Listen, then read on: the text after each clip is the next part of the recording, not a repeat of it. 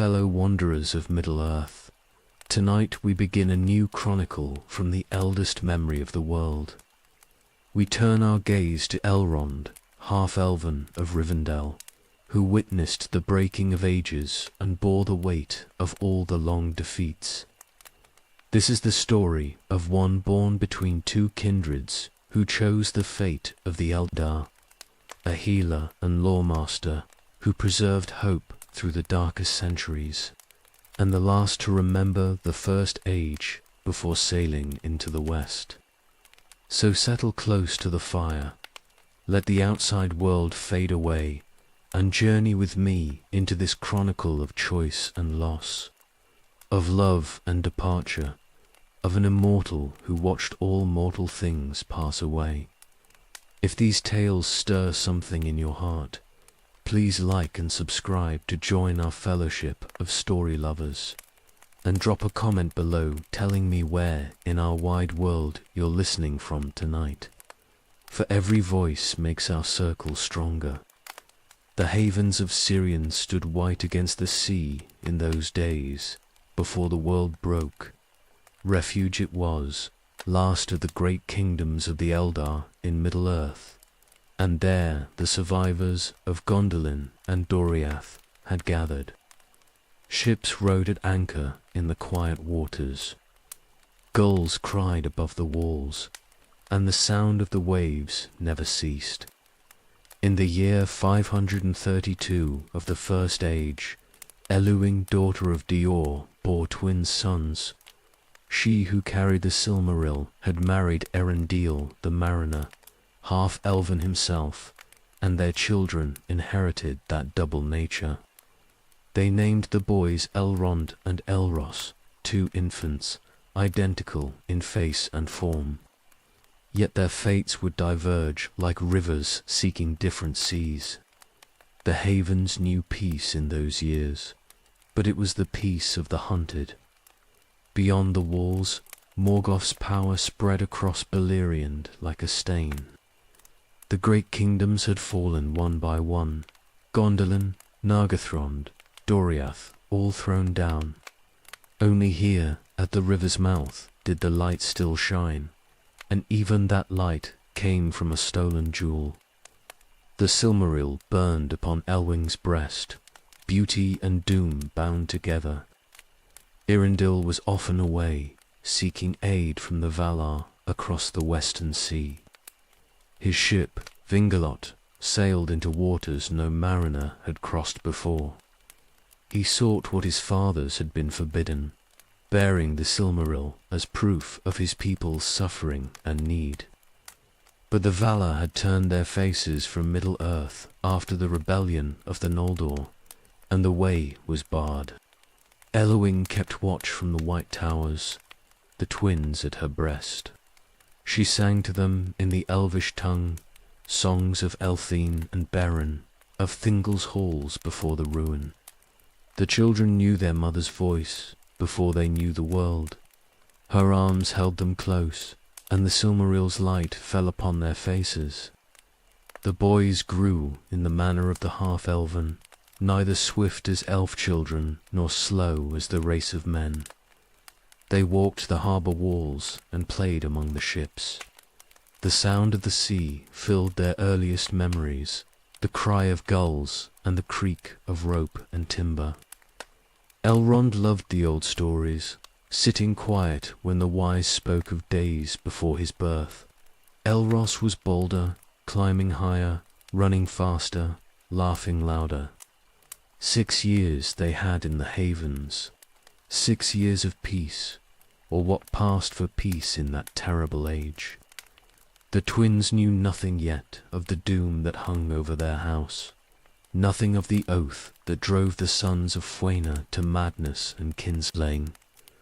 They were children, and children live in the present moment, ignorant of the past's long shadow. Their father's ship would return between his voyages, and Erendil would lift his sons high and tell them of the waves beyond the world's edge. He spoke of stars reflected in empty water, of winds that blew from the undying lands, of the music he heard in the deep places. His eyes held distances the children could not understand. He was searching for something, always searching, and each departure left Elwing standing alone on the harbour wall. The Silmaril never left her. She wore it always, that burning jewel that had passed through so much blood to reach her hand. It had been Berin's prize, then Lúthien's gift to her father, Thingol. Thingol had died for it. Dior, her father, had died for it. And the sons of Fëanor, driven by their father's oath, would kill again to claim it. The havens stood white and beautiful in the sunlight, and the twins grew, and their mothers sang old songs in the tower, and doom came closer with every passing day. But for now, in the year 538 of the First Age, Elrond and Elros were simply children at play in the last refuge of their people, innocent of all the grief that waited. The sea rolled against the harbour walls, eternal and uncaring, and somewhere in the north the sons of Fëanor heard of the Silmaril at Sirion, and the oath their father had sworn in the youth of the world drove them southward toward the havens and the horror that would come.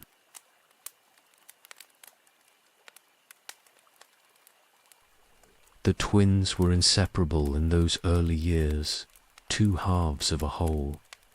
Where Elrond went, Elros followed. Where Elros climbed, Elrond came after. They spoke a language between themselves that no one else understood, the secret tongue of brothers born together.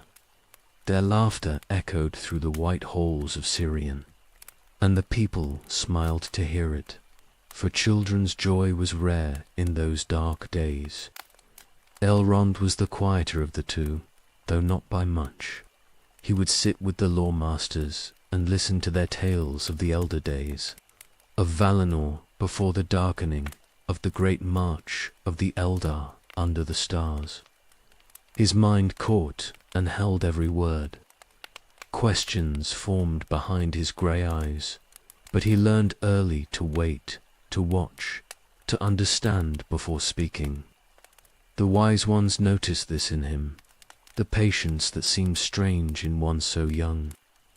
Elros had no such patience. He wanted to know everything immediately, to try everything himself, to test every boundary. He climbed the rigging of the ships in harbour until the sailors shouted him down. He raced along the harbour walls where the drop was sheer to the rocks below. His mother scolded him, but her heart was not in it, for she saw in him the same restless spirit that drove Irindil across impossible seas. The havens were full of survivors, refugees from every fallen kingdom. There was Sindar from Doriath, who had escaped the sack of Menegroth. There were Noldar from Gondolin, who had fled through the secret way when that hidden city fell. There were men of the three houses, remnant of those who had followed the Eldar into war against Morgoth. They had all lost everything, homes and kingdoms and loved ones, and they carried their grief like stones in their hearts. But children do not carry grief the same way. Elrond and Elros knew only the havens, had never seen the great cities their people mourned. To them, this was simply the world, the white walls, the harbour, the sound of waves, their mother's tower where the Silmaril shone. This was home, and all of home they knew. They played with other children along the waterfront, swimming in the summer shallows, building castles from the sand. Their mother watched them from her tower window. Elwing had lost her own parents to the Silmaril's curse, and she knew what it meant to be marked by doom. The jewel burned against her breast, beautiful and terrible. Sometimes she wondered if she should cast it into the sea, let it sink to the depths where no oath could reach it. But it was her heritage, last treasure of Dior, last light of Lethene, and she could not let it go.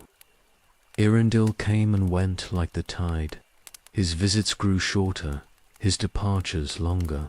He was obsessed with his quest, determined to reach the undying lands and plead for help from the Valar.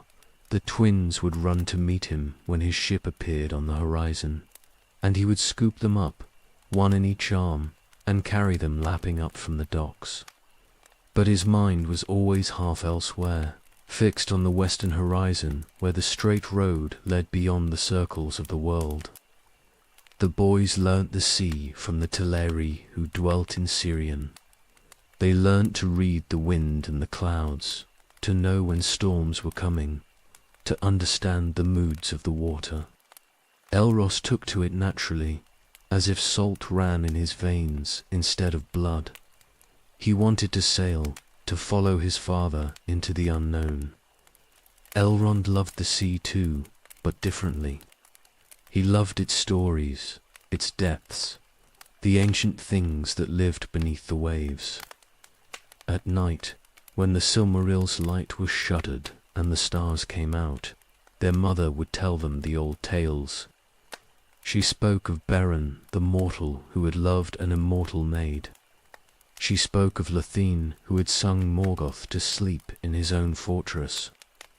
She spoke of the quest of the Silmaril, how her grandfather had cut a jewel from the Iron Crown itself. The twins listened with wide eyes, not understanding yet that these were their own ancestors, that their blood came from both the deathless Eldar and the short-lived race of men. This double heritage set them apart. The elf children grew more swiftly in wisdom, but slowly in body. The children of men shot up like weeds, but had no years to learn. Elrond and Elros were between, neither one thing nor the other. They aged faster than elf children, but slower than mortals. It made them strange, but they had each other, and that was enough. The Havens had its defenses, of course. Walls and watchtowers, weapons stored against need, warriors who kept the watch. But it was a place built for refuge, not for war. The people there had fled from battles, had lost too much already to the long defeat. They wanted only peace, a quiet place to dwell in safety. They hoped the sons of Feanor would leave them alone, that the oath sworn by Feanor in Tirion so long ago might finally be forgotten. It was a false hope. Oaths sworn in the name of Ilvatar himself do not fade with time. They burn in the hearts of those who swore them, consuming everything else, driving them to actions they would never have chosen freely. The 7 sons of Feanor had sworn to reclaim the Silmarils from anyone who held them, friend or foe, Volar or demon. 3 jewels there had been. Morgoth held 2 in his Iron Crown. The 3rd was here at Sirion, hanging upon Elwing's breast. The twins played in the sunlight, knowing nothing of this. They fought with wooden swords, pretending to be heroes from the old tales. They sailed toy boats in the harbour pools. They gathered shells on the beach and brought them to their mother as treasures. Elros was always finding something new, some discovery to share. Elrond was always asking what it meant, where it came from, what story it held.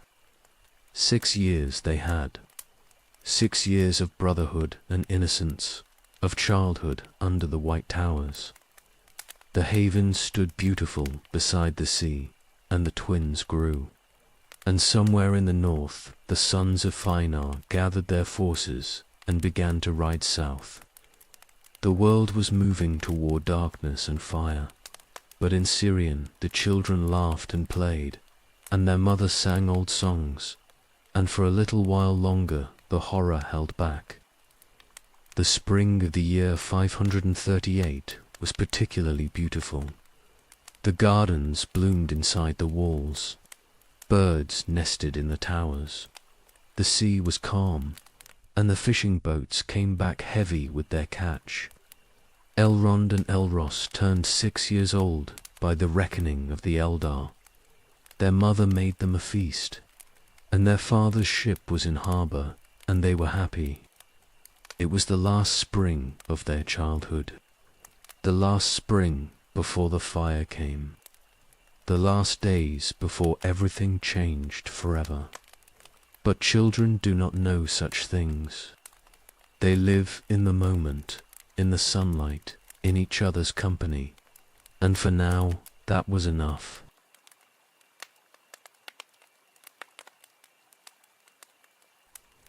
They came at dawn. The sons of Feanor and their host descended upon the havens like a storm front, sudden and terrible. No declaration of war preceded them. No herald arrived to make demands. They simply came, swords drawn, and the killing began before the people of Sirion understood what was happening. Elrond woke to screaming. The sound cut through his sleep like a blade, and he sat up in the darkness of the room he shared with Elrond. His brother was already at the window, looking down into the courtyard below. Fire bloomed in the streets. The clash of steel rang against stone walls. Their mother burst through the door.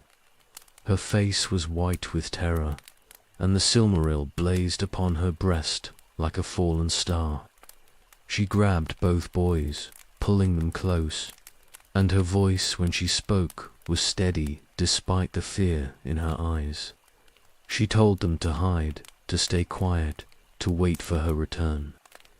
Then she was gone, running toward the sounds of battle. The twins huddled together in the darkness. They were 6 years old and did not understand what was happening. Through the window they could see flames rising from the harbour. The great ships were burning. People ran through the streets below, some carrying weapons, some carrying children, all fleeing from the attackers who poured through the broken gates. The sons of Feanor had come for the Silmaril. Medros and Maglor led them, the last of the 7 brothers. Driven by the oath their father had sworn in the blessed realm before the sun rose. They had not wanted this. They had argued against it, but the oath consumed them from within, and they could not turn aside. The fighting spread through the havens like fire, through dry grass. The people of Sirion were not warriors. They were refugees who had already fled from war, who had already lost everything once. They fought now because they had nowhere left to run, but they fought without hope. The sons of Feanor had marched to war against gods and demons. What chance did survivors have against such terrible might? Bodies fell in the white streets. Blood ran between the stones. The harbour burned, and the smoke rose black against the dawn sky. The Teleri who had built those ships wept as they watched them die. They had built ships once before in Valinor, and the Noldor had stolen them, killing the shipwrights in the first kinslaying. Now the ships burned again, and more Teleri lay dead. Eowyn ran toward the tower. She clutched the Silmaril in both hands, feeling its burning light, its terrible weight. This jewel had destroyed her family. Her grandfather Thingol had died for it. Her father Dior had died for it. Now it would destroy the havens, would kill everyone who had sought refuge here. The oath would not stop until the Silmaril was reclaimed or every living soul was dead. She reached the tower's height and looked down at the devastation. Flames everywhere. The dead and dying in the streets. The enemy pressing forward through the failing defense. There was no escape by land, and the ships were burning. Behind her, footsteps on the stairs, warriors coming for the jewel. Eowyn made her choice. She would not let them take it. She would not watch more people die for this cursed treasure. She ran to the tower's edge, the Silmaril blazing in her hands, and threw herself into the empty air above the sea. The Valar had been watching. Ulmo, Lord of Waters, sent aid in the final moment. Eloing did not strike the waves and die. She transformed as she fell, becoming a white bird, a seabird with the Silmaril clasped in her talons. She flew out across the water, wings beating hard, leaving the burning havens behind. The twins saw none of this. They remained hidden where their mother had left them, pressed together in the darkness while the sounds of slaughter filled the world outside. Hours passed. The screaming continued, then slowly faded. The clash of weapons grew more distant. Finally, silence fell, broken only by the crackle of flames and the moans of the wounded. When they finally emerged, the havens were destroyed. Bodies lay everywhere, people they had known, friends and neighbors and teachers. The white walls were blackened with smoke. The beautiful gardens were trampled and burned.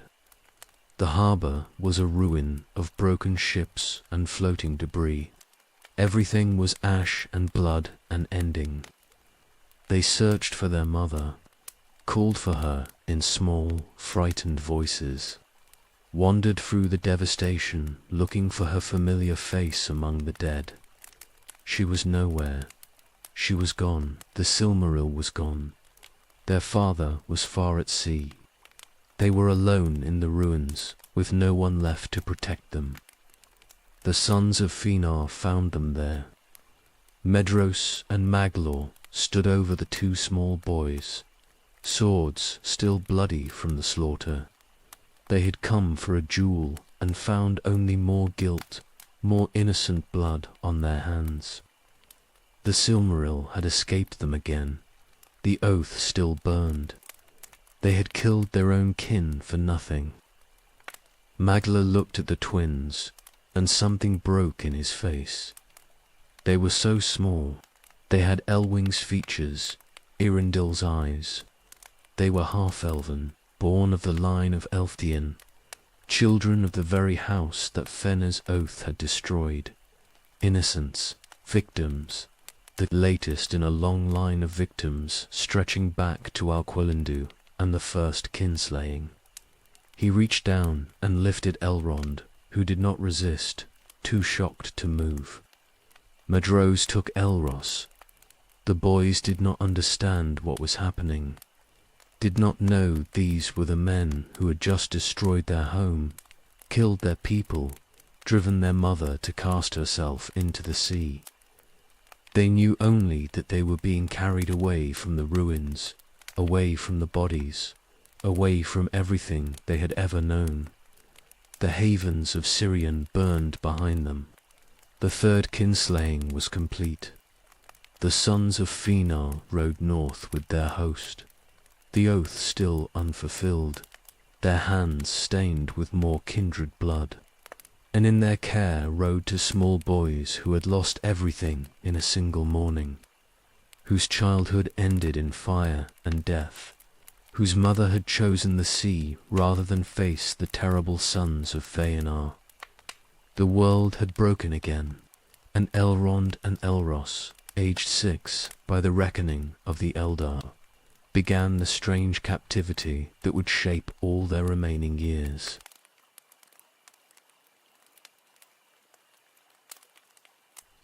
The first days were silent. Elrond and Elros spoke to no one, not even to each other. They rode in front of warriors on great horses, carried north through lands they did not know. The twins held on to each other when they could, fingers locked together, the only familiar thing left in a world gone strange and terrible. Medros had only one hand. The right arm ended in a stump where Morgoth had cut him free from the cliff face decades before. He had learned to fight left-handed, to do everything left-handed, but the maiming had never healed. He was tall and grim, with red hair like fire and eyes that held depths of pain.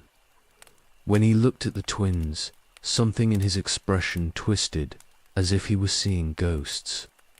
Maglor was gentler, if such a word could apply to kinslayers.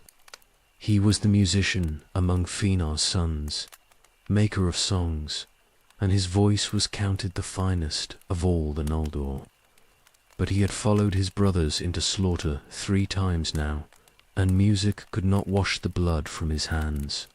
He carried Elrond most often during the journey, and sometimes he sang under his breath old songs from Valinor before the darkening.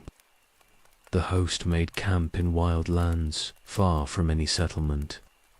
They were outcasts now, cursed by their own deeds, rejected by both the Noldor kingdoms and the Sindar realms. The oath drove them forward, but it brought them no peace. They had killed their own kin for a jewel they had not even captured. The Silmaril was gone, borne away by a bird across the sea, and all their guilt was for nothing. The twins were placed in a tent and given food. They did not eat at first. Hunger eventually forced them to it, but they took the bread and water mechanically, without tasting, without speaking. Guards stood outside, though where 2 small children might flee to in this wilderness, none could say. Perhaps the guards were there to keep others out, rather than to keep the twins in. Elrond watched everything. His grey eyes tracked the movements of the camp, noting patterns, recognizing faces. He saw how the warriors avoided looking at Medros and Magla. He saw the way arguments broke out and were quickly suppressed. This was not a unified host. These were people bound together by oath and obligation, not by love or loyalty. Elros was more defiant. When Medros came to check on them, the boy glared at him with such fierce hatred that the ancient warrior actually stepped back. This child knew what had been done to him, knew who had done it. The innocence was gone, burned away in the sack of Sirion, and what remained was rage. Days passed into weeks. The host moved constantly, never staying long in one place, always watching the horizons for pursuit that never came. No one came after them. The havens were destroyed, the survivors scattered or dead. The sons of Feanor had won their battle and gained nothing but more darkness on their souls.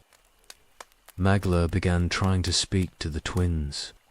He came to their tent in the evenings when the camp had settled and sat outside the entrance. He spoke of simple things at first, the weather, the land they were crossing, the stars overhead. The twins did not answer. They sat in silence and stared at him with eyes that held all the accusation in the world. But Magla persisted. Something in him needed this, needed to reach these children, to somehow make right what could never be made right. He started telling them stories, tales of Valinor before the rebellion, songs of the undying lands, stories of his own childhood in Tirion, under the light of the 2 trees. His voice was beautiful, even speaking. And despite themselves, the twins began to listen. Medros was more distant. He provided for their needs, but kept apart otherwise, as if he could not bear to look at what his oath had made him do. The maimed Noldor lord had endured tortures beyond imagining on Thangorodrim. He had been rescued by Fingon and had fought for decades against Morgoth's forces. But nothing in all his long years had prepared him for the guilt of holding 2 orphaned children he himself had orphaned. Gradually, very gradually, the absolute silence broke. Elro spoke first, asking where they were being taken. Maglor answered honestly, they had no fixed destination. They were simply wandering the wilds, waiting for word of the Silmarill's location. The oath would not let them rest. It would drive them until they reclaimed all 3 jewels or died in the attempt. Elrond asked about their mother. Maglor told them she had lived, had transformed into a bird and flown away. He did not know where she had gone. He did not know if she still lived in that form or had found her way back to her own shape. The uncertainty was perhaps worse than knowing she was dead. Hope and despair mixed together. The twins began to understand, slowly, that these were not simple villains from a children's tale. Medros and Maglor were caught in something larger than themselves, driven by an oath that gave them no choice, no escape. They had not wanted to attack Sirion. They had argued against it. But the oath had compelled them, and they had gone, and they had killed, and now they lived with the weight of it. This understanding did not bring forgiveness, could not bring forgiveness, but it brought a kind of recognition. These were not monsters. They were people who had done monstrous things, which was somehow worse. The camp moved into the mountains. Spring turned towards summer. The twins began to venture outside their tent, to explore the area around the camp under watchful eyes. They were not prisoners in chains, but neither were they free. They existed in a strange state between captivity and fosterage, neither wanted nor unwanted, guilt made manifest. Other members of the host began to interact with them, some with pity, some with anger at their presence, a constant reminder of failure and shame, but none with outright cruelty. Whatever else could be said of the sons of Fenar, they did not permit the abuse of children in their care. Maglor taught them songs. Medros ensured they had weapons training appropriate to their age, wooden swords, basic footwork, the beginning forms. They learned the Sindarin tongue more fully and began to study the high speech of the Noldor. They learned the stars and their names. They learned history and lore and all the accumulated wisdom of the Elders. They were being raised in a strange and terrible way by the very people who had destroyed their home. And somewhere deep in their hearts, despite the grief and rage and loss, a bond was beginning to form. Not love, not yet, but something complicated and impossible to name. Recognition, perhaps, understanding, the beginning of something that would shape them for all their remaining days. The oath burned in Medros and Maglor. The memory of their mother burned in Elrond and Elros, and in the wilderness of Beleriand, in a camp of outcasts and kinslayers, 2 half-elven children began to grow up in the shadow of doom.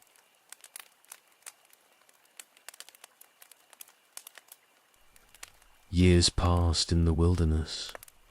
Elrond and Elros grew from small children into boys who could ride and fight and speak 3 languages. The camp moved with the seasons, following game, avoiding settled lands, keeping to the wild places where no one would challenge them. The twins learned to track deer through snow. They learned which plants could be eaten and which would kill.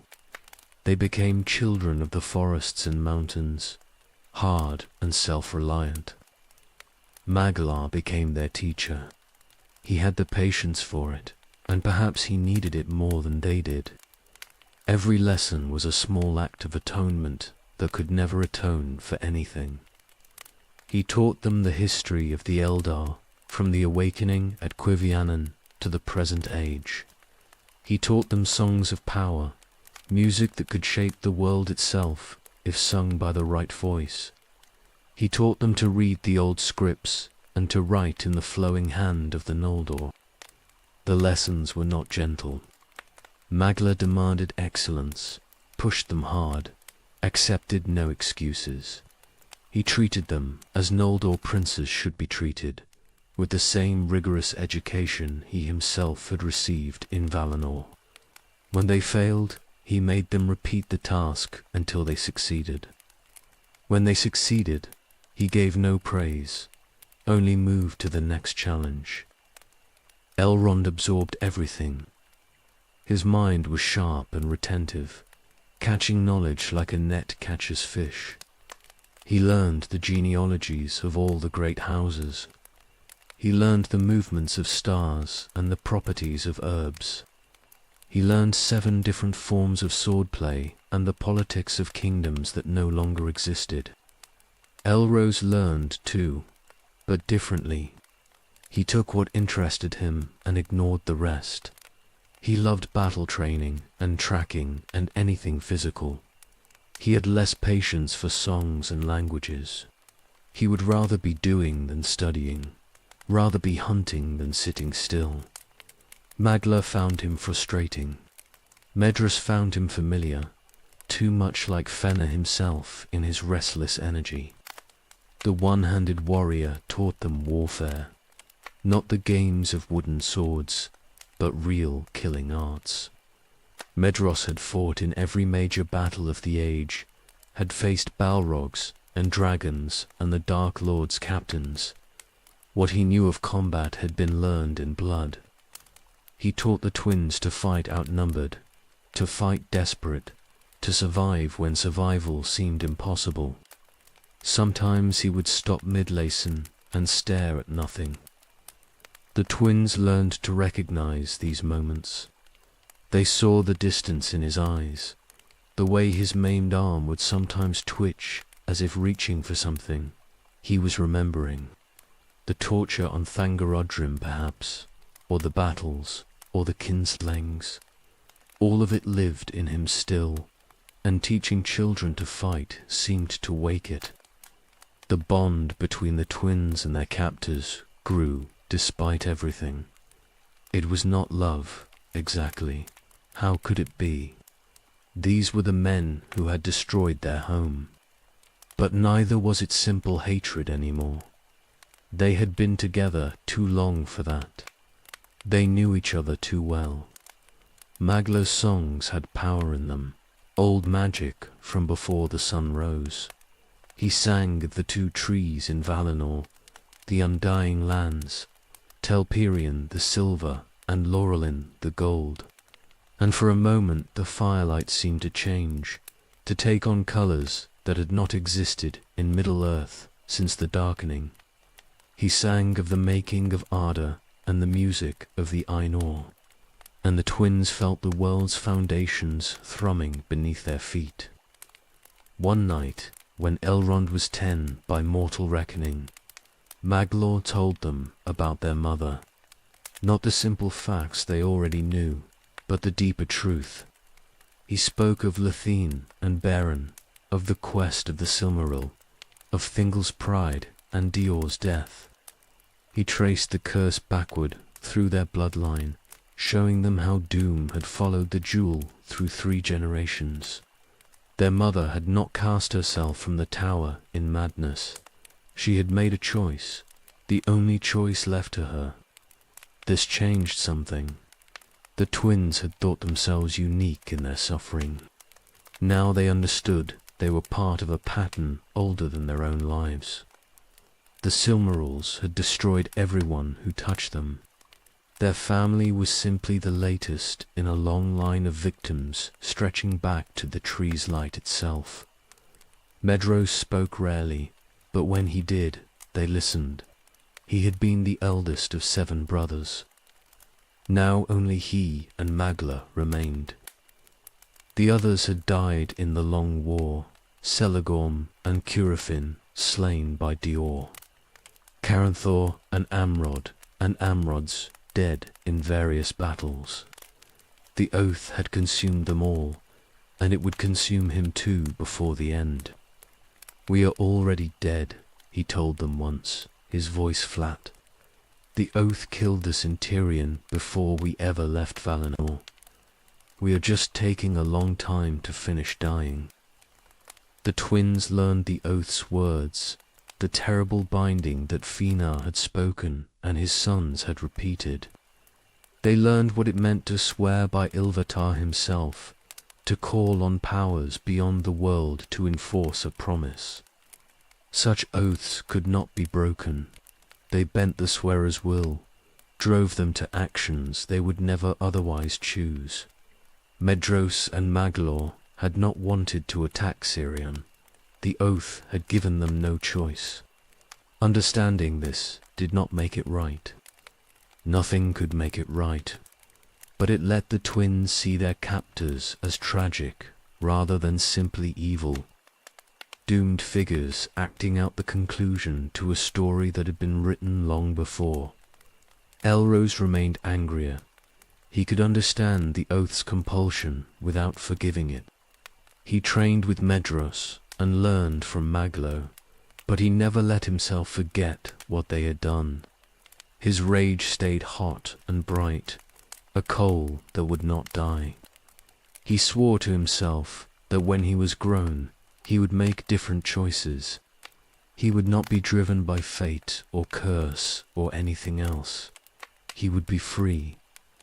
Elrond's response was more complex. He saw how the oath trapped Medros and Maglor, how it made them prisoners of their own words. He began to think about choice and consequence, about how actions echoed forward through time. He wondered what his own choices would mean, what patterns he might create or break. The Lawmaster's mind was forming in him, the long view that would define his later years. The camp moved through Balerion's wild lands, avoiding the populated areas, the settled valleys. They were fugitives from their own people, outcast kinslayers whom no kingdom would shelter. But in the wilderness they found a kind of peace. They hunted and trained and studied. The twins grew tall and strong. The years turned. Magla made a harp for Elrond and taught him to play. The boy had his teacher's gift for music, and under his small fingers the instruments sang with unexpected beauty. Elrond preferred the sword, spending hours in practice combat with Medros, learning to fight with the ferocity of the Noldor, who would challenge the gods themselves. They were being shaped by the very people who had destroyed them, and in that shaping, something unexpected was happening. Not forgiveness, that would be too simple to clean, but recognition, understanding, the strange love that can grow between captor and captive when years pass and the lines between the two blur into something neither could have predicted. The oath still burned. The Silmarils were still out there, calling to those who had sworn to reclaim them.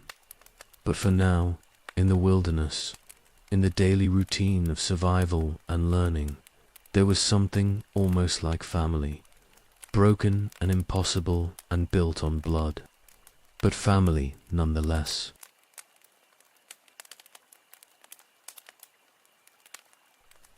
The twins had been with Medros and Maglor for 4 years when the new star appeared. Dawn, they were breaking camp in the mountains east of what had been Dorioth. Elrond saw it first, a point of white brilliance on the western horizon that had not been there the night before. It was brighter than any star should be, brighter than Venus, brighter than Sirius, bright enough to cast shadows in the pre-dawn darkness. The entire camp stopped to stare at it.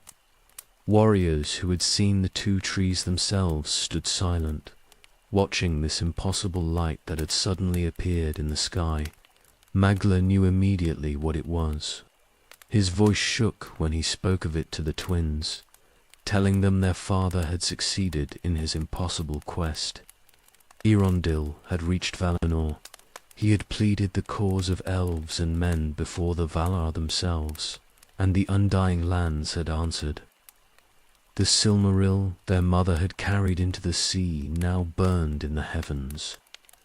Eärendil sailed his ship Vingalot through the upper airs, the jewel bound to his brow, a sign of hope to all who dwelt in Middle-earth. The Valar had hallowed him, made him a living star, and he would sail the skies until the world's ending. Elrond stared at that distant light and tried to understand. His father lived, not on Earth anymore, not in any place he could reach, but alive nonetheless, transformed, made into something between mortal and immortal, between earth and heaven, a sailor on cosmic seas that no other ship could traverse. The twins would never see him again. This they understood without being told. Eärendil had passed beyond the circles of the world into service of the Valar themselves. He was no longer truly their father in any sense they could comprehend. He was a beacon, a sign, a promise that help was coming. But he was not theirs anymore. Elros felt the loss like a blade. First their mother, transformed and lost. Now their father, transformed and lost. Everything kept changing into something else, leaving them behind. He was angry at the star, though he knew the anger was irrational. His father had saved the world, or would save it when the Valar finally moved against Morgoth. But it felt like abandonment regardless. The host watched the star each morning and evening when it appeared.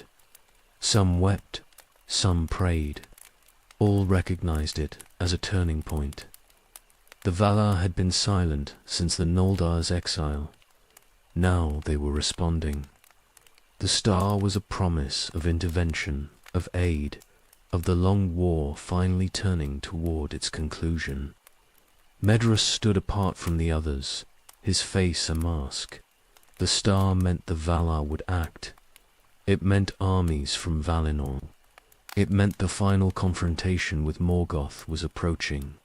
And when Morgoth fell, 2 of the Silmarils would be reclaimed from the Iron Crown. The oath would drive Medros to claim them, to fight even the Valar's hosts if necessary. He saw his own doom written in that beautiful light. The twins began to think of their parents as legends rather than people. Their mother was a bird, or had been, or perhaps was dead. Their father was a star. These were not things that happened to real people. These belonged in the old tales Maglor sang about, stories from ages past when the world was young and miracles were common. But here was the evidence. Every dawn and every dusk, there, burning steadily in the sky, never moving from its ordained path. Eärendil, the mariner, their father, sailing eternal vigil across the heavens with the last Silmaril blazing on his brow. Maglo taught them the new songs that were already being composed about Eärendil's voyage. The minstrel's voice carried anguish along with beauty, for he sang of the jewel that had driven him to kinslaying, now being used for holy purposes beyond his reach. The Silmarils had been made by his father Fëanor, greatest of Noldor craftsmen. Now one was sanctified, placed beyond reclaiming, and the oath still burned. Years later, Elrond would use that star as a guide for travelers. He would speak of it to give hope to those facing darkness. The star his father had become would shine over Rivendell, over the Fellowship's departure, over every major moment of his long life. But in this moment, at age 10, he simply stared at it and felt the weight of being half-elven, caught between worlds, son of legends who had transcended the mortal realm entirely. The camp moved on. The star remained. And in the north, the Valar gathered their forces. The War of Wrath was coming, the final battle of the First Age. Everything was moving toward its conclusion. The twins were growing up in the dying days of the world they had been born into, and the star was the first sign that everything was about to change again. Medros began preparing for war. He drilled the host harder, checked weapons, sent scouts to gather intelligence about Morgoth's movements. The oath would not let him stand aside when the final battle came. He would be there, fighting, and when Morgoth fell, he would try to claim the Silmarils. The Valar would oppose him. He would fight them too, if necessary. The oath allowed no other path. Elrond asked Magla if they would fight in the coming war. The minstrel's answer was careful. They were too young yet. But yes, when they were grown, they would likely stand in battle. That was the fate of those born in this age. Everyone fought eventually. There was no escape from it. The star burned on. Hope to some, doom to others. To the twins, simply a constant reminder of what they had lost and what they had become. Children of legend, raised by kinslayers, watching their father sail the heavens as a living sign of divine intervention. Nothing in their lives was simple or small. Everything carried the weight of fate and prophecy and ancient doom.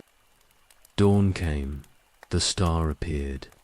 The host broke camp and moved deeper into the wilderness. And above them all, unreachable and eternal, Elrond sailed his celestial course with the Silmaril blazing, unaware or unable to acknowledge the two sons he had left behind in the world below.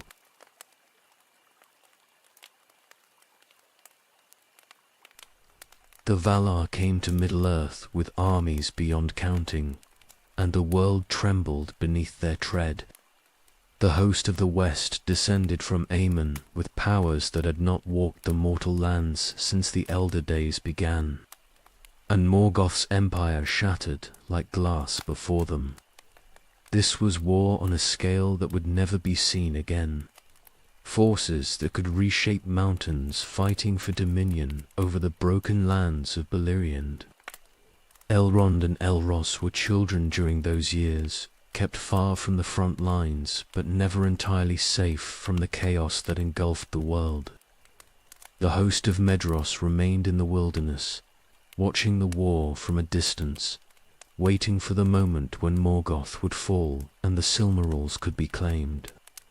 The twins trained with weapons that were no longer toys, learning the arts of survival in a world coming apart at its foundations. The war lasted 40 years by the reckoning of the sun. 40 years of destruction so complete that entire regions were drowned beneath the sea when it ended. The twins grew from children into young adults during that time, their bodies changing with the strange pace of the half-elven, faster than elves, but slower than men. They became warriors in truth, tall and skilled with blade and bow, though they never saw the great battles that raged in the north. Morgoth unleashed his final weapons against the host of Valinor, sending forth winged dragons and all the accumulated evil of his long reign. The sky burned with dragon fire and the answering wrath of the Valar. Mountains were cast down, rivers changed their courses. The land itself broke and reformed under the weight of powers that had sung the world into being at the music's beginning. Magla continued teaching through it all, maintaining the routines of instruction as if normalcy could be preserved through sheer discipline. He taught them the deeper lore now, the secret knowledge of the Noldor, things that were never spoken outside the great houses. They learned of the Silmarils making, of how Feanor had captured the light of the two trees in 3. Perfect jewels before Melkor and Ungoliant destroyed the trees themselves. They learned why the oath was unbreakable, why it drove its speakers to madness and worse. The twins understood that they were being prepared for something, though what exactly remained unclear. Medros and Maglor spoke sometimes of the choice that must be made when the half-elven came of age, the choice between immortality and death, between elvenkind and humanity. That choice would come after the war ended, when the Valar's attention turned to such matters. For now, they simply trained and learned and waited. News filtered to them through scouts and runners, fragments of intelligence about the war's progress. Morgoth had been driven back into Angband. His armies were being destroyed piecemeal, his servants hunted down and cast into darkness. The siege of his last fortress had begun, and nothing could prevent his eventual fall. The First Age was ending in fire and ruin, and something new would rise from the ashes. Elros had become a fighter of considerable skill, favoring the aggressive style that Medros taught, all forward momentum and calculated risk. He spoke often of joining the war, of proving himself in battle against Morgoth's forces, but Medros forbade it. The half-elven were too valuable, too rare. They represented something unprecedented in the world's history, a true blending of the two kindreds. Their fate would be decided by powers greater than any warrior's prowess. Elrond had grown into his role as scholar and lawmaster, though he was no less skilled with weapons than his brother. He could recite the genealogies of every major house of elves and men. He knew the properties of every healing herb that grew in Beleriand. His voice when singing carried some echo of Maglor's power, the ability to move hearts and shape reality through music and words. The bond between the twins and their fosterers had become something neither group could easily name or explain. Not love, precisely, but not simple utility either. They had spent more years together now than the twins had lived at Sirion. Medros and Maglor had raised them, taught them, shaped them into what they were becoming. The blood debt remained, unpaid and unpayable, but life had continued anyway in the shadow of that debt. Finally, in the year 590 of the First Age, Morgoth fell. The combined might of the Valar and the host of the West broke Angband's gates and cast the Dark Lord down. They chained him with a chain, Angaina, that had been forged for this purpose at the world's beginning, and they thrust him through the doors of night into the timeless void beyond the circles of the world. The war was over, the First Age was ending, and the reckoning was about to begin. Medros and Maglor rode north immediately when they received word of Morgoth's defeat, leaving the twins behind with a guard of trusted warriors. The oath drove them forward with renewed intensity now that the Silmarils were within reach, reclaimed from the Iron Crown and held by the Valar's forces. They would demand their father's jewels, would claim what the oath compelled them to claim, and if they were denied, they would take them by force. This was inevitable. This had always been inevitable. The twins waited in the camp, now young men of 58 years by the sun's count, and felt the world holding its breath. Everything was balanced on the edge of decision. Their fosterers rode to what would likely be their doom. The war was won, but peace had not yet been established. The shape of the new age remained unclear, and into that uncertainty rode to oath-bound kinslayers, seeking jewels that had destroyed everyone who touched them. Thunder rolled across distant mountains, though the sky was clear. The earth trembled. Beleriand was breaking apart, the western lands sinking beneath the risen sea. The world itself was being remade in the aftermath of the war, reshaped by powers beyond mortal comprehension. And somewhere in that chaos, Medros and Magla were making their final attempt to fulfill the oath that had driven them to 3 kinslayings and a lifetime of guilt. The twins would not see them again for many days, and when they did, everything would have changed once more.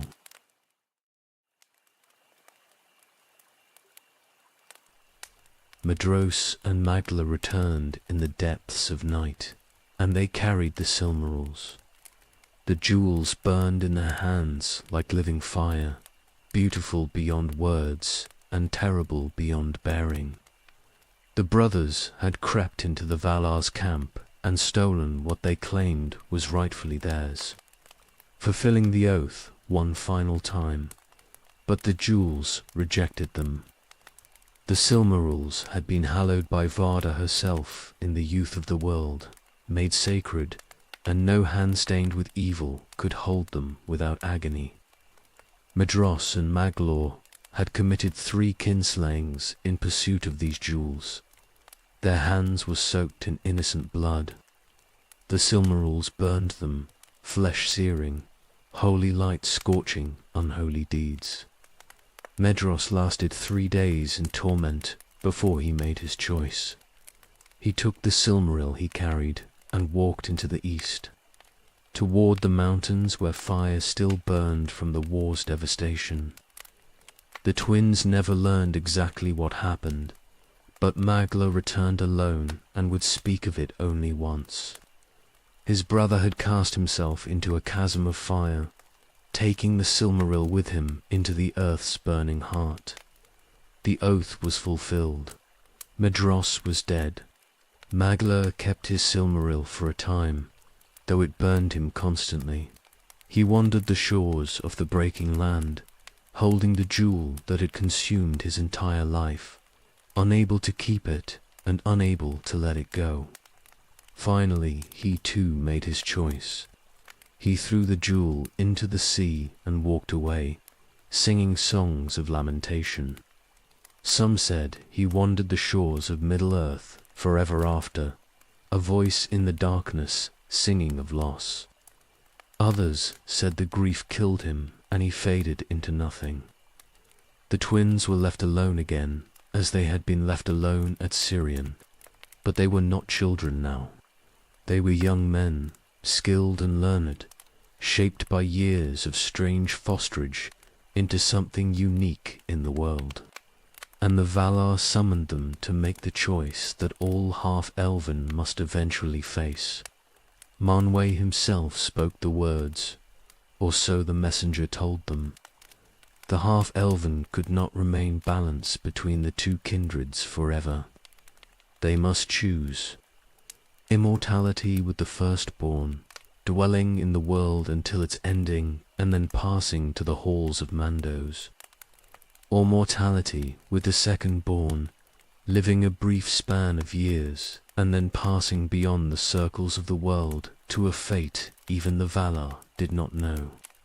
Both choices carried weight beyond measure. To choose immortality meant watching all mortal friends die, enduring age after age of the world's slow decay, bearing witness to everything that would be lost.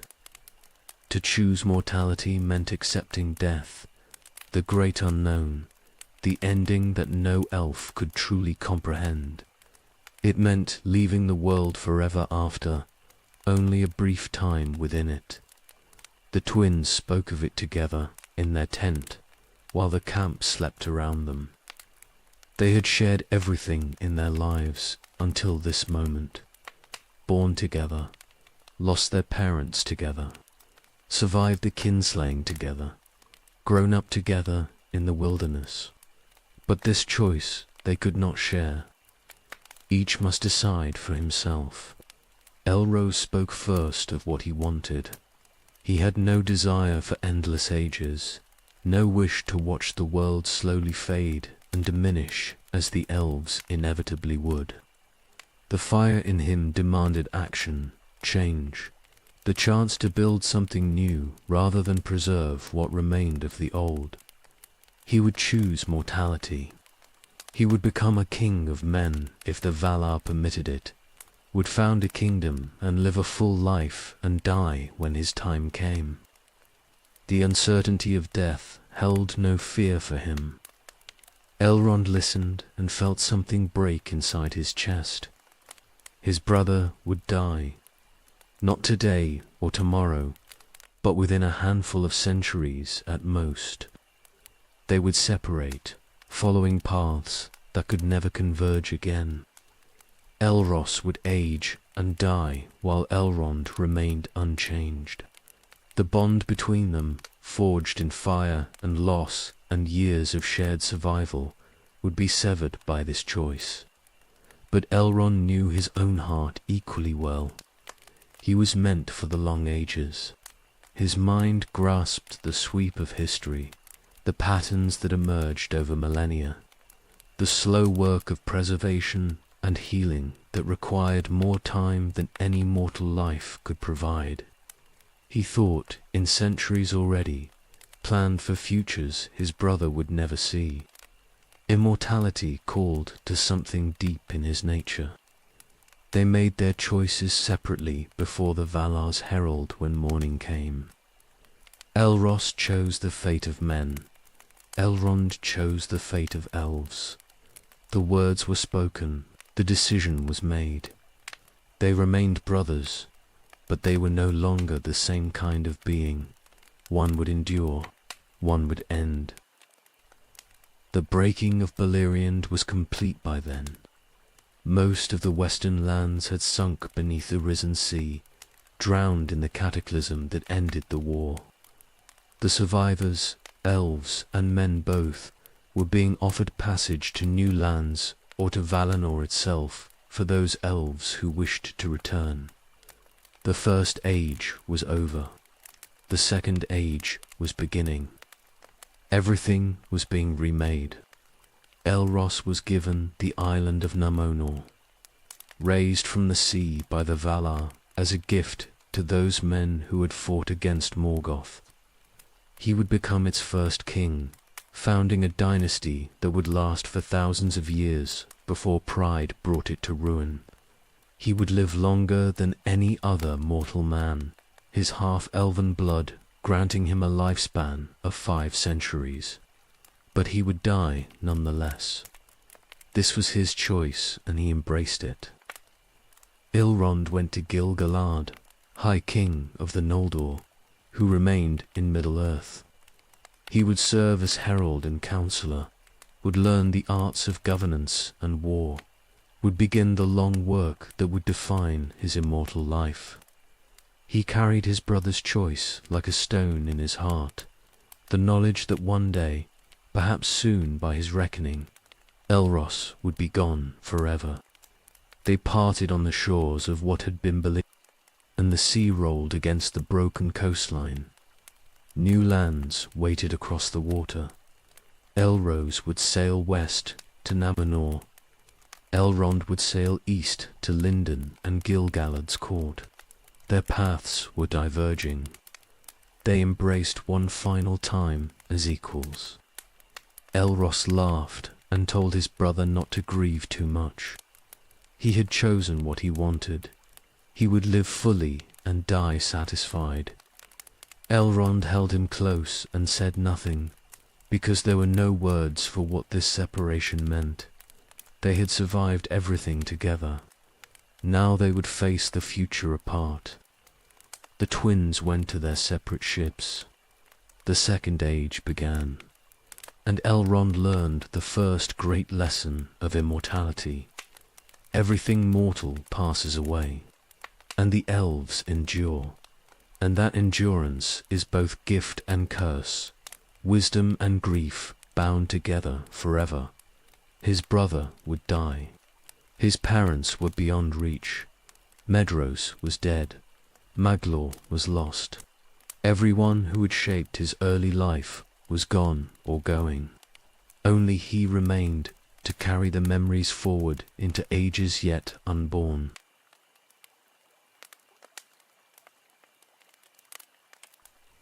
Lindon stood as the last remnant of Beleriand, a narrow coastal strip that had survived the drowning. Here Gil-galad established his realm, the High King of the Noldor, who remained in Middle-earth after the First Age ended. His court gathered on the shores where the blue mountains met the sea, and here Elrond came to serve. He was young by elven standards, barely 60 years old, but he carried knowledge that few others possessed. He had learned from Maglor, the minstrel, greatest singer of the Noldor. He had trained under Medros, veteran of countless battles. His lineage traced back to both elves and men, to Lithene and Beren, to Eärendil, who now sailed the heavens as a living star. Gil-galad recognized his worth immediately. The High King made him herald. This was no small honor. The herald spoke with the king's voice, carried the king's authority, represented the crown in councils and negotiations. Elrond learned diplomacy and statecraft, the careful dance of words that could prevent wars or start them. He learned to read what people did not say, to hear the truth beneath courteous lies.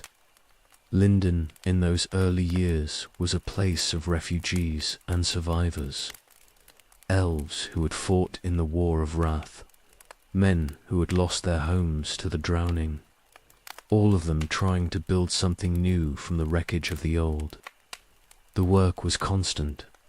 Disputes needed settling. Trade routes needed establishing. Relations with the remaining dwarf kingdoms needed maintaining. Peace required as much effort as war, just different kinds. Gil-galad was a good king, just, wise, strong enough to defend his realm but cautious enough to avoid unnecessary conflict. He had fought beside the host of Valinor and seen what happened when power was wielded without restraint. The entire western coast of Middle-earth had sunk beneath the waves.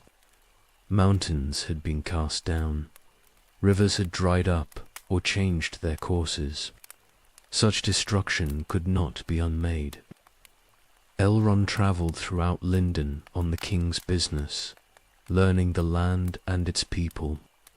He met with dwarf lords in their mountain halls. He negotiated treaties with Mannish chieftains. He carried messages to the Grey Havens, where Círdan the shipwright built vessels that could sail to Valinor for those elves who wished to depart. Each journey taught him something new about Middle-earth and its peoples. The seasons turned. Years passed into decades. Elrond grew in wisdom and authority, his counsel valued by the High King. He learned warfare too, for peace could not be maintained through words alone. Gil-galad taught him strategy. The weapons masters taught him the spear and the bow. He became skilled at arms, though never with the fierce joy that Medros had shown, or the casual excellence that his brother Elros possessed. Letters came from Númenor occasionally. Elros had indeed become king, ruling the island realm that the Valar had raised from the sea for the Edain. He was building cities, establishing laws, governing a people who would grow into the greatest of all Mannish kingdoms. His letters spoke of ships and exploration, of learning and craft, of a golden age beginning. But they also spoke of how quickly time moved for mortals, how his children were already growing, how different his world was from Elrond's. The knowledge that his brother was aging, dying slowly year by year, sat heavy in Elrond's heart. But he could not dwell on it. Work demanded his attention. Gil-galad's court was the center of elvish power in Middle-earth, and Elrond was becoming essential to its functioning. He sat in councils. He spoke for the king. He made decisions that affected thousands of lives. A century passed. Then, too, the Second Age settled into its rhythm. New forests grew where old ones had drowned. Men spread across Middle-earth, building kingdoms of their own. The dwarves delved deeper into their mountains. The elves remained in their coastal havens, slowly diminishing as more and more chose to sail west. The world was changing, becoming less magical, more ordinary. The age of wonders was passing. Elrond established himself as a keeper of lore, gathering and preserving knowledge from the first age before it was lost. He collected songs and histories. He learned healing arts from those who had studied under the greatest healers of Gondolin and Doriath. He became a master of herb lore and the treatment of wounds, both physical and spiritual.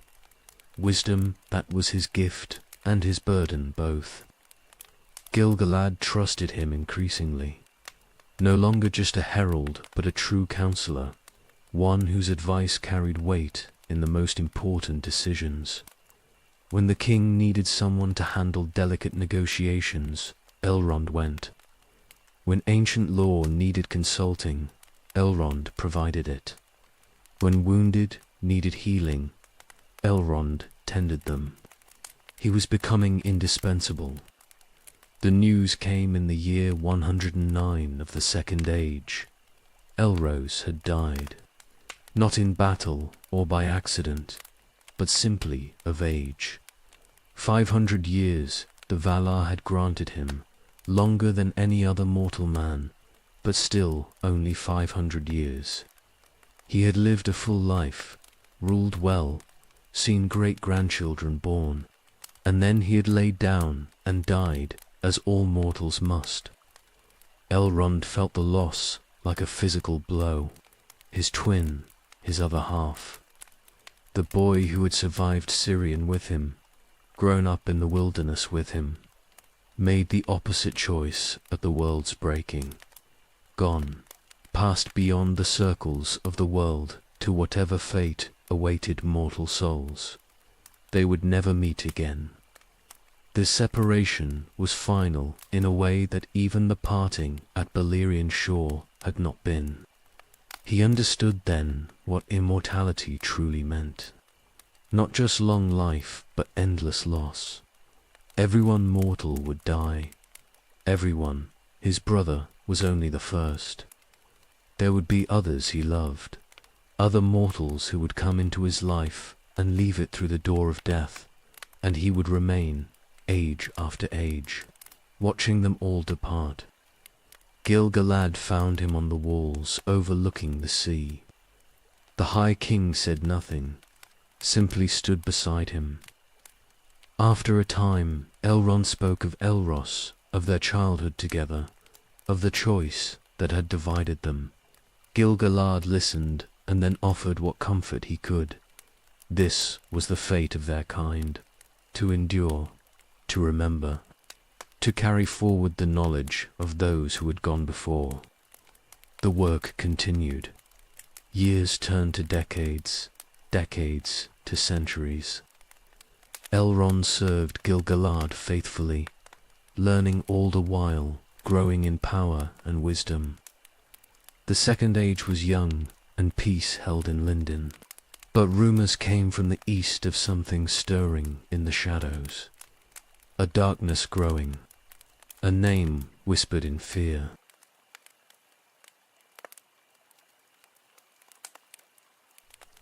The invitation came in the 32nd year of the Second Age. Elros was being crowned king of Numenor, and he wanted his brother to witness it. Gil-galad gave Elrond leave to go, and a ship carried him west across the Belagere to the island the Valar had raised from the deeps as a gift to faithful men.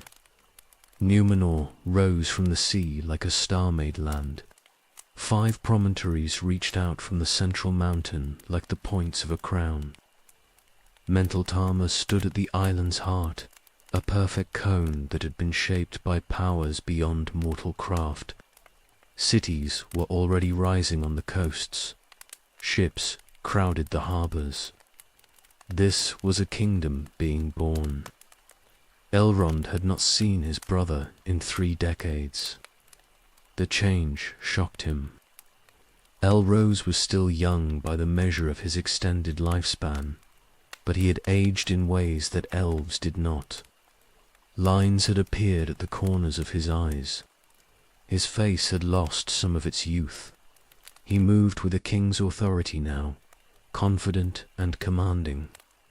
30 years for mortals was not the same as 30 years for the immortal.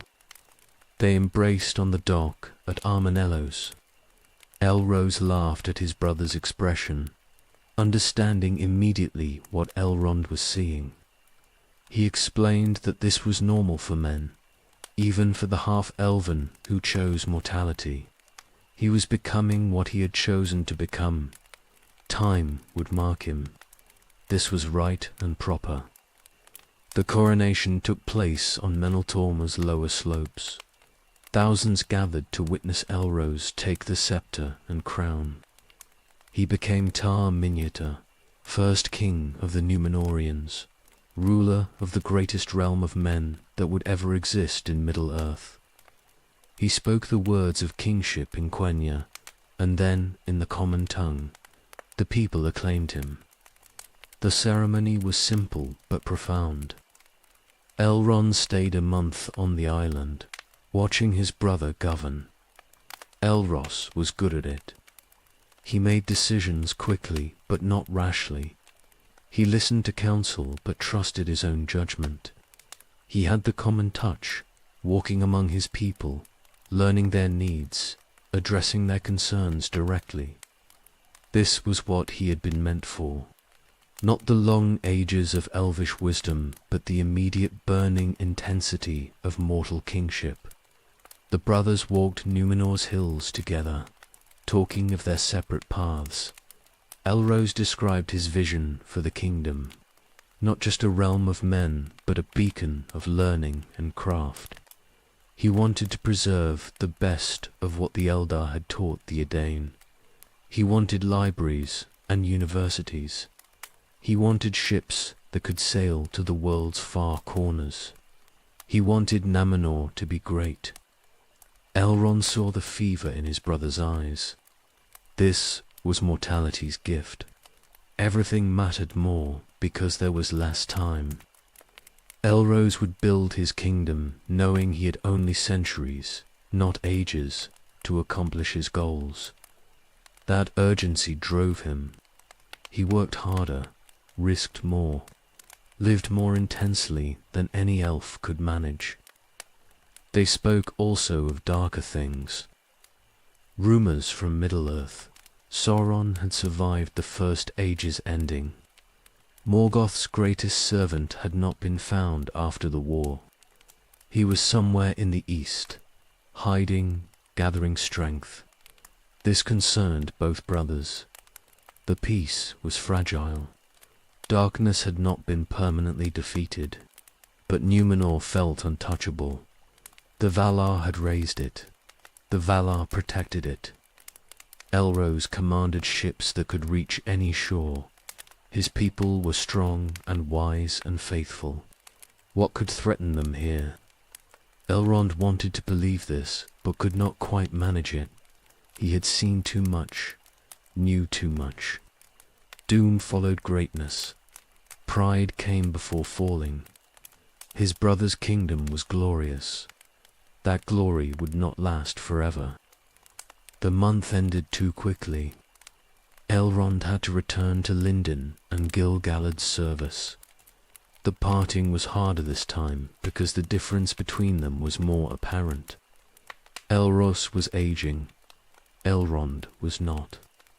Next time they met, the gap would be wider. Eventually, it would become a chasm. One brother would remain young while the other grew old. Both understood this. They stood on Armanellis' dock as Elrond's ship prepared to depart. Elros gave him a gift, a white gem set in silver, a token of Númenor's friendship with the elves. Elrond accepted it and promised to keep watch over Middle-earth, while his brother built his kingdom here. They were working toward the same ends from different directions. That would have to be enough. The ship sailed east. Numenor diminished behind them until only Meneltarma's peak was visible. Then even that sank below the horizon. Elrond stood at the rail and thought about choices and consequences. His brother had chosen life over endurance, a kingdom that would blaze bright and die rather than persist dimly through the ages. It was brave, foolish perhaps, but brave. He returned to Lindon and his duties. Letters came from Numenor regularly for decades. Elros wrote of cities being built, of ships exploring distant coasts, of trade with Middle-earth's peoples, of marriages and children and grandchildren. His bloodline was spreading. The dynasty was taking root. The kingdom was thriving. Elrond read each letter carefully and filed it away. He was creating an archive, preserving his brother's words for the ages when Elros would be gone and only memory remained. This was how immortals honored the mortal, by remembering, by keeping their stories alive when they themselves had passed beyond recall. Gil-galad noticed the letters and understood what they meant. He spoke to Elrond one evening about the burden of watching others age and die. It never became easier. The High King had seen generations of men come and go. Each loss hurt, but this was their role: to witness, to remember, to carry forward the knowledge of all who had lived and died while the elves endured. Decades passed. The letters continued. Numenor grew in power and glory. Elros ruled wisely and well. His children were raised to succeed him. The kingdom was establishing itself as Middle-earth's preeminent power. Everything was proceeding as planned, but in the back of Elrond's mind, the knowledge remained. His brother was dying, slowly, year by year, moving toward the ending that all mortals must face. There was no stopping it, no preventing it, only accepting it and cherishing what time remained. The star that was their father shone over both of them, mortal and immortal, king and herald. Irindil's light fell on Numenor and on Lindon equally, but it could not bridge the gap between the brothers. Nothing could. They had chosen their paths. Now they walked them separately, together only in memory and in the blood they shared.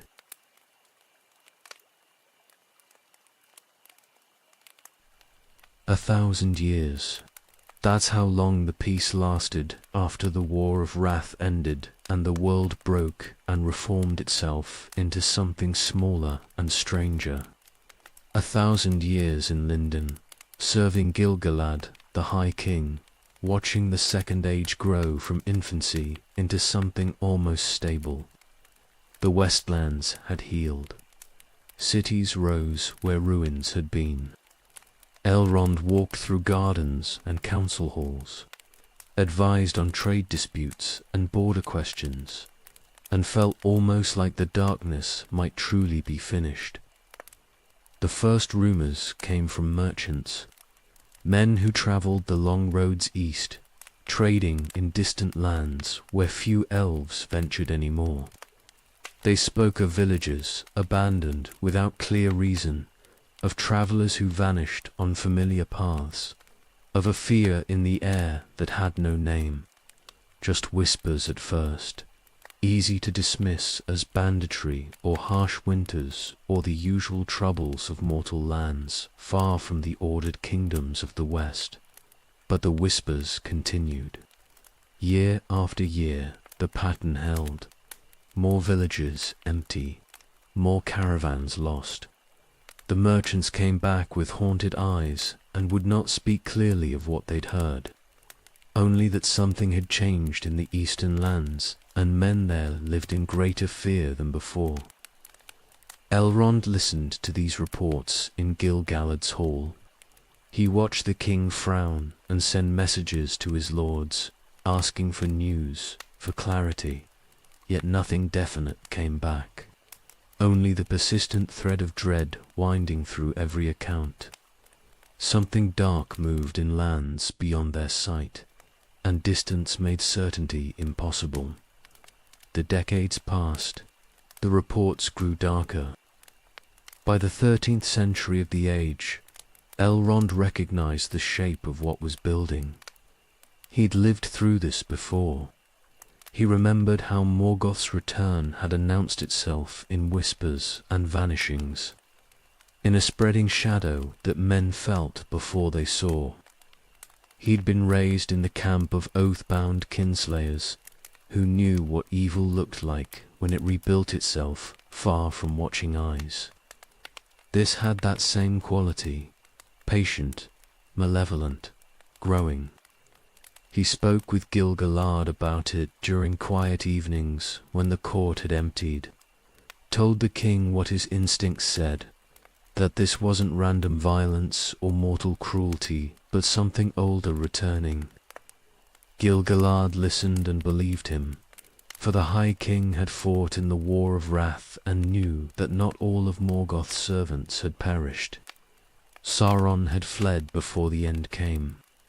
Sauron had never been found. They sent scouts east. Few returned. Those who did brought no comfort. Yes, there was a dark power in those lands. Yes, men served it out of fear or corruption. But it was vast and far away and centered in places the elves could not reach without an army. And no army could march so far into unknown territory without supply lines that didn't exist. They could only watch. They could only wait. The helplessness gnawed at Elrond worse than battle would have. In war you could at least act. You could draw your sword and meet the enemy and live or die trying to stop them. But this was different. This was feeling the shadow grow while you stood too far away to do anything but know it was happening. He studied old texts. He spoke with the wisest of the Noldor, who had survived the First Age and remembered the tactics of the enemy. They all agreed on the essential truth. This was Sauron. It had to be. No other power from the old world remained free to work such slow corruption. He had survived the War of Wrath by hiding, and now he'd rebuilt enough strength to begin again. The question that haunted the councils was simple. What would he do next? For now, he stayed in the east among lands where few elves dwelt and the kingdoms of men were scattered and weak. He built his power slowly, carefully, with none of Morgoth's overwhelming arrogance. Sauron had seen what open war against the Valar accomplished. He would not make that mistake again. He would work through deception, through corruption, through careful, patient malice that built its strength before revealing itself. Elrond watched the years pass and felt the old dread settling into his bones. He'd thought the great darkness was finished when Morgoth fell. He'd hoped the breaking of Beleriand had ended that age of terror forever. But evil was patient. Evil adapted. And the world had given Sauron centuries to work in distant shadows, while the West believed itself safe. By the 15th century of the age, everyone knew. The councils no longer debated whether a dark power had risen. They debated only what it meant and what might be done. The answer to the second question remained nothing.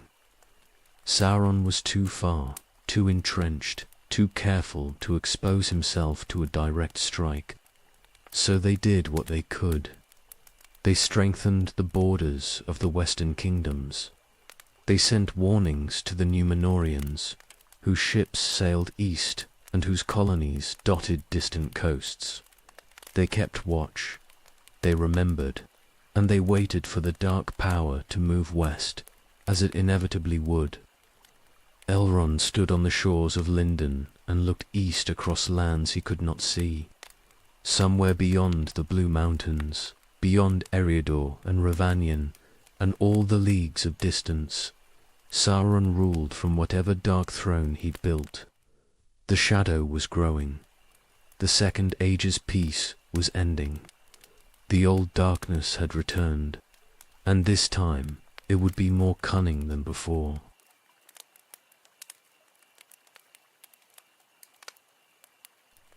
Celebrimbor ruled in a region, lord of the Gwaithai Madain, the greatest craftsman among the elves who remained in Middle-earth. He was Finar's grandson, and something of that terrible skill had passed down through the generations, despite all the ruin his family had caused. The smiths of a region made works of beauty and power, things that would endure long after their makers had departed, and Celebrimbor dreamed of surpassing even his grandfather's craft without repeating his grandfather's madness. The stranger arrived in the 16th century of the age.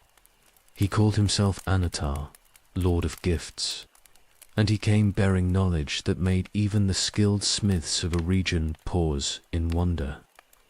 Fair he seemed, wise and generous, offering to teach them arts they had never imagined. He spoke of binding power into objects, of making things that would preserve and protect against the decay of time. Celebrimbor welcomed him and listened to his teaching.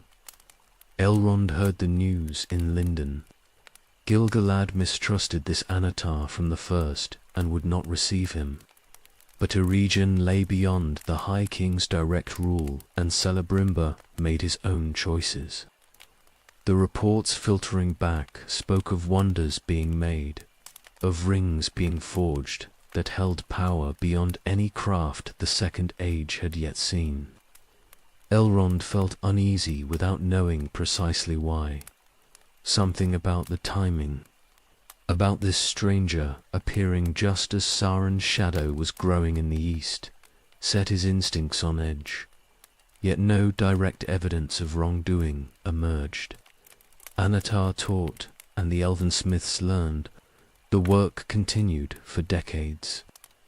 They made rings of power, 19 in all, wrought with skill that approached the legendary. Some were greater, some lesser, but all held within them abilities to preserve, to protect, to enhance the natural gifts of those who wore them. Celebrimbor grew more ambitious with each success. He wanted to make something that would stand against the darkness he sensed growing in the world. Something that would keep the beauty of the elven realms from fading even as the ages turned. Elrond watched from Lindon and felt the distance between himself and a regent like a wound. He trusted Celebrimbor's skill, but not his judgment, trusted his craft, but not his wisdom. The smiths were dealing with powers they might not fully understand, and this Anatar remained a figure of mystery despite all his fair words. Gil-galad sent messages urging caution, but a region was proud and the work had gone too far to stop, even if they'd wanted to. The great rings were completed. 3 for the elven lords, meant to be the mightiest of all the works. 7 for the dwarf lords in their halls of stone. 9 for mortal men, the most susceptible to the power offered and the glory promised. Celebrimbor finished the work and felt satisfied that he had made something worthy to stand against the dark. Then Sauron forged the one. He made it in secret in the fires of Orodruin, in the heart of Mordor where his power centered and his malice bred. One ring to rule all the others, to master them, to bind every ring-bearer to his will, whether they wished it or not. He poured his own essence into its making more of himself than should have been possible to invest in any single object. The ring became part of him, and he part of it. When he set it upon his finger, every elf who wore one of the rings felt it like a brand upon their soul. The deception was revealed in a single moment of horrifying clarity. They understood immediately. Anatar was Sauron. All his teaching had been trap and preparation. The rings they'd made with such pride and care were compromised, connected to the One, vulnerable to its master's control. Anyone who wore them while Sauron held the One Ring would be visible to him, subject to him, dominated by his will. Celebrimbor tore off his ring in fury and anguish. The other elven lords did likewise. They had been fools, and Sauron had played them perfectly. He'd used their own desire to preserve beauty and resist fading against them, had corrupted their greatest work into instruments of control. The rings were marvels of craft and poison both.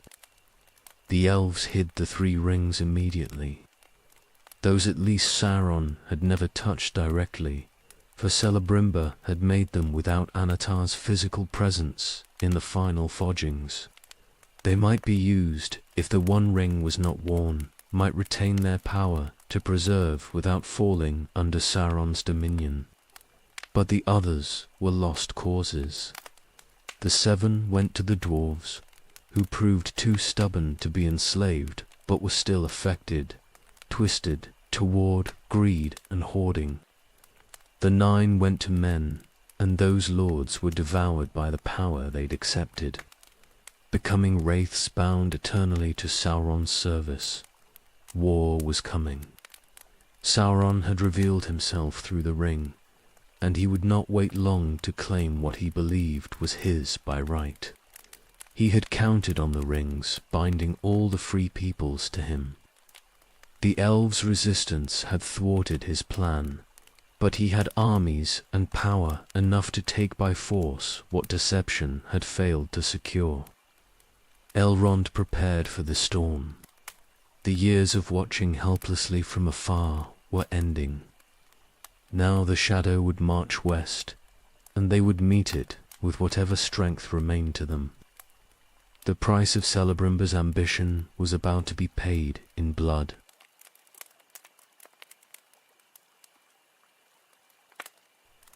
The armies came west like a dark flood.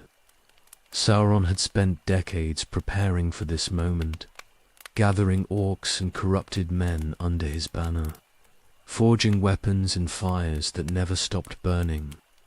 He'd revealed himself through the One Ring, and now he would take by force what deception had failed to deliver. The elven realms would bow or burn. Eregion stood first in his path. The realm of the elven smiths lay closest to Mordor, separated only by mountains and the leagues between. Celebrimbor ordered the defences strengthened and sent desperate messages west to Gil-galad, begging for aid. But the Gwaithai Myrdain were craftsmen more than warriors, and they had not the numbers to hold against what was coming. The siege began in the year 1695. Sauron's forces surrounded the realm and began the slow work of breaking it, attacking the walls day after day while more enemies poured from the east. The elves fought from their towers and gates, killing orcs by the hundreds, but Sauron had reserves that seemed endless, and he spent them without care for the losses. Celebrimbor held through the first year.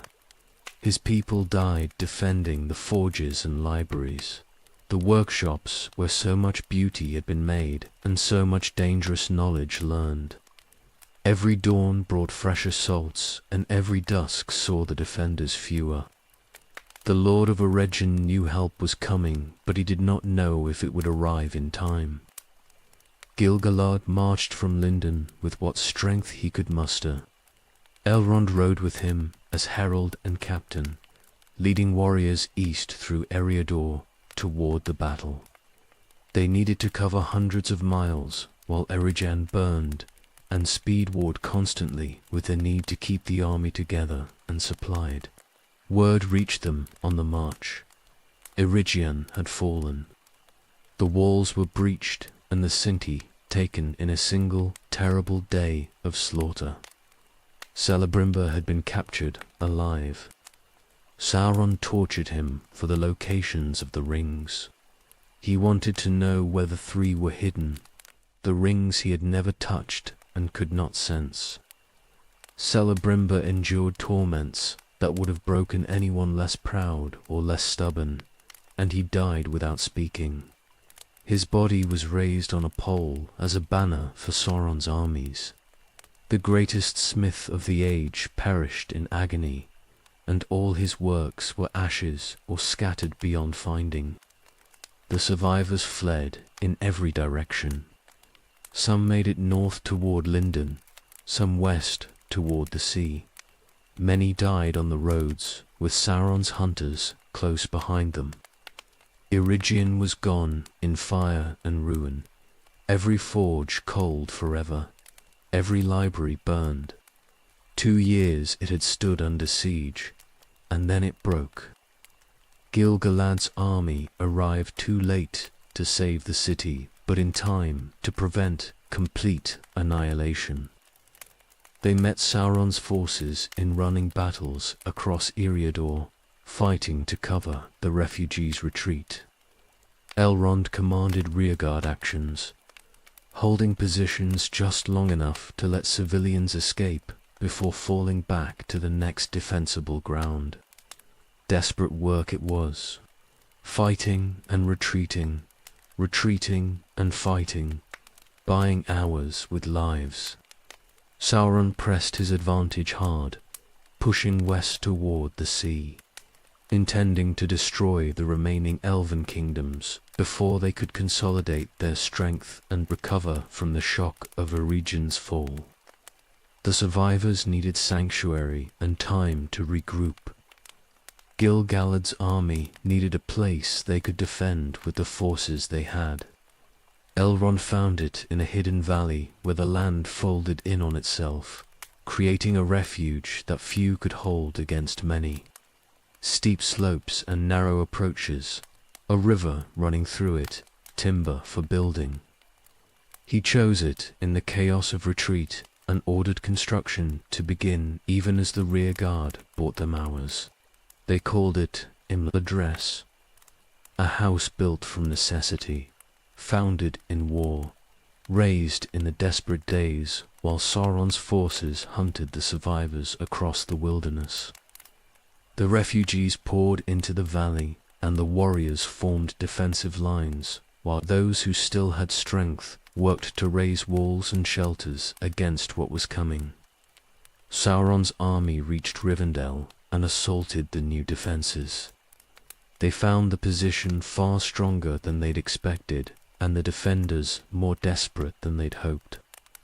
Elrond held the valley through skill and necessity both, knowing that if it fell, there would be no more retreating.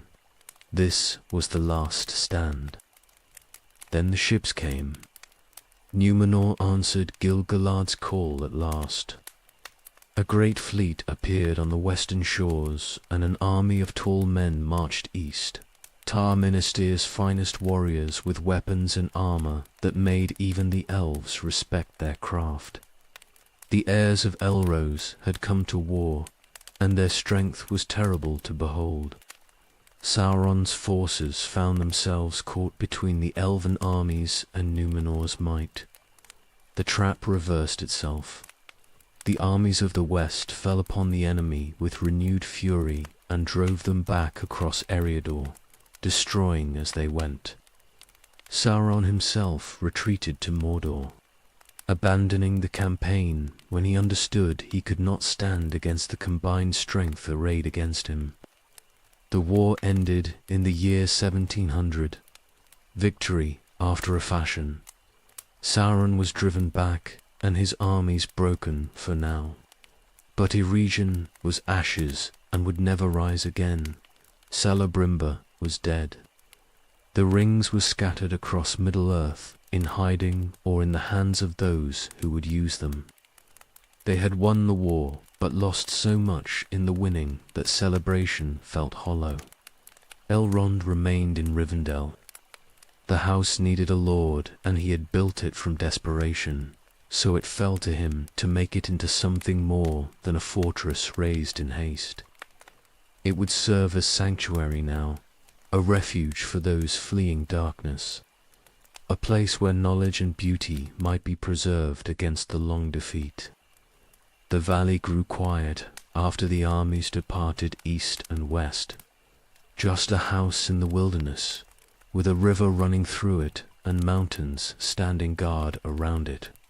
A place to rest and remember. A place to wait for whatever came next, because something always did.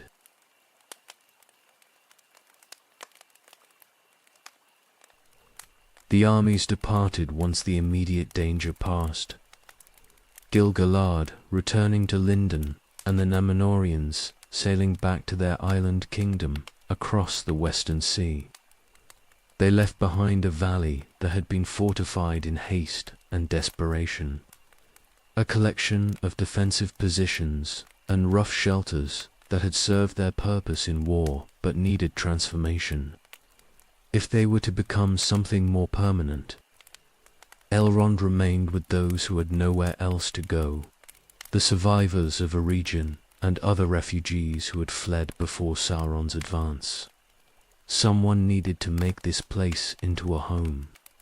The work began slowly at first, hampered by exhaustion and grief, and the simple fact that most of those gathered had been craftsmen and scholars rather than builders and farmers. But they had survived where many had not, and survival meant continuing forward even when the task seemed impossible. They cleared away the hasty fortifications that blocked the natural beauty of the valley, keeping only what was necessary for defense. They planted gardens where weapon forges had stood. They began to build with care and attention rather than panicked speed. Elrond walked the valley daily during those first months, learning every path and stream, every stand of trees and sheltered hollow. The land itself seemed to welcome the work being done, as if it had been waiting for people who would treat it gently. Springs ran clear and cold from the mountainsides. The soil proved rich enough for gardens and orchards. Birds returned to nest in the trees once the sounds of war faded. The house itself rose gradually from the necessity of that first desperate construction into something worthy of being called fair. The elves who survived Eregion's fall brought with them the knowledge of building that their people had always possessed, and they poured their grief and their hope into making something that would endure. They carved wood with patient skill and set stone with careful precision, creating halls that caught the light and held it, rooms that felt both sheltering and open. The architecture grew organically from the landscape rather than dominating it, following the natural lines of the valley so that house and land became one thing rather than separate. Libraries began to fill with books and scrolls carried from the ruins or copied from memory by those who had studied in a region's halls before the fall. Not all the knowledge was saved. Too much burned or was lost in the chaos, but what remained was precious beyond measure. Elrond gathered scholars and lawmasters, giving them space and materials to continue their work. The house became a repository of memory, a place where the history and wisdom of elder days could be preserved against the darkness that sought to destroy all such things.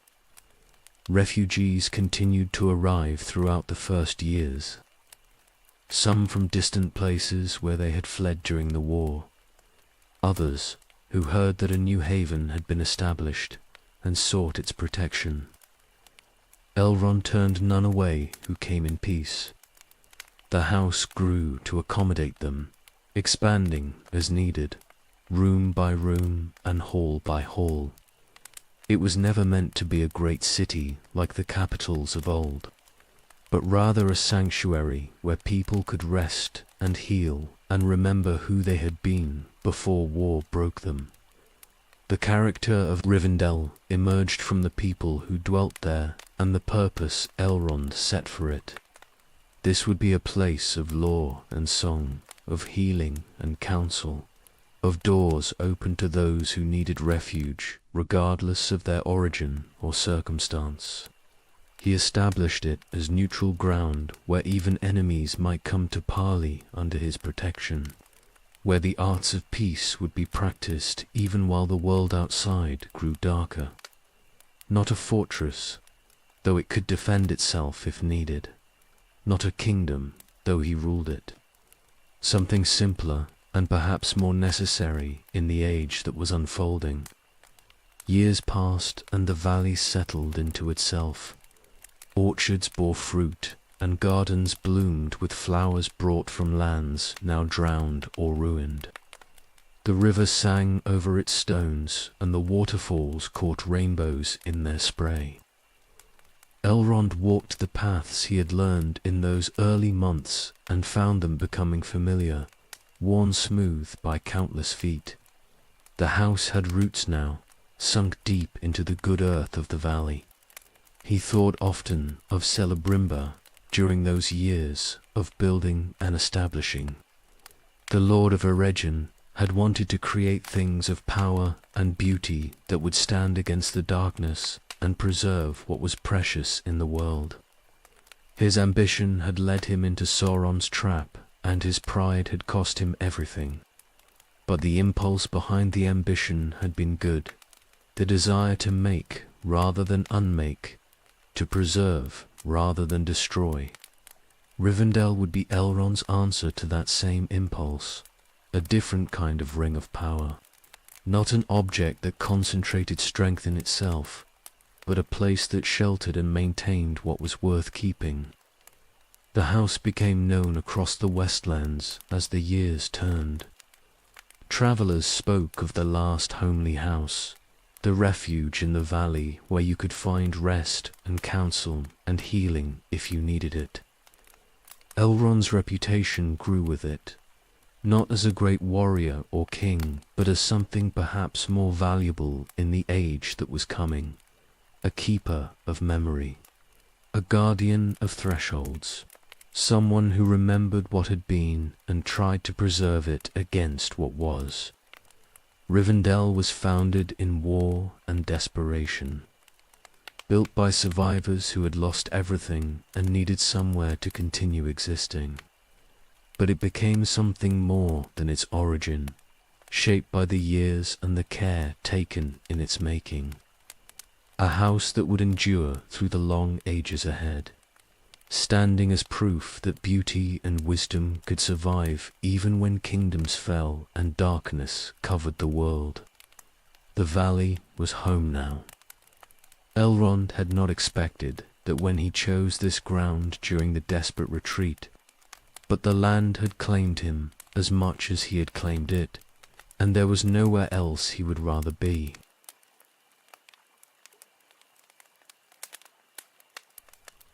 The ships came from the west like a forest of white sails, more than the elves had dared hope for when they sent their desperate messages across the sea.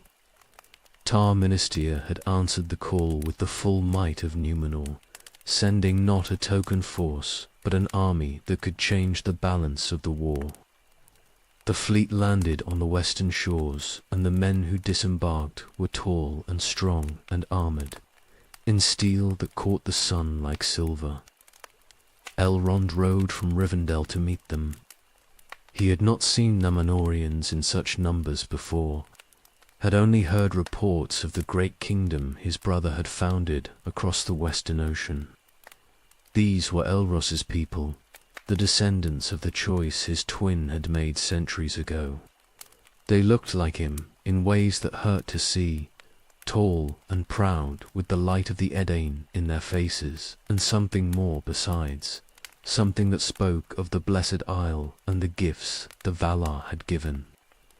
Their captain greeted him with courtesy that acknowledged both his rank and his kinship to their founding king. They had come to drive back the shadow and restore peace to the western lands, and they had brought strength enough to accomplish it. The army they'd landed could have conquered kingdoms if conquest had been their purpose. But Númenor had no desire for dominion over the lands of Middle-earth. They came as allies, not conquerors. The campaign began immediately. The Númenorian army marched east with Gil-galad's forces joining them, and together they swept across Eriador, hunting the remnants of Sauron's invasion. Everywhere the enemy had spread, the combined armies drove them back. The orcs fled before the advance, and the corrupted men sued for peace or scattered into the wilderness. Sauron himself had retreated to Eriador's eastern borders when the Númenórean fleet first appeared. He was no fool, and he recognized immediately what their arrival meant. He could not stand against the combined might of Númenor and the Elven kingdoms. Not yet, not with his forces depleted from the war and his carefully laid plans in ruins. The One Ring gave him power, but not enough to face what marched against him now. The armies pursued him east toward the mountains. They caught his rearguard several times and destroyed it utterly, but Sauron himself always escaped the net. He abandoned his fortresses and his supply lines, pulling back toward Mordor, where his strength was greatest, and his enemies would struggle to follow. The retreat was orderly despite its speed, proving that even in defeat he remained dangerous. The pursuit ended at the edge of the lands the West could reasonably hold. Beyond lay territories too vast and hostile to occupy, mountains and deserts where supply lines would stretch too thin and ambush waited around every pass. The army stopped and established a watch, content to have driven the enemy back to his own stronghold rather than attempting to root him out at costs they could not afford. Sauron reached Mordor and sealed his borders. The reports filtering back spoke of his fury at the defeat and his determination to rebuild stronger than before. He had learned from this failure just as he'd learned from Morgoth's fall. Next time he would be more careful, more patient, more thorough in his preparations. But that was for the future. For now he was contained and the West could breathe. The Númenóreans made no move to claim territory or establish dominion over the lands they had saved. They helped restore order where war had shattered it, gave counsel where it was needed, and then prepared to depart. Their captain told Elrond they would leave garrisons in a few key harbors to watch for any renewed threat. But Númenor itself had no desire to rule in Middle-earth. The island kingdom was enough for them. Elrond saw in this both relief and concern. Relief that they came as true allies without hidden ambitions. Concern at the casual display of power that needed no conquered lands to prove itself. Númenor was stronger than any kingdom of men had ever been, blessed by the Valar and guided by the bloodline of his brother. That strength could be turned to good as it had been in this war, but strength without wisdom was always dangerous, no matter how well-intentioned. The armies celebrated their victory before disbanding. Sauron was driven back and the shadow contained for now. Eregion was lost, but the remaining realms were safe. It would have to be enough. Gil-galad returned to Lindon and Elrond to Rivendell, while the Númenóreans sailed home to their island with songs of triumph and stories of the war they had won in distant lands. The Second Age continued forward, changed by what had happened but not broken. The West endured. Elrond stood in his valley and watched the seasons turn. War had founded this place, and war had tested it already, but peace had returned for now. He did not believe it would last forever. Sauron was patient, and his hatred was deep, and defeated enemies always remembered. The shadow would return someday, perhaps in his lifetime, or perhaps in ages yet to come. But today there was peace, and that was worth holding on to for as long as it lasted. The house grew quieter as the refugees settled into their new lives and the warriors departed to their own lands. Rivendell became what he had hoped it would be, a place of rest and learning, of memory and preservation. Not a fortress waiting for war, though it could defend itself if needed. Just a house in a hidden valley, holding light against the dark.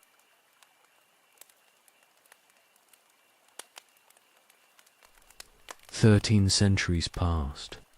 The number sounds impossible when spoken aloud. More time than mortal kingdoms endure from founding to ruin. But for the elves it was simply life continuing as it always had. Wars came and went in the memories of immortals, but the long stretches between them were what filled most of the years. Elrond settled into the rhythm of peace and found it both blessing and burden.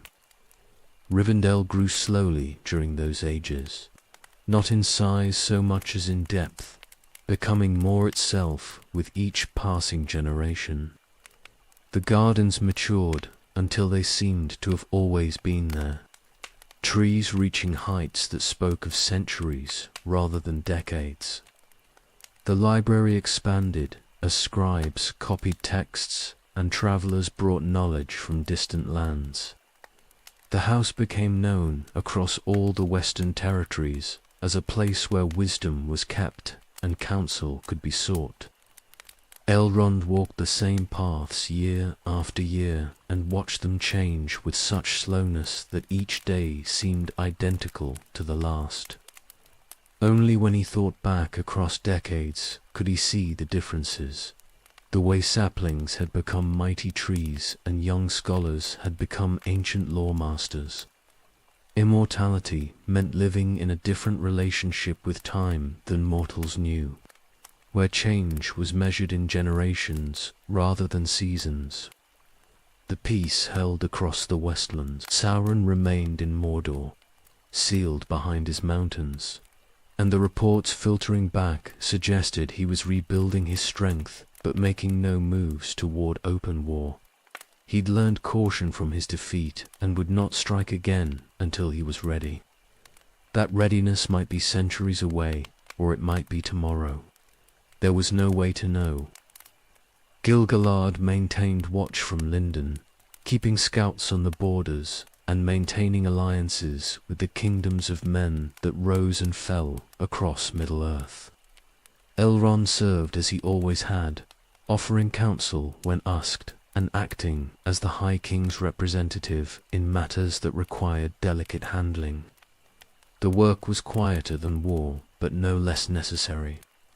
Peace required maintenance just as much as conflict. Númenor sent ships regularly during the early centuries of the peace. They established ports and havens along the coasts, trading with the peoples of Middle-earth and offering aid where it was needed. The Númenorians were generous in those days, sharing their knowledge and their crafts without asking anything in return save friendship. They were still close enough to their founding to remember why the Valar had given them their island kingdom. But slowly, gradually, the character of Númenor began to change. The ships that arrived carried men who seemed less like Elros's immediate heirs and more like something else, prouder and more distant. They spoke of their island kingdom with emphasis that suggested superiority rather than simple love of homeland. They looked at the peoples of Middle-earth with eyes that measured worth rather than recognized kinship.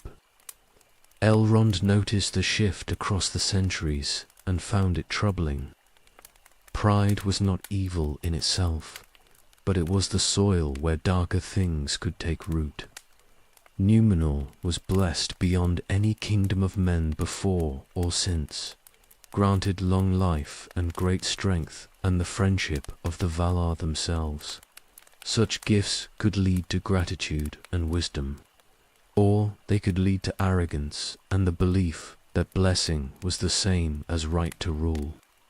He remembered his brother during those years more than he had in the centuries immediately after their parting. Elros had chosen mortality and kingship both, accepting the burden of leading his people, knowing he would not live forever to guide them. What would he think of what his kingdom was becoming? Would he recognize the pride creeping into his descendants' hearts, or would he have approved of their strength and their reach? The question had no answer. Elros was dust long since, his reign legendary, and his wisdom passed into history. His children and his children's children ruled Numenor now, each generation a step further from the choices that had founded their kingdom. They were not evil, not yet, but they were changing in ways that made the elves uneasy. The centuries rolled forward. Rivendell endured unchanging, while the world around it shifted and transformed. Kingdoms of men rose in the lands nearby, and then fragmented or faded.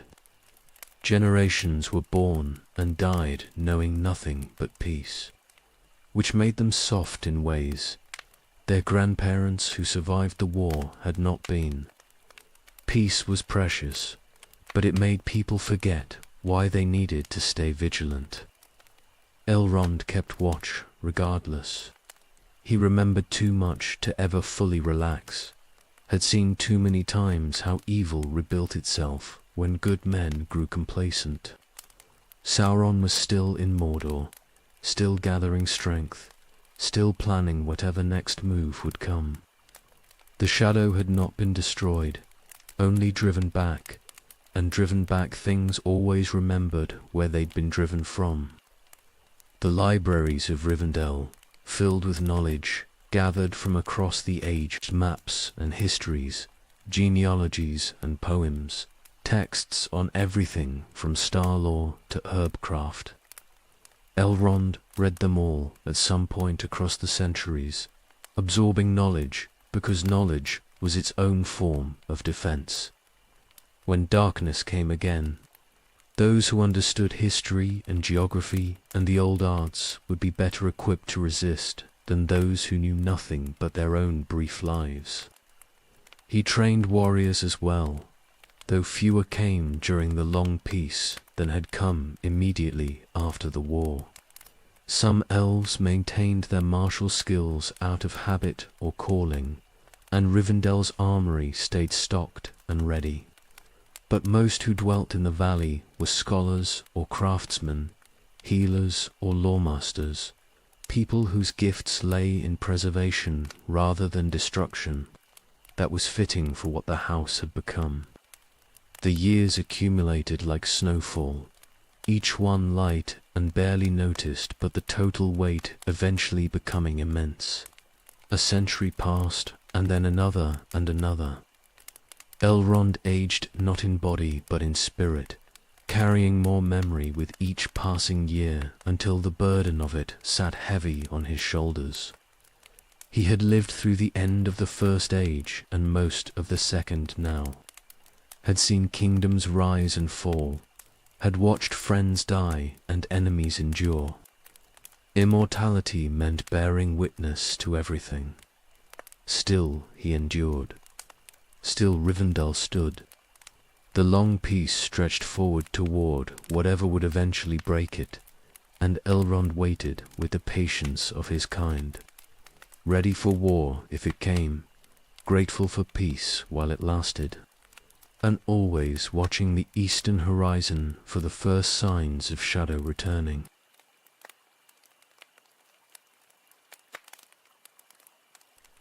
The reports from Numenor grew strange during the final centuries of the age. Ships arrived less frequently, and the Númenóreans who did come seemed different from their ancestors, harder and colder and more hungry for things the elves could not name. They spoke of their king with fear rather than love, told stories of laws that forbade speaking the names of the Valar or sailing west toward the Undying Lands. Something had gone deeply wrong in the Blessed Isle, but distance and pride kept the details obscure. Then came news that stopped hearts. Sauron had been taken. Ar-Pharazôn, the golden, mightiest of Númenor's kings, had sailed to Middle-earth with a fleet so vast it covered the sea like a forest. He'd marched to Mordor itself and demanded the Dark Lord's submission, and Sauron, seeing the hopelessness of resistance, had surrendered. Captive, he was brought to Númenor, bound and humiliated, a prize for the king's triumph. Elrond heard this and felt dread beyond measure. Sauron did not surrender. Sauron was patient and cunning, and he'd had thousands of years to learn how to manipulate pride and ambition. Whatever was happening in Númenor, it was not victory, it was trap. The years that followed confirmed his fears. More ships came, fewer each time, and the sailors who crewed them whispered of madness in the courts. Sauron stood bound before the king as prisoner, yet somehow he'd become the chief counselor whose advice Ar-Pharazôn followed in everything. The king sought immortality now, raging against the gift of death that Elvatar had given to men. He listened to Sauron's poison and believed that the Valar kept eternal life for themselves out of jealousy rather than wisdom. The reports grew more dire with each passing season. Ar-Pharazôn had cut down Nimloth, the white tree, last living remnant of the trees that had grown in Valinor, before the world was marred. He'd built temples where dark sacrifices were offered to Melkor, seeking power through worship of the enemy. He'd hunted those who remained faithful to the Valar, burning them alive or sending them into exile.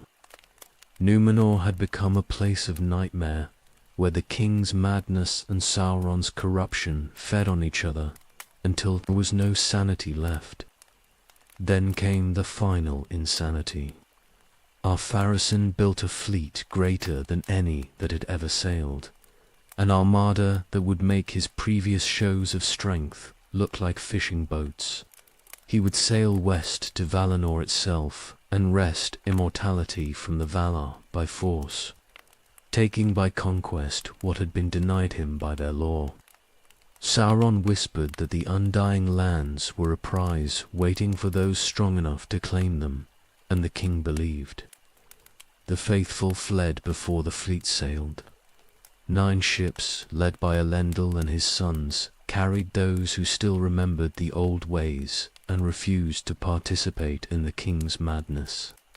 They sailed east to Middle-earth, seeking refuge from what they knew was coming. Elrond received them in Lindon and saw in their eyes the grief of watching their homeland devour itself. The great fleet departed. Ar-Pharazôn himself stood at the prow of the lead ship, arrayed in armor of gold and leading an army that could have conquered continents. They sailed west into waters that no mortal ship was permitted to cross, toward shores that were forbidden to all who were not deathless. They sailed to make war on the Valar themselves, and Sauron watched from Númenor with satisfaction as his greatest enemies destroyed themselves. The world broke. Elrond felt it from Lindon, a wrenching wrongness, as the Valar called upon Elvatar, and the world was changed.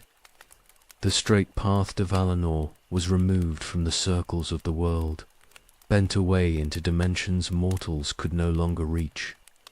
The seas rose up and swallowed Ar-Pharazôn's fleet entire, ships and men vanishing beneath waves that towered higher than mountains. and Numenor itself, the Star Isle, the Blessed Kingdom, the realm his brother had founded and ruled and died for. Numenor drowned.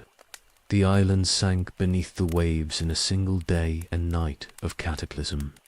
Every city and town, every harbour and farmstead, every monument and memory went down into darkness. Millions died in the drowning, guilty and innocent alike, swept away by the judgment that fell on the kingdom. The sea rushed in to fill the space where the island had been, and when the waters calmed, there was nothing left but empty ocean and the echoes of screaming.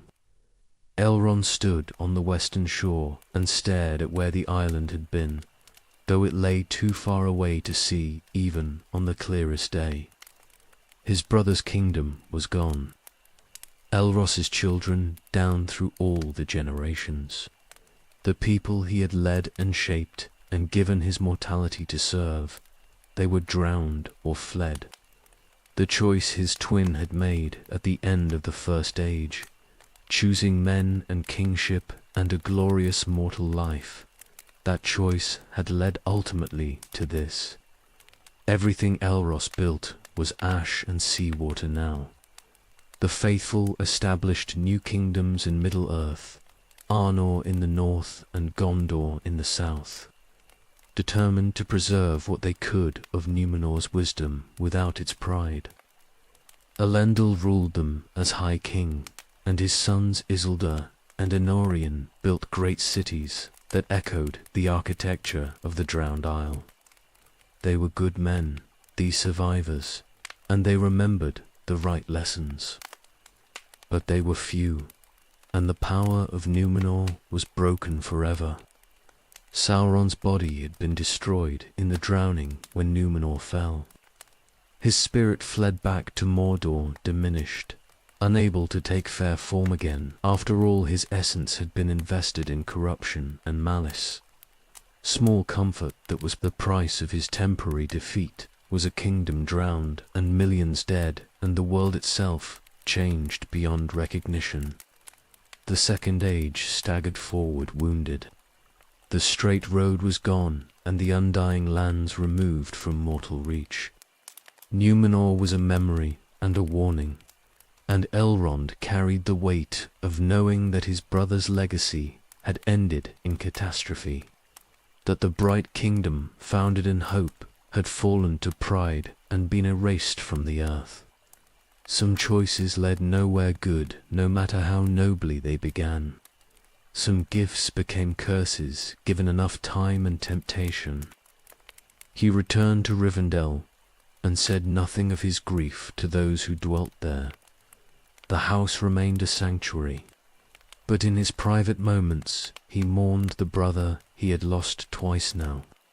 Once to mortality and once to the failure of everything the brother had tried to build.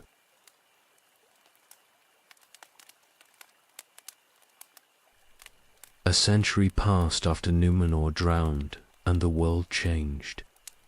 Sauron spent those years rebuilding his strength in Mordor, gathering armies and forging weapons and preparing for the war he knew was coming.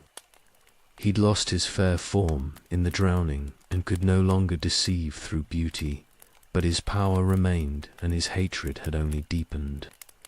The kingdoms of the faithful would pay for their defiance.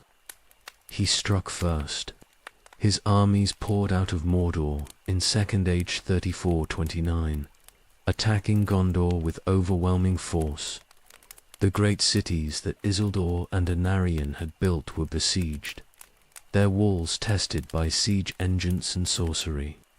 Sauron wanted to crush the Númenórean kingdoms before they could unite with the elves, to destroy them separately before they could become dangerous together. Gondor held, but barely. Anarion commanded the defense with skill and courage, rallying his people and maintaining the walls even as the enemy battered them day and night. He sent messengers north to his father begging for aid, and Elendil sent riders racing to Lindon carrying messages for Gil-galad. The time for separate kingdoms and distant allies was over. They would stand together or fall separately, and falling was not acceptable.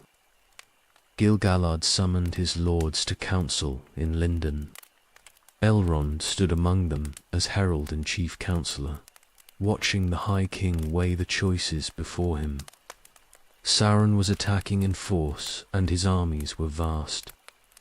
The elves could not defeat him alone, and neither could the Númenórean kingdoms.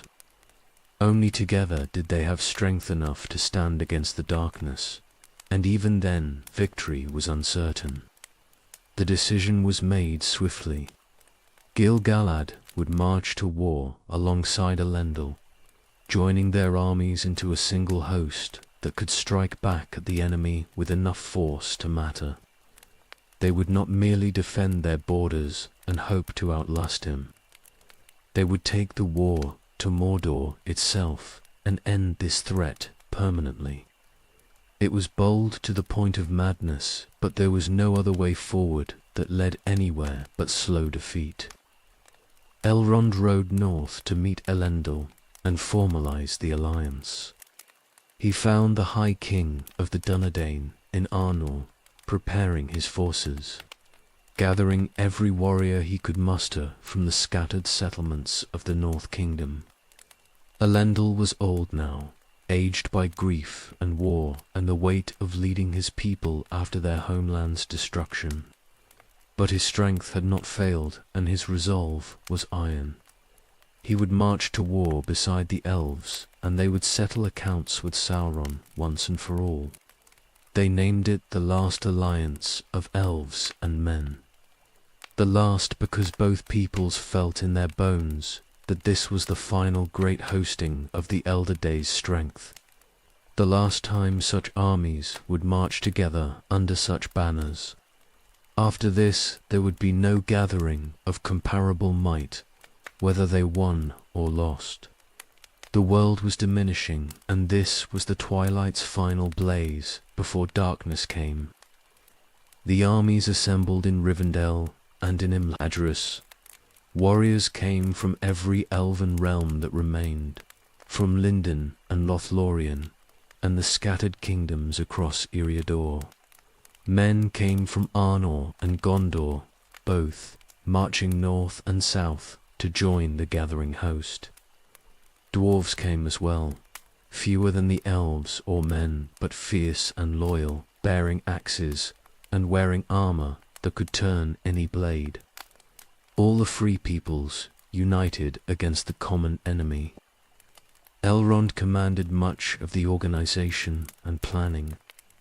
He'd served as Gil-galad's herald for thousands of years and knew the work of managing armies and supply lines, of coordinating between different peoples and their leaders. The host that gathered was massive, but it needed structure and discipline to function. Every warrior needed food and equipment. Every company needed clear chains of command. Every people needed their own leaders while serving the greater unity. The preparations took months. Weapons were forged and armor repaired. Supply wagons were loaded with food and medicines and tools. Scouts were sent ahead to map the route and identify where supply depots should be established. This would be the longest march any army had attempted since the War of Wrath, crossing hundreds of miles of hostile territory to strike at the heart of enemy power. There could be no mistakes and no assumptions. Gil-galad and Elendil commanded the host jointly, each leading their own people but making all strategic decisions together. Elrond served as herald to both, carrying orders and coordinating between the different divisions. He knew this would be his role in the war to come, not leading from the front as some did, but ensuring that the army functioned as a unified whole rather than fragmenting into separate forces. The day came to march.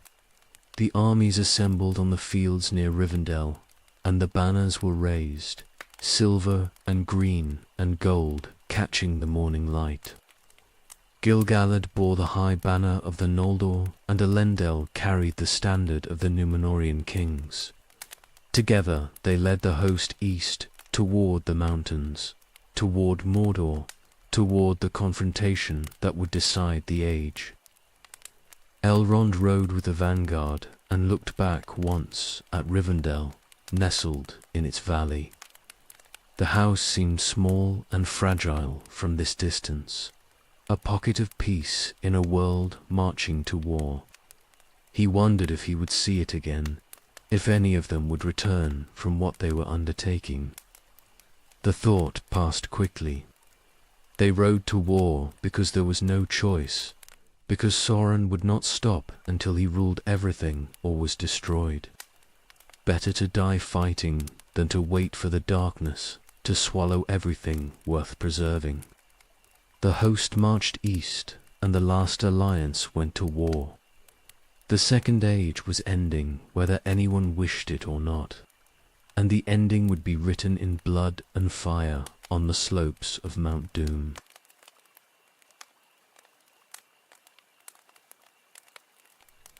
The march took months.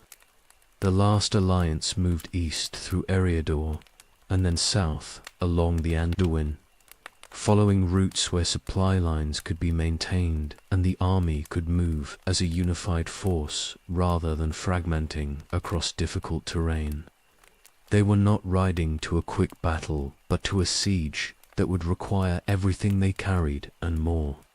Speed mattered less than arriving with strength intact. They met Sauron's forces at Dagor-Dagor-Lad, the great battle plain before the Black Gate. The enemy had known they were coming and prepared his own host to meet them. Orcs and trolls and corrupted men arrayed in numbers that darkened the earth. The armies faced each other across the barren ground and then charged. And the battle began with a crash like the world breaking.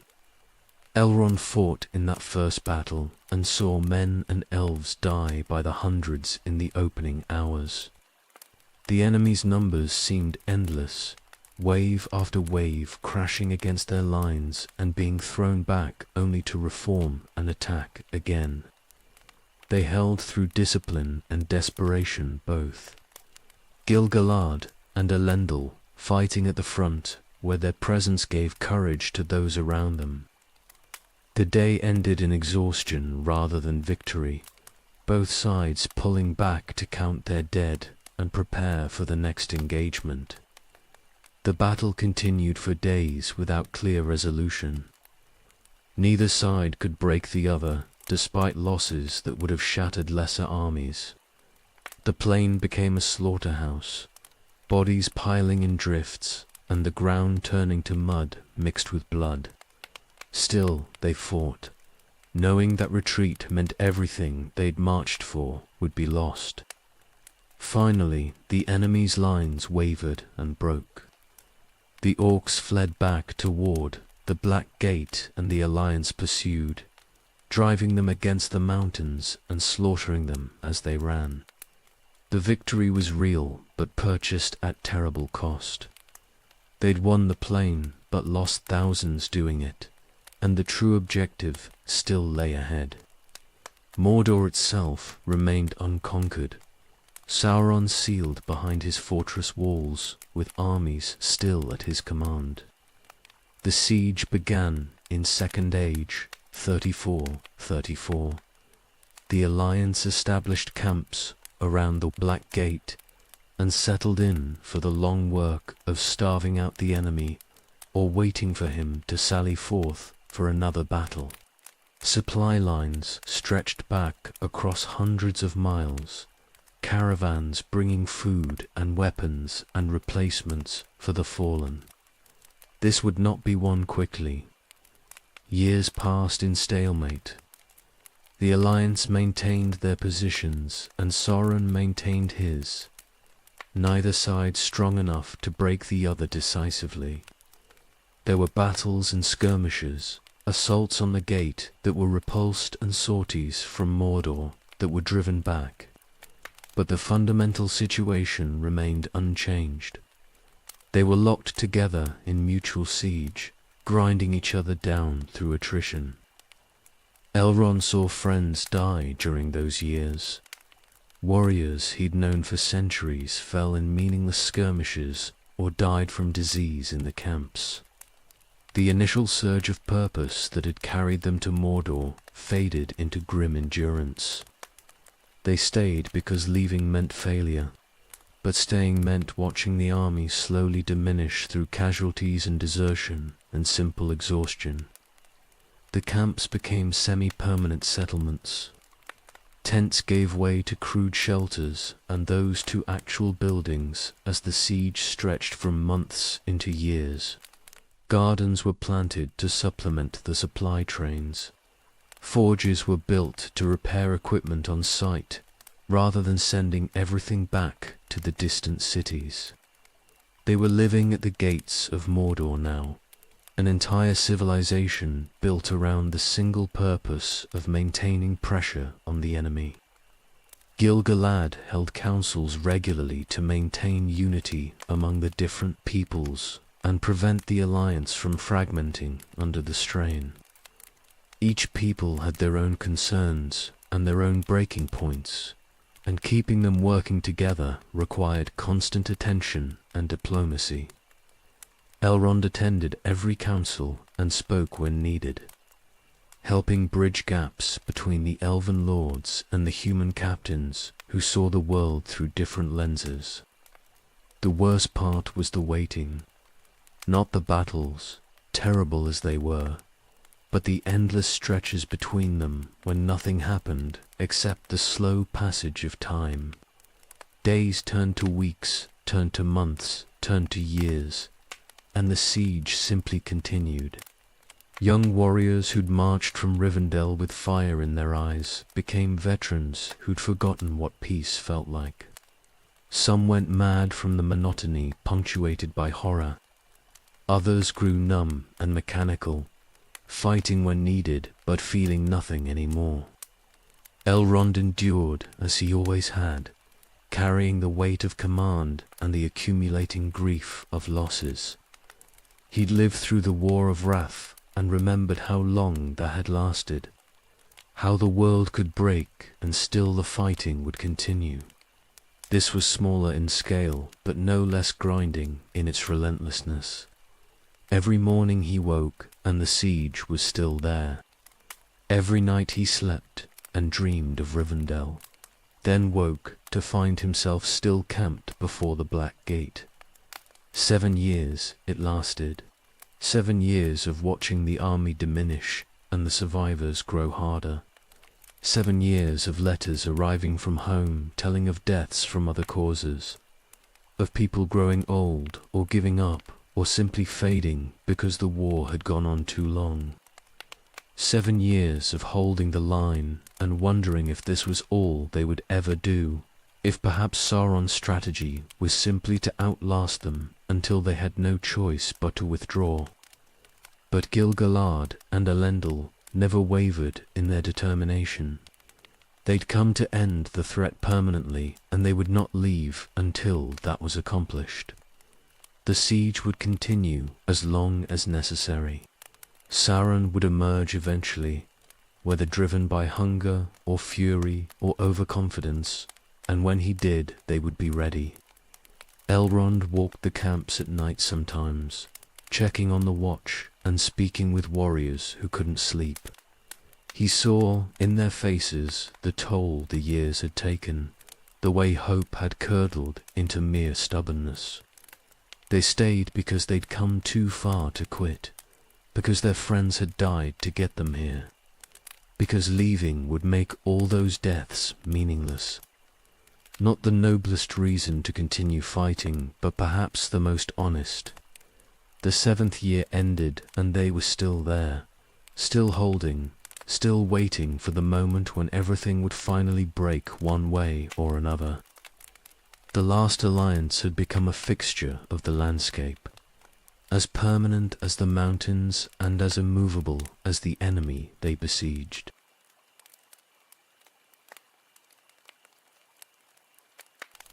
Sauron came forth at last. 7 years of siege had worn his patience to nothing, and he would break the alliance or die trying. The gates of Mordor opened, and his army poured out like a black tide. But Sauron himself led them this time, armored and terrible, and wielding power that made the air itself burn. The moment they'd waited for through all the grinding years had finally arrived. The final battle began on the slopes of Mount Doom. The armies crashed together with fury born of 7 years' hatred and exhaustion. Elrond fought in the press of warriors, his sword rising and falling until his arm went numb, but his eyes tracked Sauron through the chaos. The Dark Lord carved through their ranks like they were wheat, his mace crushing shields and armor with equal ease. Gil, Galad, and Elendil fought toward him together. They'd planned this through long nights of council, knowing that only the greatest warriors of both peoples had any chance of standing against Sauron's power, the High King of the Noldor and the High King of the Dunedain. Last inheritors of the ancient might of their peoples, went to face the enemy side by side. The duel was brief and terrible. Sauron met their challenge with savage joy, and for a moment the three of them fought in a space cleared by sheer terror as everyone else fell back from the forces being unleashed. Gil-galad's spear igloes shone like captured lightning. Elendil's sword, Narsil, was forged in the deeps of time by Telchir himself. Against them, Sauron brought the strength of Morgoth's greatest servant and the power of the One Ring that amplified his malice to world-breaking levels. They struck him together. Gil-galad's spear pierced Sauron's side, and Elendil's sword cut deep into his armor. The Dark Lord staggered and fell, his form crumbling under the combined might of the two kings. But in falling, he killed them both. His heat consumed Gil-galad where he stood, the king's body burning like paper in a furnace. His weight bore Elendil down and crushed him, the mortal king's body breaking beneath the Dark Lord's fall. Elrond reached them seconds too late. Gil-galad was already dead, his body still smouldering from Sauron's final malice. Elendil lived just long enough to look at his sons with eyes that understood he was dying. Then he was gone too, and both kings lay dead on the mountain slopes, while Sauron's body collapsed into ruin beside them. Isildur knelt by his father's corpse. The young man's face was a mask of grief and rage mixed together into something that might break him or forge him into steel. He took up the shards of Narsil where they'd fallen, the great sword broken in the final moment of his father's death. With one of those shards, he cut the One Ring from Sauron's hand. The enemy's forces broke when the ring was taken. Orcs fled in every direction, and the corrupted men threw down their weapons and begged for mercy. The Alliance pursued them across the plain and into the mountains, destroying Sauron's army as a coherent force. The Dark Lord's body lay in ruin, and his ring was captured. The war was won. Elrond stood beside Isildur and looked at the ring resting in the young king's palm. It seemed small to have caused such ruin, just a band of gold that caught the firelight from the mountain above. But he could feel the malice radiating from it. The concentrated essence of Sauron's power and hatred forged into a form that would endure as long as the world lasted. He told Isildur to destroy it. The cracks of doom were just above them, the fires where the ring had been forged still burning in the mountain's heart. Cast it in and it would unmake, taking Sauron's power with it into oblivion. Without the ring, the Dark Lord could never rebuild his strength to threatening levels. This was the moment to end it permanently. Isildur refused. The ring was his by right of conquest, claimed from his enemy's hand as Wurgald for his father's death. He would keep it and use it to rebuild what the war had destroyed, to make Gondor and Arnor strong enough that no enemy would ever threaten them again. The power was his now, and he would not simply throw it away. Elrond argued as much as friendship and respect allowed. He spoke of the ring's corruption and Sauron's cunning, of how power gained through such means would inevitably poison whoever claimed it. But Isildur was raw with grief and flush with victory, and convinced of his own strength of will. He would master the ring where others had failed. He would be wiser than those who'd fallen to temptation before. The moment passed. Isildur claimed the ring and would not be moved from his decision. The armies began the long journey home, carrying their dead and their victory both. Sauron was defeated and his body destroyed. The Dark Tower was cast down and Mordor lay in ruins. By any measure, they'd won the war completely, but the ring endured. Elrond knew in his bones that this failure would haunt them, that Isildur's choice would lead nowhere good.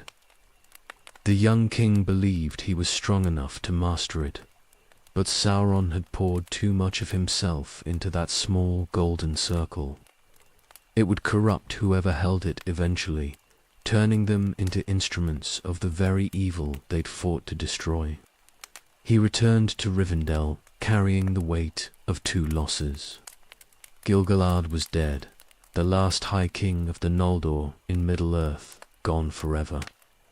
And the ring that should have been destroyed was loose in the world, waiting to work its poison on whoever came into its possession. Victory and defeat were so thoroughly mixed he couldn't tell them apart anymore. The Second Age was ending. Sauron was diminished beyond recovery in any time frame that mattered. But the seeds of future ruin had been planted in the moment of triumph. Elrond settled back into his house and waited to see what would grow from them.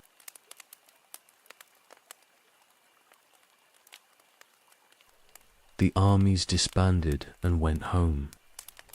Men returned to Gondor and Arnor to rebuild what the war had destroyed and bury their dead in their own lands. Elves scattered to their various realms, some to Lindon and some to the eastern forests, some to Lothlorien, where Galadriel ruled. The great host that had besieged Mordor for 7 years simply dissolved. Its purpose accomplished and its unity no longer necessary. Elrond returned to Rivendell and found the house standing exactly as he'd left it. The gardens had been tended and the halls maintained by those too old or too young to march to war.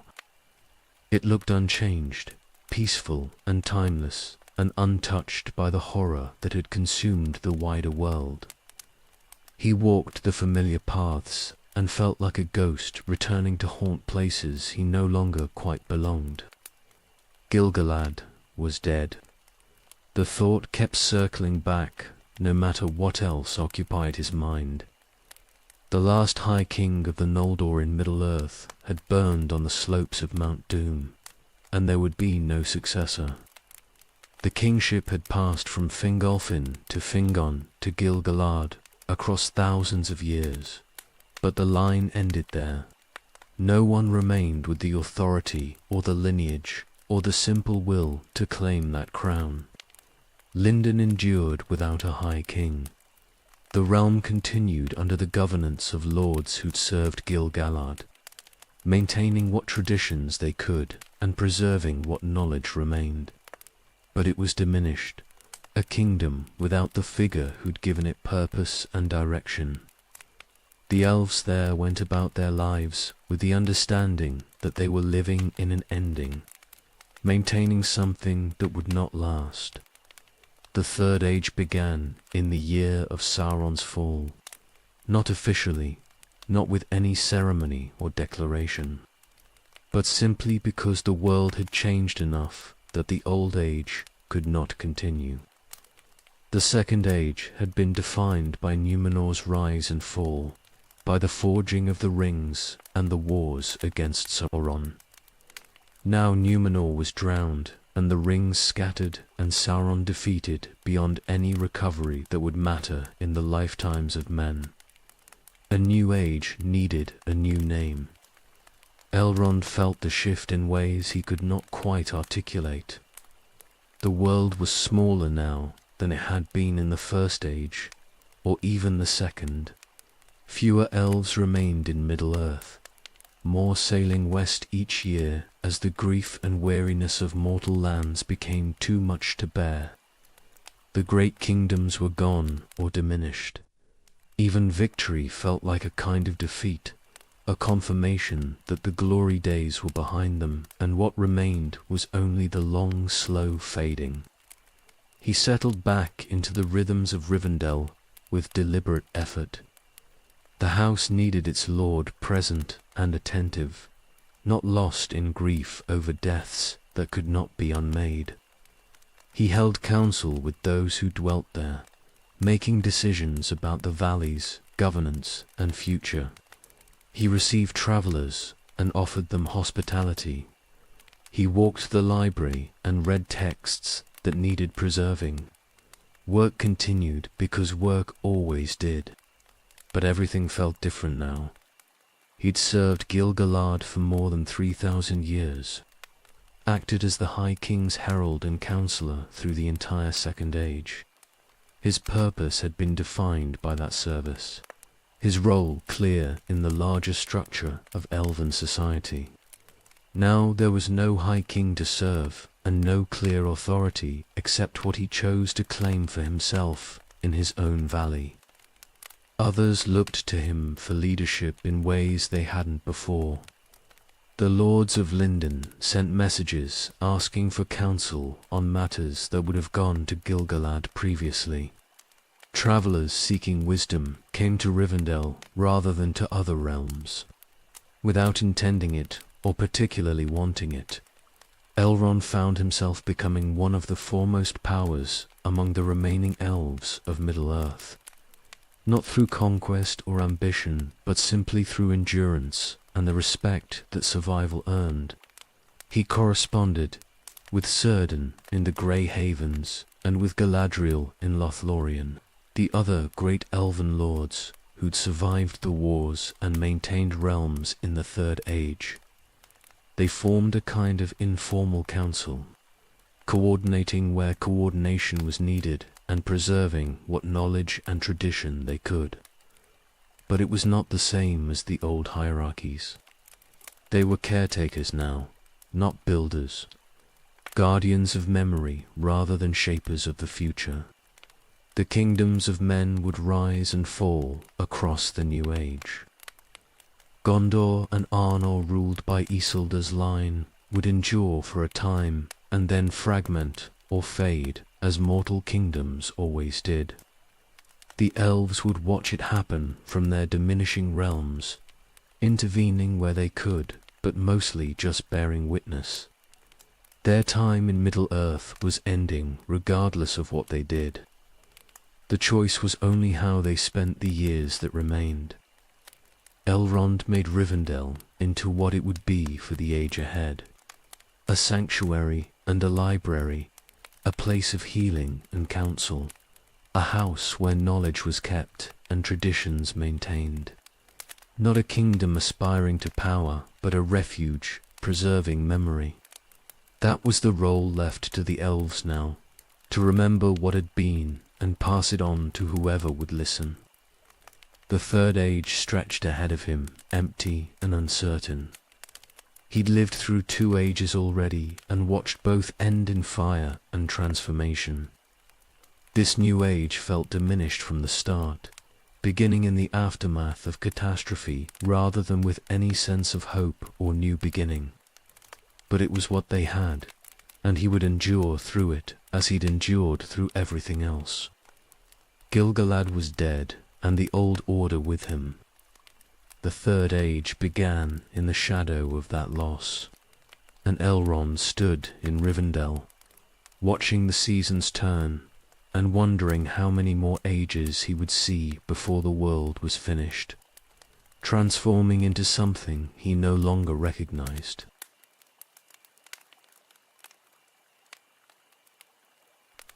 She came to Rivendell in the early years of the Third Age, travelling from Lothlorien with a small company on some errand Elrond no longer remembered afterward. What he remembered was seeing her in the gardens and feeling something shift in his chest that he'd thought was long dormant. Celebrian, daughter of Galadriel and Celeborn, fair and wise, and carrying herself with a grace that seemed to make the air around her lighter. They'd met before, in passing during the Second Age. Formal encounters at councils or celebrations where they'd exchanged pleasantries and nothing more. But this meeting was different, perhaps because he was different. Worn down by war and loss, until the defenses he'd built around his heart had thinned enough that light could get through again. Or perhaps it was simply time, the right moment arriving after millennia of wrong ones. He found reasons to speak with her during her stay, showed her the library and discussed the texts being preserved there, walked with her through the valley and pointed out where different plants grew and which paths led to the best viewpoints. Simple things, the kind of hospitality he offered many guests. Except that with her it felt like something more was happening beneath the surface of ordinary courtesy. She stayed longer than her errand required. Days became weeks and weeks became months, and neither of them spoke directly about why she wasn't returning to Lothlorien yet. Her company departed and she remained, claiming interest in Rivendell's libraries or the beauty of the valley or a dozen other reasonable justifications that didn't quite explain the truth. The truth was simpler and more complicated than any excuse. They were drawn to each other in ways that defied easy explanation, finding in each other's company a piece that neither had known they were missing. Elrond had spent 3 ages serving and surviving and carrying burdens that never lightened. Celebrian offered him something he'd almost forgotten existed: rest, simple happiness that asked nothing of him except that he be present. Their courtship unfolded slowly across seasons and years, not because either doubted their feelings, but because both had lived long enough to know that rushing toward joy was a good way to ruin it. They learned each other gradually, discovering how they fit together through patient attention rather than passionate haste. Love among immortals had different rhythms than love among mortals, time enough to be certain before committing to forever. Galadriel gave her blessing when asked, though Elrond suspected she'd seen this coming long before either he or Celebrian had understood it themselves.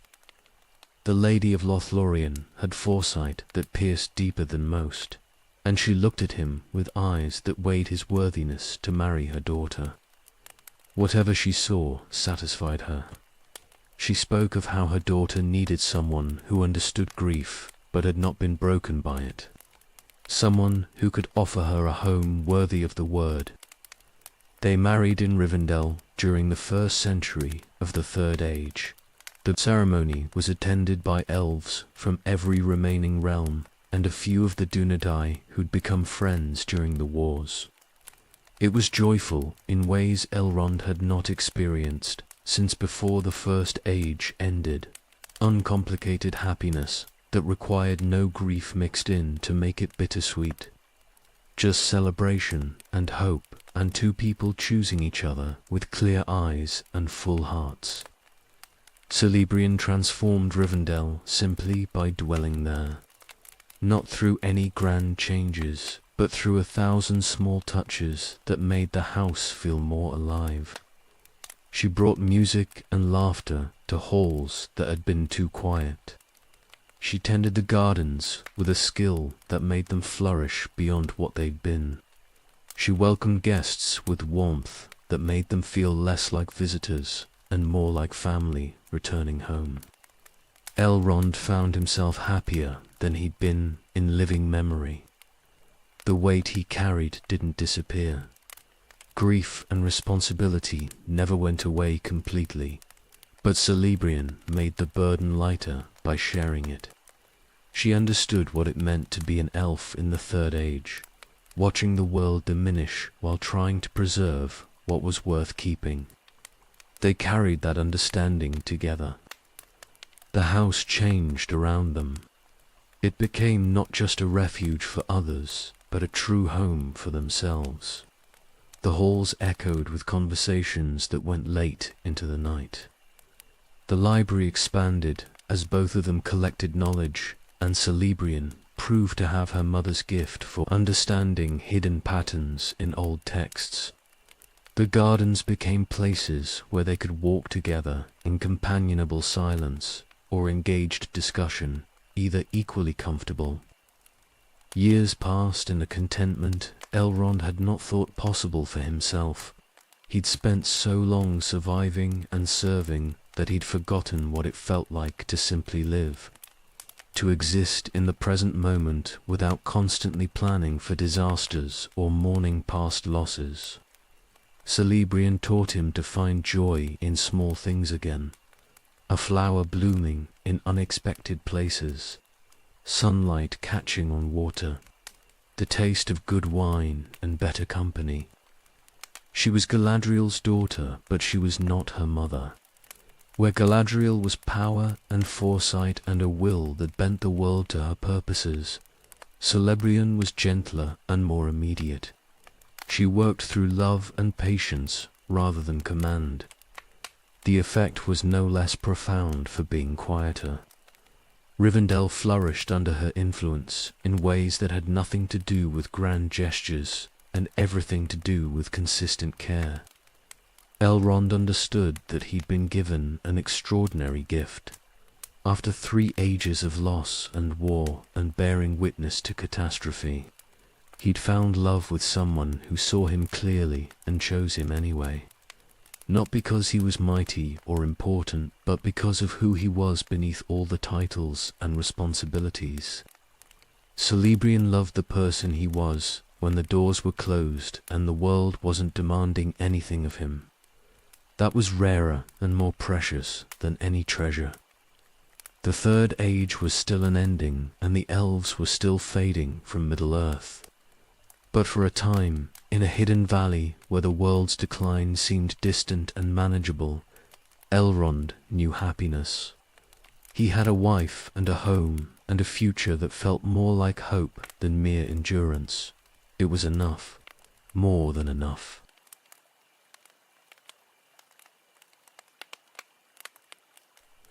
The twins were born in the spring of Third Age, 130.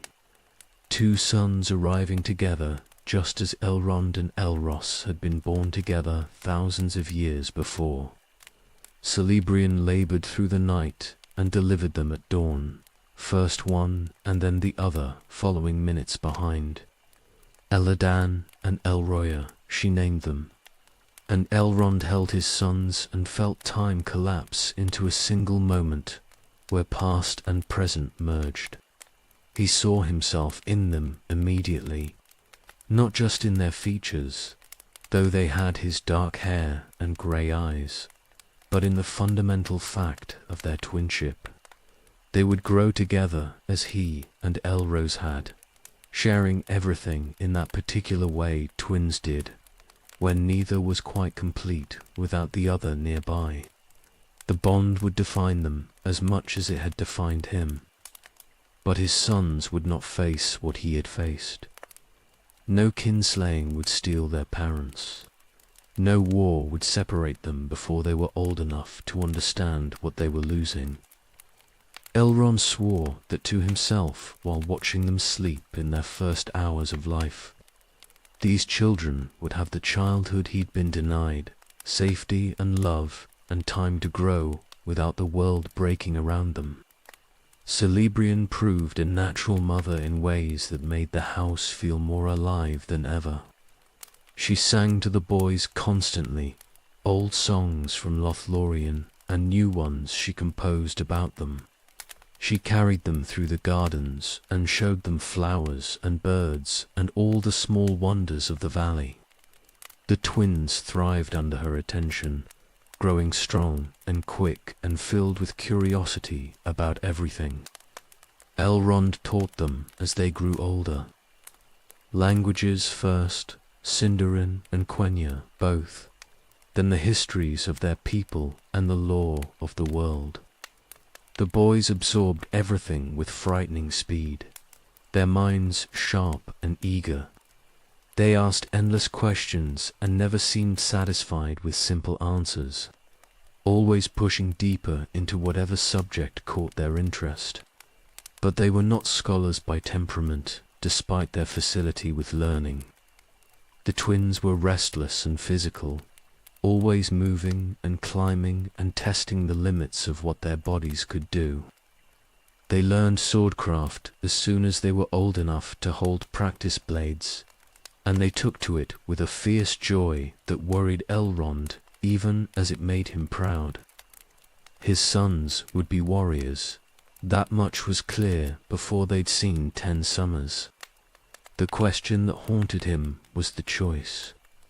Elladan and Elroa were half elven like their father, bearing the same dual nature that had forced Elrond and Elros to decide their fates at the end of the First Age. His sons would face that same decision eventually, choosing between mortality and immortality, between the gift of men and the fate of elves.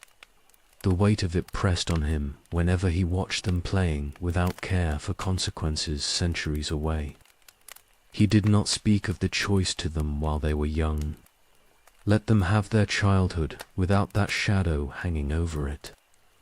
Time enough later to explain what awaited them, the decision that would define everything about who they would become.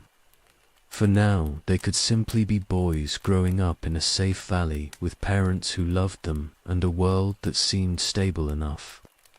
The twins were inseparable from birth.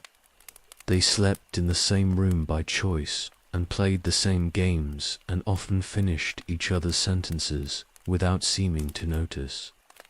Elrond recognized the pattern from his own youth, the way twins operated as 2 parts of one whole. It was beautiful and terrifying both, knowing how much it would hurt if anything ever separated them.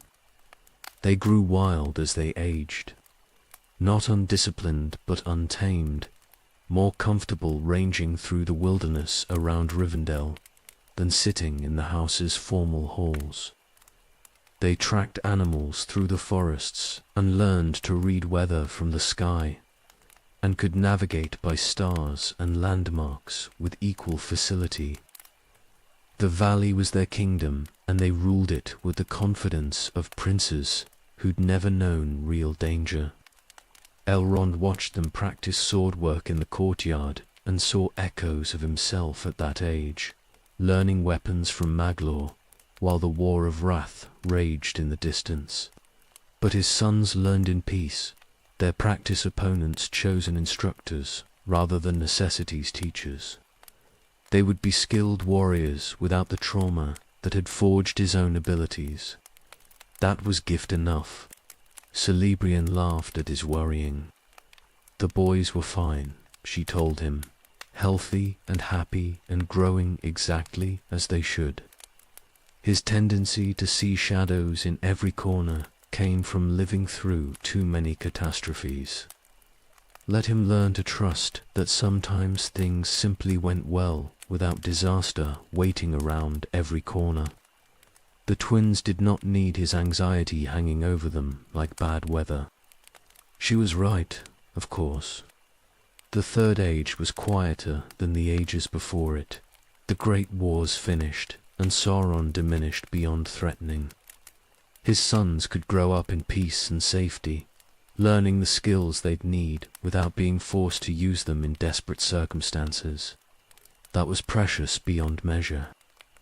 The years passed and the twins grew from children to young elves, tall and strong and fierce. They were their own people despite the twinship. Eladan slightly more serious and Elroia slightly quicker to laugh, but united in the essential ways that mattered. They loved their parents and their home and the life they'd been given. They had not yet faced the choice, and perhaps would not for centuries more. Let them have that time before the weight descended. Elrond stood with Celebrian, watching their sons practice archery in the late afternoon light. The boys were laughing about something, competing good-naturedly over who could hit the more difficult targets. They looked happy and whole, and exactly like what children should be when the world wasn't trying to break them. He felt gratitude so deep it was almost painful, knowing what gift he'd been given in this life with this family in this time of relative peace. The shadow would return eventually. It always did. But today his sons were laughing in the sunlight, and that was enough.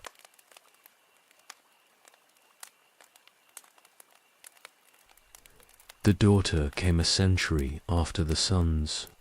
Celebrian carried her through the winter and delivered her in early spring when the valley was coming alive with new growth. A girl this time, dark-haired and grey-eyed, like her brothers, but with something else in her face that made everyone who saw her pause.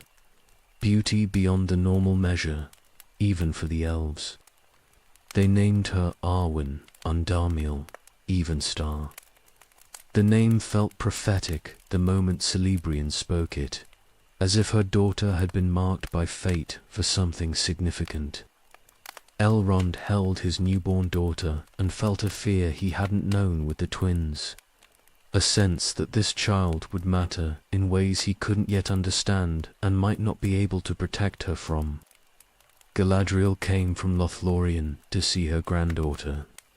She looked at the infant with eyes that saw further than most, and spoke of how Lúthien's line continued in this child, how the blood of Melian, the Maya, ran strong in her. Arwen would be beautiful and wise, and her choices would echo across the age. Then Galadriel departed, leaving Elrond with a blessing that felt more like prophecy. The girl grew. Not as wild as her brothers, but equally strong-willed, pursuing what interested her with complete focus. She learned languages even faster than the twins had, speaking Sindarin and Quenya and Westron with equal fluency before she'd seen 20 years. She read everything in the library she could reach, and asked for help accessing the texts stored too high for her small hands. Eladan and Elruir adored their sister from the first. They were protective without being smothering, teaching her to climb and swim and ride as soon as she was old enough. The three of them ranged through the valley together, the twins including her in their adventures with an ease that made Celebrian smile and Elrond worry slightly less. Arwen could keep up with her brothers despite the centuries' difference in age, but she was different from them in fundamental ways. Where the twins were warriors by inclination, Arwen was something else entirely. She had her grandmother's presence, a quality of command that made people want to please her without quite understanding why. When she entered a room, people noticed. When she spoke, they listened. Not through any effort on her part, but simply because of what she was. The resemblance to Lúthien became more apparent as she aged. Elrond had never seen his distant ancestor. She'd died thousands of years before his birth, but he'd heard the stories and seen the portraits. His daughter had that same dark hair and grey eyes, that same quality of being somehow more present and vivid than everyone around her. It was uncanny and beautiful and frightening. Arwen sang like her mother, but with a voice that carried something beyond technical skill. When she sang in the halls of Rivendell, people stopped whatever they were doing to listen. Birds fell silent outside. The very air seemed to hold still. Celebrian recognized the gift for what it was, power woven into beauty, the mark of Melian's blood expressing itself generations later. The twins reached young adulthood and grew more serious about their martial training. They wanted to be warriors, worthy of their father's reputation, skilled enough to defend their home and people if darkness ever returned. Arwen watched them practice and learnt the sword herself, not with their fierce dedication, but with enough skill to defend herself. She was practical about such things without being passionate. Elrond taught all three of his children the histories they needed to know: the First Age and Morgoth's fall, the Second Age and Sauron's wars, the choices that had defined their family across the millennia. And he taught them about the choice itself, the decision that awaited all half-elven: mortality or immortality, the gift of men or the fate of elves. His sons listened and understood, but did not seem troubled.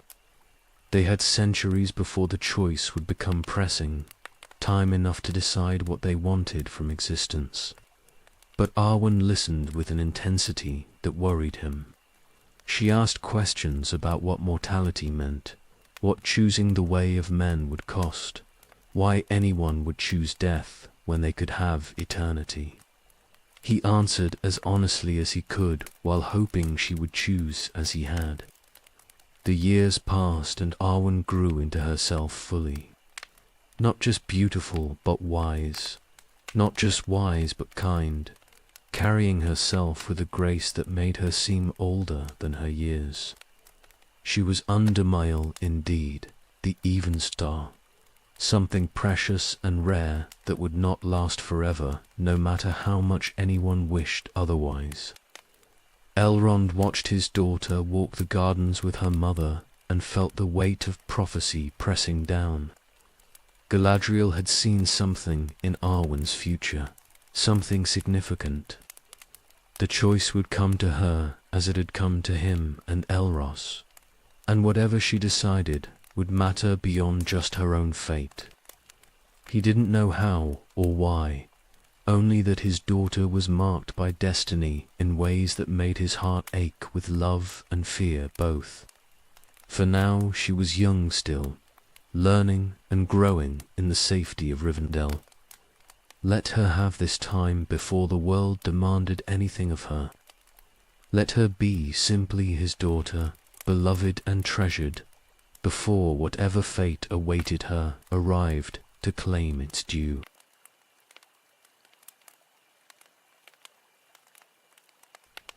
Time moved differently for immortals. A year felt brief, a decade barely noticeable, a century just long enough to mark as significant. 1,500 years passed between the early Third Age and its middle reaches, and Elrond lived through all of it in Rivendell, watching the seasons cycle and the world change in ways both subtle and profound. His children grew to full adulthood during those centuries. The twins became the warriors they'd always been meant to be, skilled with blade and bow and equally comfortable fighting on foot or horseback. They ranged far from Rivendell on patrols and hunts, keeping the valley's borders secure and helping travelers who needed aid. Arwen grew into her beauty fully, becoming exactly what Galadriel had prophesied. Luthien reborn in face and grace, if not in fate. Rivendell deepened its character as the years accumulated. The house was old now, by any reckoning save the elves, its walls weathered and its gardens mature. Travellers came from across Eriador and beyond, seeking the last homely house, knowing they would find rest and counsel there. Elrond kept his doors open to all who came in peace, maintaining the sanctuary he'd established centuries before. The work of preservation consumed much of his attention. Books and scrolls arrived from dying libraries, texts rescued from kingdoms falling into ruin or simply forgotten. He collected them all, preserving knowledge that would otherwise be lost when the people who'd created it faded from memory. The library grew until it rivaled any that remained in Middle-earth, a repository of lore from ages that most living beings had never known. He corresponded regularly with the other great powers of the age. Galadriel in Lothlorien wrote of what she saw in her mirror, troubling glimpses of possible futures that never quite resolved into certainty. Círdan at the Grey Havens sent news of ships departing for Valinor, more elves leaving Middle-earth each year as weariness or grief made remaining unbearable. The world was emptying of his kindred, slowly but inexorably. The kingdoms of men rose and fell in their usual patterns. Anna fragmented over the centuries, splitting into 3 smaller realms that squabbled among themselves while external threats grew stronger. Gondor endured more successfully in the south, but faced constant pressure from enemies in the east and south. The Dunedain was still mighty by the standards of men, but diminished from what they'd been in Elendel's day. Mortality meant each generation started fresh without the accumulated wisdom that immortals carried. Elrond watched this decline with sadness but not surprise. Mortal kingdoms always faded eventually, their strength lasting only as long as exceptional leaders could maintain it. When those leaders died, their successors might be lesser and the kingdom would weaken. It was the nature of mortality to spend itself quickly, burning bright and brief where elves endured through patience and memory. He maintained contact with the Dunedain chieftains who led Arna's successor kingdoms. They were still kin to him through ancient bloodlines, descendants of Elros through Elendel. He offered them counsel when asked, and shelter when needed, keeping faith with the alliance that had defeated Sauron. But he could not stop their kingdoms from fragmenting any more than he could stop the seasons from turning.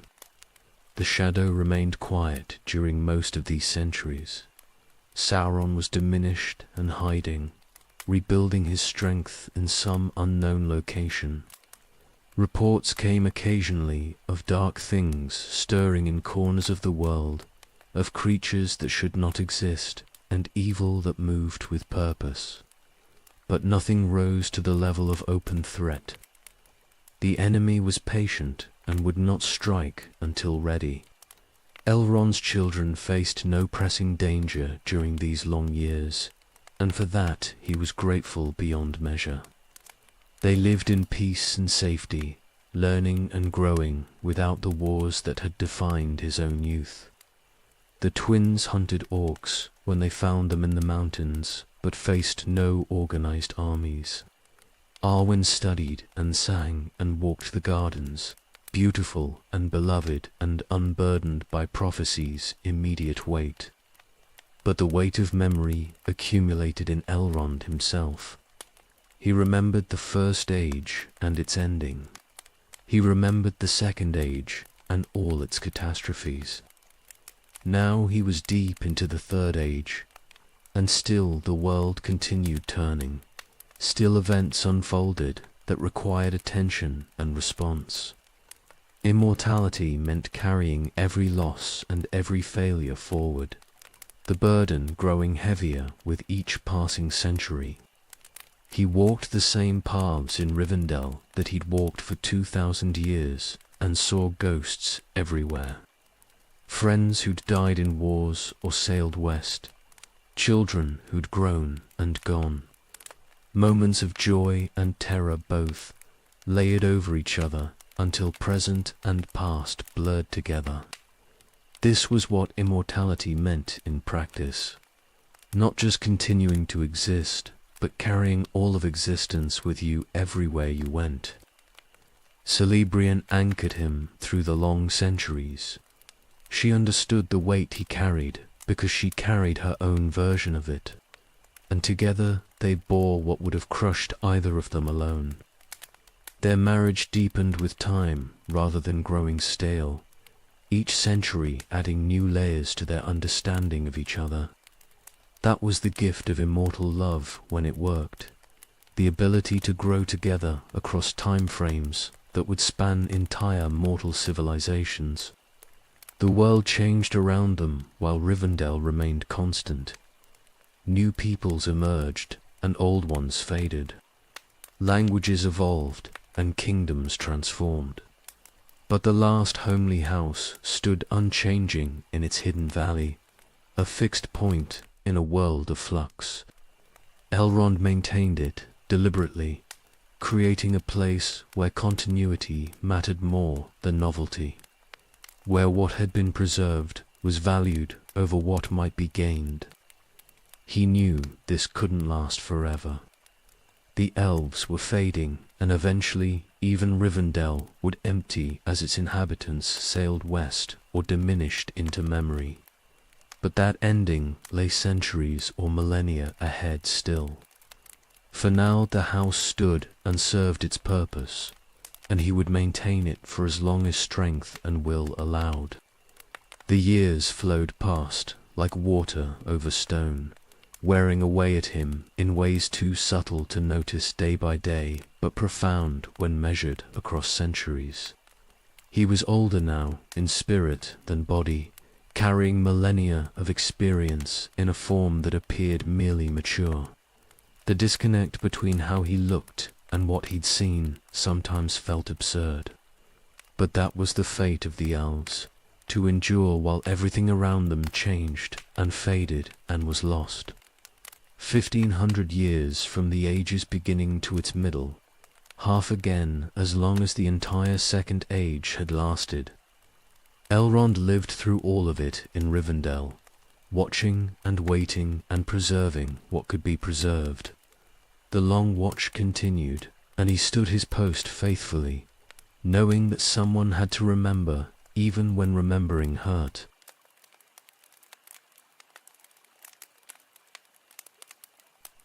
Arna split in Third Age 861 when the 10th king died without a clear heir and his sons could not agree on succession. The North Kingdom divided into 3 smaller realms, Arthedain and Cardol and R'dor, each ruled by a branch of the royal line, and each claiming legitimacy over the others. Elrond watched it happen and knew immediately that this was the beginning of the end. Divided kingdoms rarely reunited, and 3 weak realms would fall where one strong kingdom might have endured. The fracture wasn't clean. The 3 kingdoms disputed borders and trade rights, arguing over resources and prestige while external threats gathered in the darkness. What had been a single realm capable of defending itself became 3 petty states more concerned, without doing each other than maintaining their collective strength. The Dunedain's power dissipated in squabbling and pride. Elrond offered counsel when any of them asked for it. He reminded them they were kin and heirs to the same legacy, that Elwendil's kingdom deserved better than this slow dissolution. Some listened and tried to maintain peace with their neighbors. Others ignored him and pursued their grievances, convinced that their particular claim mattered more than unity. Mortal pride was a constant problem, especially among those who'd inherited power without earning it. Centuries passed and the 3 kingdoms grew weaker separately. Cardolan and R'dor particularly suffered, their lands harder to defend and their populations smaller. Arthedain endured better by virtue of geography and slightly better leadership. maintaining closer ties with the elves and remembering the old alliances. But even Arthedain was a shadow of what Arna had been, a remnant clinging to former glory while reality slowly pulled it apart.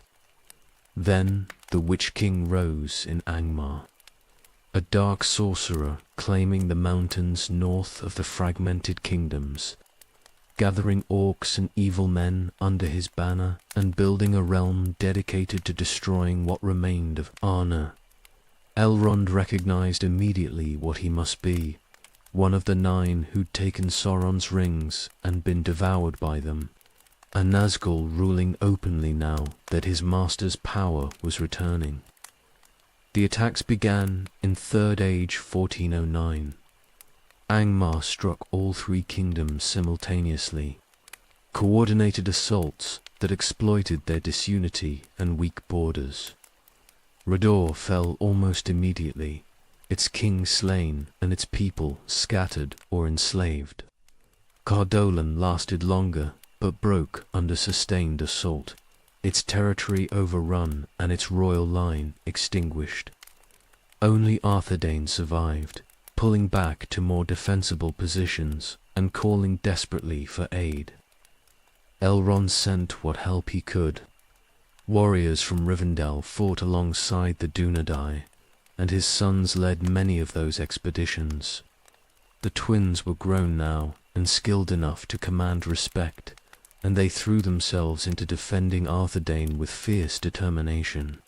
But the forces Elrond could commit were limited. Rivendell was a sanctuary, not a military power, and he had responsibilities beyond this one kingdom. Círdan sent aid from the Grey Havens. Linden's remaining strength marched east. Together, the elves and the surviving Dunedain drove back Angmar's forces and killed enough orcs to make the Witch King pause.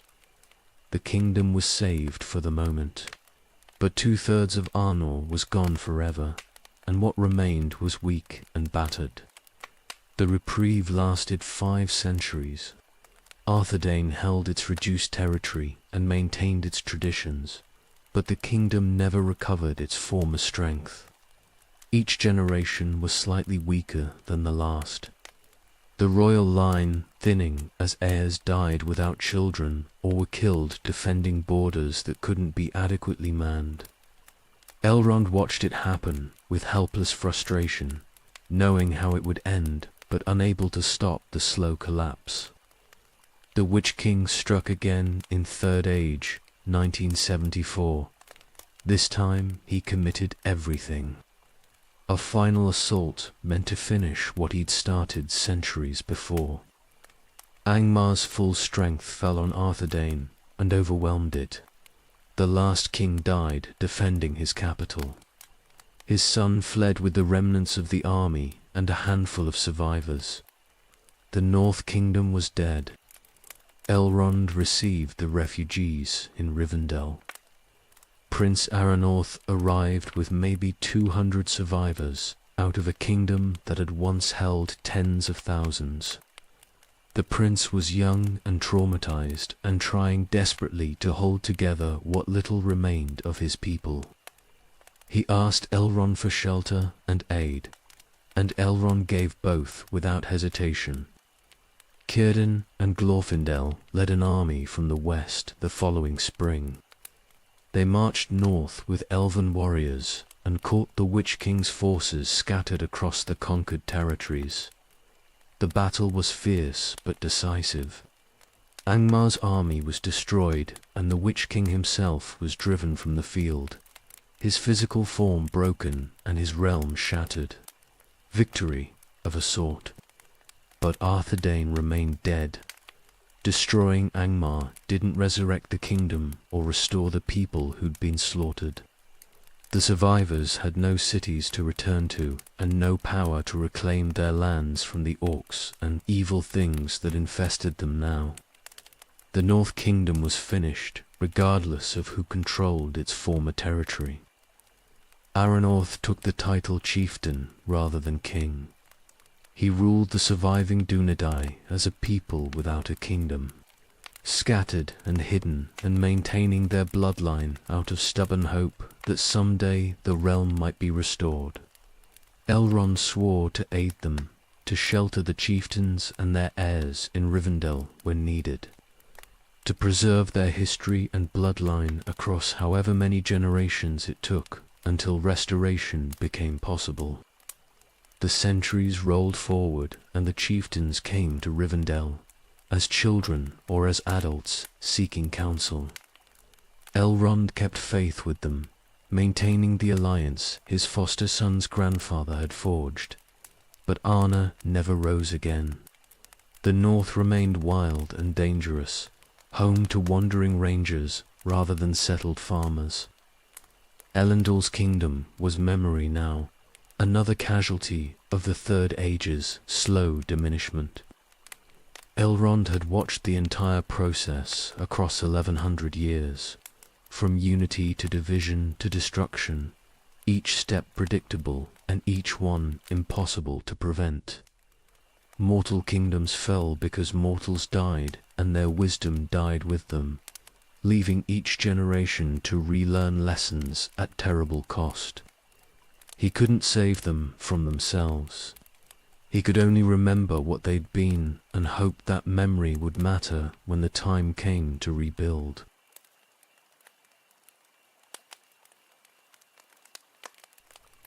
Aranoth stayed in Rivendell through the winter after Arthedain fell. He was 21 and newly made chieftain of a people who had no home, and he carried himself with a dignity that made Elrond's heart ache. The boy was trying so hard to be what his scattered people needed, trying to be worthy of a crown that no longer existed. Elrond taught him what he could about leadership and survival, about maintaining hope when everything argued for despair. The chieftain left in spring to gather his people and lead them into the wild places where they could survive, if not truly live. But he came back the following winter, and the winter after that, establishing a pattern that would continue across the generations.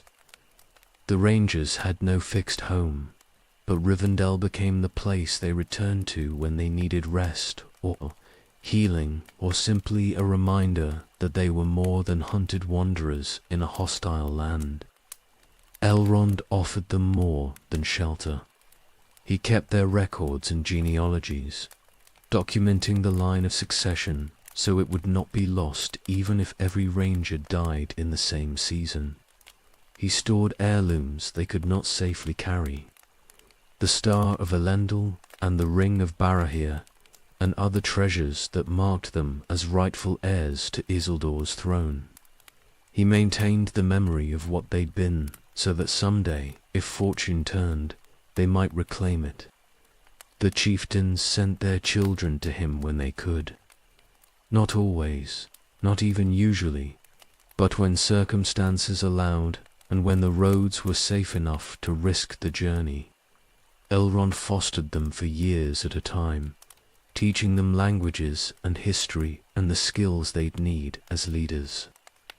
They learned swordcraft from his sons and diplomacy from him and returned to their people better, prepared for the burdens they'd inherit. Some he knew well and some barely at all. The chieftains who lived long and peaceful reigns visited often and brought their families. Those who died young in orc ambushes or hard winters left children who never made it to Rivendell at all. The line continued through luck and stubbornness more than any real security. Each generation was one bad winter or unlucky fight away from extinction. Elrond worried constantly about the bloodline's fragility. These were the last descendants of Elendil in the north, the only remaining link to Numenor's kings, and through them to his brother Elros. If the line failed, thousands of years of history would end with it. He couldn't protect them when they ranged through the wild, couldn't prevent the accidents and ambushes that killed rangers with depressing regularity. All he could do was preserve what they brought him and hope it would be enough. The Rangers earned their name through grim service.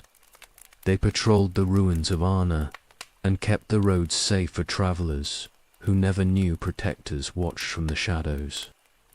They hunted orcs and worse things, fighting an endless war against enemies that bred faster than they could kill them.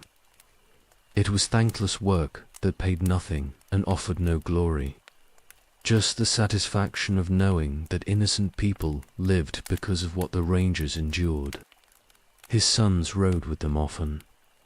Eladan and Elroia had grown fierce over the centuries, hardened by their mother's fate into something darker than they'd been in youth. They joined the Rangers' hunts with a grim dedication that worried Elrond even as he understood it. The twins needed purpose, and the Rangers provided it, giving them enemies to fight and people to protect. It kept them from drowning in grief. The chieftains became friends across the years, despite the gaps between visits. Elrond knew them in childhood and saw them return as adults, watched them age in the compressed time frames of mortal lives. Each one was different, but they all carried the same essential quality, a nobility of spirit that had nothing to do with crowns or kingdoms. They were leaders because people chose to follow them, not because any formal authority remained. He told them stories about their ancestors when they asked, described Elendil and Isildur, the good and the flawed both, because they deserved truth more than legend. Spoke of Arna when it was whole and mighty, of the kingdom they might restore if they endured long enough. Maintained the hope that this was temporary exile rather than permanent extinction. Hope was sometimes all he could give them. The generations accumulated. Chieftains came and went, each reign measured in decades if they were lucky and years if they were not. Elrond marked their births and deaths in his records, keeping careful track of the succession.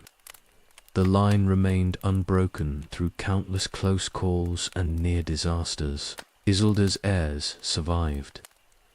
Rivendell became known among the Rangers as the one place they could rest completely. They came wounded and left healed, came exhausted and left restored, came despairing and left with enough hope to continue another season. Elrond's house served as both sanctuary and armory, hospital and archive, the fixed point around which their wandering lives orbited. He never spoke of the cost this extracted from him. Every chieftain he befriended eventually died, worn down by the harsh life they led. Every child he fostered left and might never return. The weight of watching them struggle and fail and die while he endured immortal was its own kind of torture. But it was necessary. Someone had to remember and preserve and maintain faith with old oaths.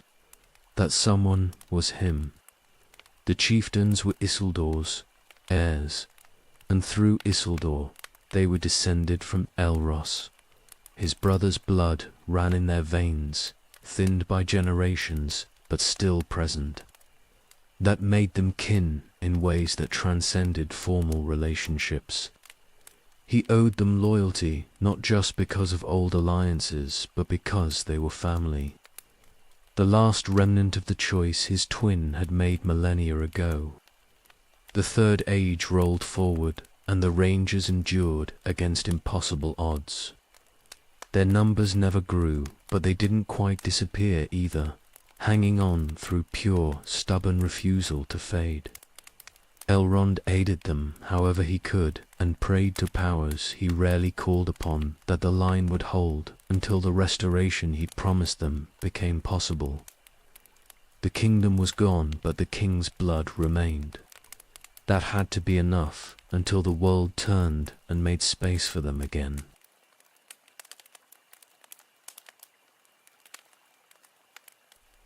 Celebrian was travelling to Lothlorien to visit her parents. She'd made the journey many times before. always with an escort of Rivendell's warriors to guard against the dangers that lurked in the mountains. The Redhorn Pass was treacherous, but it was the fastest route, and she knew the path well enough to feel confident despite the risks. The orcs were waiting in ambush. They'd planned it carefully, choosing a narrow section of the pass where the escort couldn't maneuver effectively and escape routes were blocked by snow and stone. The attack was swift and brutal, overwhelming the guards before they could form proper defensive positions. Celebrian's warriors died fighting to protect her, buying time with their lives, but there were too many enemies and too little space to mount an effective defense. They took her alive. The orcs dragged her away from the slaughter into caves beneath the mountains, and there they did things that Elrond would never fully know because Celebrian could not speak of them afterward. Torment for its own sake, cruelty that served no purpose beyond breaking something beautiful. They poisoned her with foul blades that carried corruption in the wounds they made. Elladan and Elrohir heard of the attack within a day. A single wounded guard had escaped to carry word, and the twins assembled a hunting party immediately. They tracked the orcs into the mountain depths with a fury that made even hardened warriors hesitate to follow too closely. The hunt took days of following blood trails through darkness, fighting through defensive positions the orcs had established, pushing deeper into tunnels where the air itself felt diseased. They found her in a cave that stank of rot and despair. The orcs they killed to the last one, showing no mercy and taking no prisoners. Elrohir carried his mother out of the darkness, while Elladan held the rearguard, ensuring nothing followed them. Celebrian was alive, but the woman they rescued was not quite the one who'd been taken. Elrond met them at Rivendell's gates. One look at his wife's face told him everything and nothing. The physical wounds obvious, but the deeper damage hidden behind eyes that wouldn't quite focus on the present. He carried her inside himself and called for healers and began the work of trying to save what could be saved. The body healed over the following weeks. Elves were resilient, and Elrond was skilled beyond most in the healing arts, treating wounds and countering poisons with knowledge accumulated over millennia. The cuts closed, and the infections cleared, and the broken bones knit themselves whole. But something remained broken that no herb or skill could mend. Celebrian didn't speak for the first month. She sat in their rooms and stared at nothing, flinching from unexpected sounds and avoiding enclosed spaces. Elrond stayed with her constantly those first weeks, talking to her even though she couldn't respond, touching her gently to remind her that kind touch existed. Slowly she came back to herself enough to speak, but the words came hollow and her eyes stayed distant. She tried to resume her life after the physical healing was complete, walked the gardens she'd tended for centuries and sang songs she'd sung before, attempting to reclaim normalcy through repeated familiar actions. But everything was different now. The joy had leaked out of things that had once brought her happiness. The gardens were just plants, and the songs just sounds, and even her family's love felt more like pressure than comfort. Elrond watched his wife fade before his eyes in a way that had nothing to do with death. She was present in body but absent in spirit, going through motions without inhabiting them. He tried everything he knew to reach her, calling on all his skill and knowledge and desperation. Nothing worked. The wounds the orcs had inflicted went deeper than flesh and bone, damaging something essential that couldn't be repaired by any art of Middle-earth. She apologized to him one evening in late autumn, said she was sorry for being broken, for not being strong enough to heal completely, for failing him and their children by letting the darkness win. Elrond told her there was nothing to apologize for, that what had been done to her was evil and the failure belonged entirely to the orcs who'd done it, but she didn't believe him. The poison had gotten into her mind and it whispered that her brokenness was weakness rather than wound. The twins blamed themselves for not preventing the attack. They'd been ranging in the north when it happened, hunting orcs far from the roads their mother traveled. If they'd been closer, if they'd provided her escort themselves, if they'd chosen different patrols that week, she would have been safe. Elrond told them this was madness, that they couldn't guard everyone, everywhere, all the time. But guilt wasn't rational, and they carried it like stones. Winter came, and Celebrian grew worse instead of better. She slept poorly and ate less, and withdrew further into herself each week. Elrond knew what was happening, but couldn't stop it. His wife was losing the will to remain in Middle-earth. Finding existence itself had become unbearable. The torment had poisoned her spirit in ways that time wouldn't heal, because the memory itself was the wound. He understood with terrible clarity what the choice would be. Stay and continue suffering, diminishing year by year until she was a ghost haunting Rivendell's halls. Or sail west to Valinor, where the valor's healing might reach wounds that mortal arts could not. Stay and break completely, or leave and perhaps find peace. Elrond had no good options left. He could beg her to stay and watch her destroy herself slowly. He could support her leaving and lose her forever. Either choice meant losing his wife. The orcs had killed her as surely as if they'd cut her throat.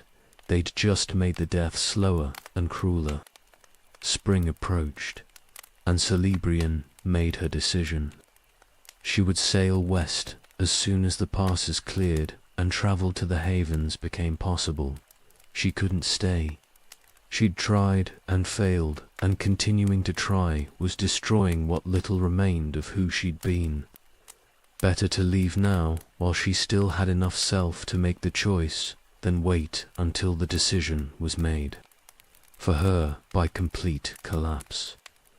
Elrond held her and told her he understood. And he did, intellectually, but his heart was breaking. His wife was leaving, and he was staying, and they would be separated by more than geography. She would cross into lands he could not reach, heal in ways he could not witness, and either find peace without him or fail to find it at all. He would remain in Middle-earth with their children and his duties and the empty space where she'd been. The price of the orc ambush was his marriage and his happiness and his wife's peace of mind. Everything they'd built together over 2,000 years was ending because of one day's evil in a mountain pass. He wanted to rage against it, but there was nothing to rage at except the world's fundamental cruelty. So he held Celebrian and tried to give her what comfort he could before she left him forever.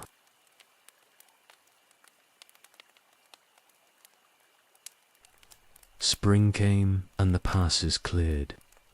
Celebrian prepared for departure with a calmness that was worse than grief, moving through the tasks mechanically like someone who'd already left in spirit. She selected a few items to take with her, leaving most of what she owned behind because material things no longer mattered. Elrond helped her prepare and said nothing about the growing hollow in his chest. The children took the news differently. Arwen understood immediately and wept, holding her mother while trying to memorize everything about her before she was gone. The twins accepted it with grim faces, knowing they'd contributed to this outcome through their failure to prevent the attack. All three asked if there was any way she might stay, any healing they hadn't tried.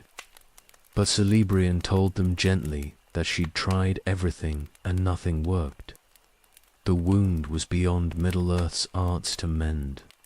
They travelled to the Grey Havens as a family, the 5 of them making the journey west through Eriador in early spring. Cerdin met them at the harbours and offered Celebrian a cabin on the next ship departing for Valinor. The ship would sail within the week. Not much time, but more time wouldn't make the parting easier and might make it harder. Elrond and Celebrian walked the harbour together during those final days. They spoke of their life together, the 2,000 years they'd shared in Rivendell. She thanked him for everything he'd tried to do to heal her and apologized again for being unable to stay. He told her there was nothing to forgive, that she was doing what she needed to survive, and he would support that choice even though it destroyed him. They said things that needed saying before it was too late. The children each had their private farewells. Arwen spent hours with her mother, speaking of things Elrond would never know. The twins stood with Celebrian and received whatever blessing or instruction she offered them. All 3 were red-eyed and hollow when they emerged from those conversations. Some goodbyes required privacy. The day came. Celebrian boarded the ship and stood at the rail while her family watched from the dock. Sedan gave the order and the ship began to move, catching the wind and turning toward the open sea. She didn't wave or call out, just stood there diminishing into distance until she was too small to see clearly. Then the ship passed beyond the horizon and she was gone. Elrond stood on the empty dock long after the ship disappeared. His children waited nearby but gave him space, understanding that some griefs needed solitude before they could be shared. The harbour felt colder without Celebrian's presence, as if she'd taken warmth with her when she sailed. He stared at empty water and tried to accept that his wife had left him forever. The journey back to Rivendell was quiet. Nobody wanted to speak, and there was nothing useful to say anyway. They travelled through lands Celebrian had walked beside them countless times, every familiar landmark now a reminder of absence. The valley appeared in the distance, and Elrond felt dread rather than homecoming. The house would be full of her memory and empty of her presence. Rivendell was exactly as they'd left it.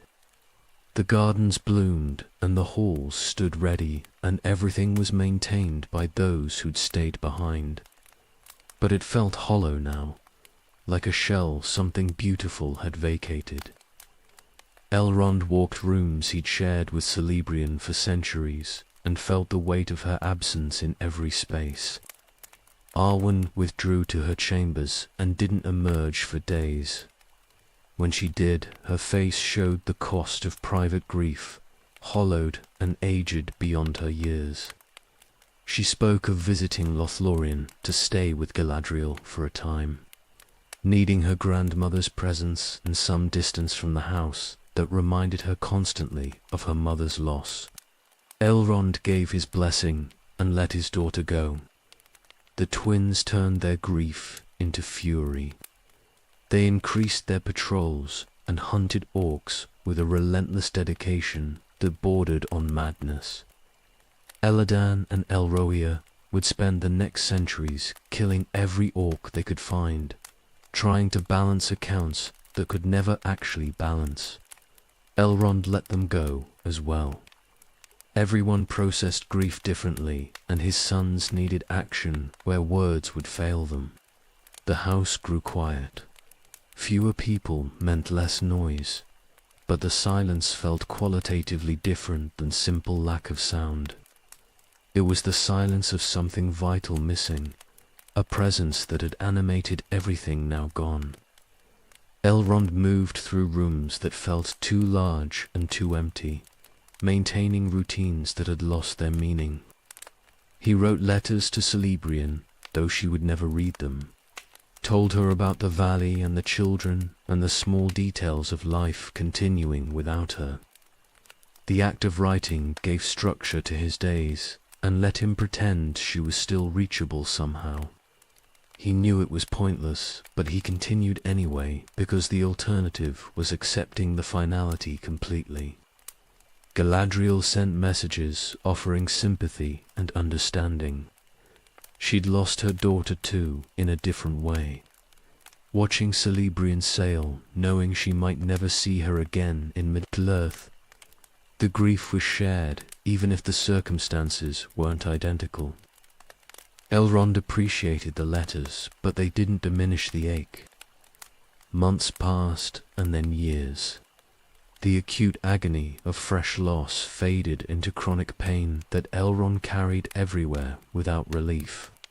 He continued his work because work was necessary and stopping would accomplish nothing. Travelers still came to Rivendell seeking shelter. Rangers still needed his aid. The world continued demanding things regardless of personal grief. But joy was gone from his life in ways that wouldn't recover. He'd lost Celebrian not to death, but to suffering, and that made it worse somehow. She lived somewhere across the sea, healed or healing or failing to heal, and he would never know which. The uncertainty was its own torture. He'd lost his wife and gained nothing, not even the closure death might have provided. Rivendell remained a sanctuary for others, but it was no longer home for him in any meaningful sense. It was the place where he worked, and the place where he slept, and the place where he remembered everything he'd lost. The last homely house had become a monument to absence, beautiful and functional and hollow at its core. Elrond endured there because enduring was what he did, and he'd survived worse losses before. But this one took something from him he'd never fully recover. The orcs who'd attacked his wife had killed his happiness as surely as if they'd cut out his heart. He just had to keep living with the wound.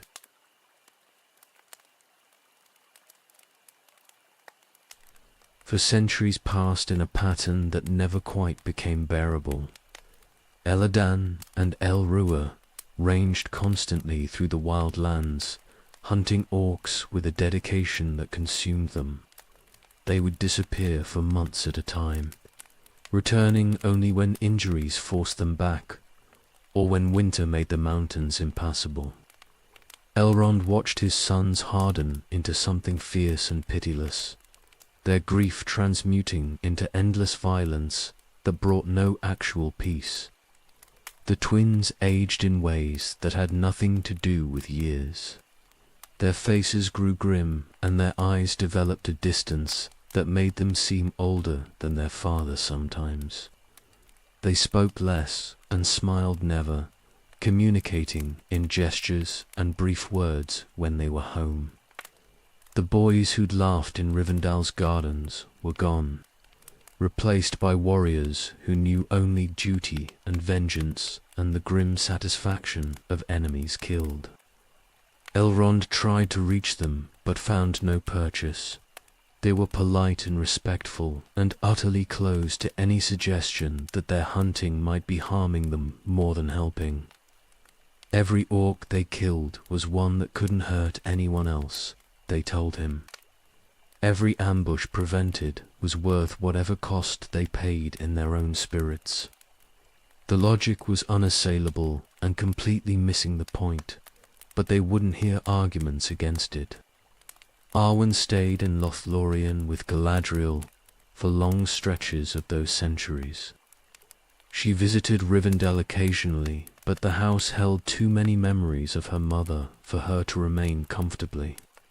Her grandmother offered her something Elrond couldn't: distance and different surroundings, and the company of someone who understood loss across millennia. He didn't begrudge her the choice, but it left him more alone.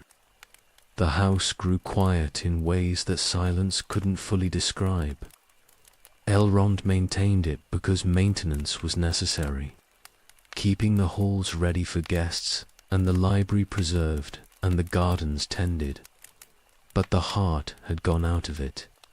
Rivendell functioned as sanctuary for others while being anything but sanctuary for its lord. He lived surrounded by reminders of happiness that no longer existed. Rangers still came and he still aided them. Travelers still sought shelter and he still provided it. The work continued because the world needed what Rivendell offered, regardless of who suffered maintaining it. Elrond played his role as host and counselor and keeper of law, and nobody who passed through would have guessed how thoroughly grief had hollowed him. He wrote letters to people he'd known across the ages. Galadriel responded regularly with news and sympathy. Círdan sent occasional updates from the Havens. Other correspondents were less reliable, but the act of writing gave structure to days that otherwise blurred together meaninglessly. Communication was lifeline when physical presence couldn't be managed. The twins returned from their hunts with wounds that needed tending. Elrond healed them without comment, stitching cuts and setting bones and treating infections with the skill he'd developed over millennia. His sons accepted the healing and departed again as soon as they could ride. The pattern repeated dozens of times across the centuries, each repetition wearing grooves deeper into everyone involved. Sometimes rangers brought news of the twins' activities. Stories spread about the two elven warriors who hunted orcs with relentless fury, appearing from nowhere to destroy bands that threatened settlements or attacked travelers. The Dunedain spoke of them with respect and gratitude. Elrond heard these stories and felt pride mixed with grief. His sons were doing good work at terrible cost to themselves. He wondered sometimes if Celebrian knew what had become of their family, whether news reached her across the sea of how their children had responded to her departure, whether it hurt her to know that the twins had spent centuries hunting the creatures who'd broken her, or whether it brought some satisfaction that justice was being pursued. He would never know. The separation was absolute. Arwen visited more frequently as the centuries accumulated. She'd grown into herself fully in Lothlorien, becoming more like Galadriel in presence and wisdom. When she came to Rivendell, she brought light with her, her very presence making the house feel less empty for a time. But she never stayed long, and her departures left the emptiness more apparent for the contrast. Elrond marked the years in his records and watched them accumulate into decades and centuries. 200 years since Celebrian sailed, 300, 400. Time that would have encompassed entire dynasties of mortal kingdoms, lived through in a house that felt frozen on the day she left. Nothing fundamental changed. The grief just became familiar enough to carry without constant acute pain. The work of preservation continued. He copied texts that were crumbling and collected knowledge from dying libraries and maintained correspondence with scholars across Middle-earth. The task gave purpose when personal happiness was impossible. Someone had to remember and preserve. Someone had to maintain the threads of continuity that prevented knowledge from vanishing completely. That someone was him. He trained his mind to avoid certain thoughts. Didn't let himself imagine Celebrian in Valinor, happy or sad or anywhere between. Didn't picture what their life together might have been if the ambush had never happened. Didn't count the years remaining until his own departure became possible. Focus on the present and the work at hand. Survive each day. The rest was pointless speculation. His sons appeared less frequently as the centuries progressed. not because their hunting slackened, but because they grew more skilled at enduring wounds and hardships without needing to return home. They established caches and alliances with rangers who could provide basic aid. Rivendell became a place they visited annually, if that, checking in with their father before disappearing back into the wild. Elrond let them go each time and tried not to count the days until they returned. His children were adults, making their own choices, dealing with their grief in ways that worked for them, even if those ways worried him. He couldn't protect them from themselves any more than he'd been able to protect Celebrian. All he could do was keep the house ready for when they needed it, and hope that need brought them back regularly enough. 400 years of this pattern, Elrond alone in Rivendell, maintaining the sanctuary while his family scattered to deal with their grief in separate ways. The house functioned and served its purpose and felt like a tomb sometimes, but he endured. Endurance was what remained when happiness died, so he endured through the long grief and waited for something to change, knowing that eventually something always did.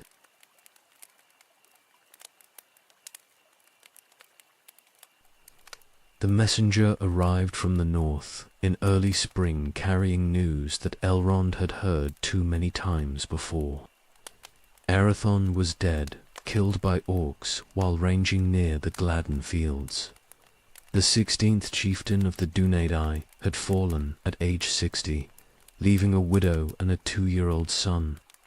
The line continued, but barely, hanging by the thread of a single small child who didn't yet understand what he'd inherited. Gilrain came to Rivendell a week later. She rode through the gates, carrying her son wrapped against the spring cold, exhausted and hollow-eyed, and trying desperately to hold herself together for the child's sake. Elrond met her in the courtyard and saw in her face the same devastation he'd witnessed in too many widows before. Her husband was dead, and her son was in danger, and she had nowhere else to go. He took them in without hesitation, gave them rooms and called for food, and let Gilrain rest while he examined the boy. The child was small for 2 years old, dark-haired and grey-eyed like all his line, and he watched Elrond with a solemnity that seemed wrong for someone so young. Already this boy had learned that the world was dangerous and his father wasn't coming home. Too much knowledge too early. Gilrain told him everything once she'd slept. The orcs had ambushed Arathon's patrol and killed him before the others could react. They'd barely recovered his body. She'd fled south with her son because staying in the north meant constant danger from enemies who would kill the last heir if they knew where to find him. The boy needed protection she couldn't provide alone. She needed sanctuary and help raising a child who would someday have to reclaim a kingdom. Elrond understood the weight of what she was asking. He'd fostered chieftains before, but never one so young or so vulnerable. This child would need years of protection and training. Education in everything from weapons to languages to the history he'd need to understand his inheritance. It meant committing to another mortal's life, watching another person he cared for age and die while he endured. The prospect exhausted him, but he couldn't refuse. This was Isildur's heir, the last of the line in the north, and he'd sworn oaths centuries ago to protect that bloodline.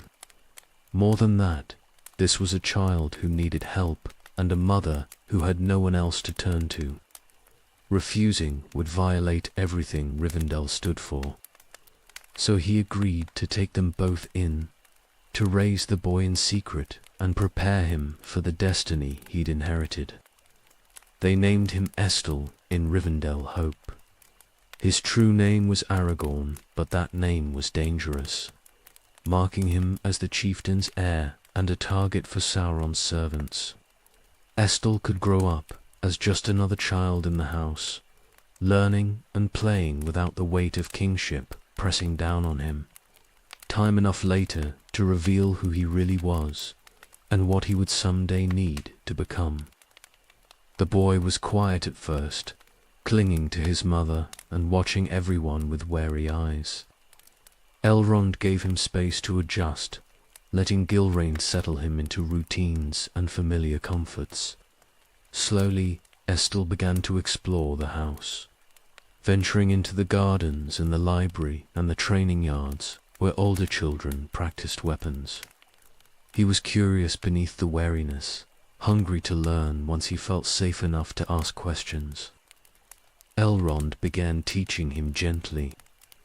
Languages first, making a game of Sindarin lessons until the boy spoke it naturally alongside Western. Then stories, tales of the elder days, and the great deeds of his ancestors, told in ways a child could understand. Estel absorbed everything, his young mind quick and retentive. He had his father's intelligence and his mother's determination. Given time and proper training, he might be worthy of what he'd inherited. The twins met their new foster brother with gruff kindness. They were home briefly that year, and they took interest in the child, teaching him to climb and showing him how to hold a practice sword correctly. Estel followed them everywhere when they were present, trying to imitate their movements and asking endless questions about ranging and fighting. Eladan and Elroa were patient with him in ways they weren't with most people, perhaps seeing in the orphaned boy echoes of their own loss. Arwen visited that summer and met Estel in the gardens. She was gentle with the child, showing him flowers and teaching him their names in multiple languages. The boy was shy with her at first, but she won him over with patience and genuine interest. Elrond watched them together and felt something shift in his chest, hope stirring after decades of numbness. His daughter was smiling genuinely for the first time in years, and the boy was laughing like a normal child rather than a traumatized orphan. The years began to pass differently after Estel arrived. Not quickly, time never moved quickly for immortals, but with more purpose than they'd had since Celebrians sailed. The boy needed raising and educating and protecting, work that demanded attention and care. Elrond found himself invested in the child's growth in ways he hadn't anticipated, watching Estel develop and feeling pride at each milestone achieved. Gilrain proved a good mother despite her grief.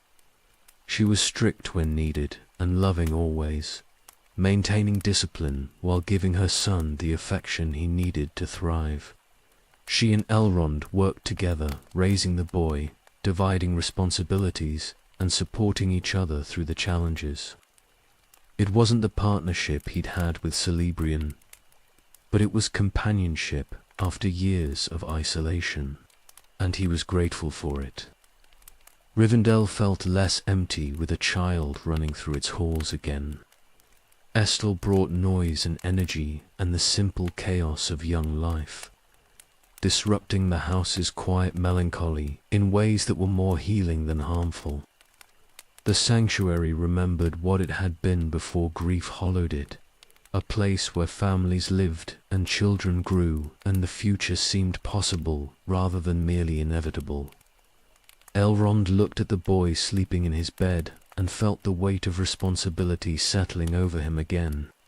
Another heir to protect, another mortal to watch age and die, another chance to fail at keeping someone safe, but also another chance to succeed, to help prepare someone who might actually reclaim what had been lost.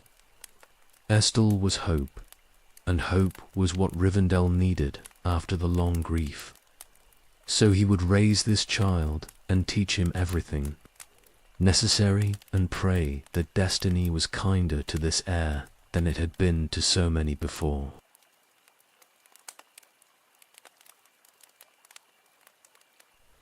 The dwarves arrived in late spring with a wizard and a hobbit in tow. 13 dwarves, Gandalf the Grey, and a small burglar from the Shire who looked thoroughly out of his depth. They came seeking rest and counsel before continuing east toward some purpose. Thorin Oakenshield was reluctant to explain until Elrond pressed him. A quest to reclaim Erebor from the dragon smog. Madness, but the determined kind that sometimes succeeded against all reasonable expectation. Elrond offered them hospitality despite the dwarves' obvious discomfort with elven customs. They wanted meat and beer and plain speech, finding Rivendell's grace and music unsettling rather than restful. But they were exhausted from hard travel and accepted what was offered, settling into the guest halls with grumbling that was more habit than genuine complaint. The hobbit seemed more comfortable, wide-eyed at everything and asking endless questions about the house and valley. Gandalf pulled Elrond aside for private conversation once the company was settled. The wizard had concerns about what was stirring in the world, patterns moving that suggested forces beyond simple dragon slaying at work. Sauron's shadow was growing again after centuries of quiet, and the necromancer in Mirkwood might be more than the minor evil most assumed. Gandalf wanted Elrond's read on the situation, his sense of how the pieces were moving. Elrond felt it too, the turning of some great wheel whose full shape remained hidden. Small events connecting to larger consequences in ways that wouldn't be clear until much later. This dwarf quest to reclaim a mountain kingdom seemed minor in the scope of ages. But Gandalf wouldn't be involved if it was truly insignificant. The wizard had a gift for positioning himself where history pivoted, even when the pivot point looked trivial at first glance. Thorin showed him a map during the council, ancient and marked with runes that needed specific conditions to read. Elrond examined it under moonlight and found the hidden inscription, moon letters that revealed a secret entrance to Erebor. The message spoke of Durin's day and a keyhole and the last light of autumn's sun. Specific enough to be useful if they reached the mountain at the right time, vague enough to be worthless otherwise. The dwarves were grateful for the translation, but eager to depart. They'd spent too long already getting this far, and summer was passing while they delayed. Thorin wanted to reach the mountain before autumn ended, giving them exactly one chance to find the door before winter made another attempt impossible until the following year. Speed mattered more than rest at this point. Elrond watched them prepare to leave and felt uneasy without clear reason.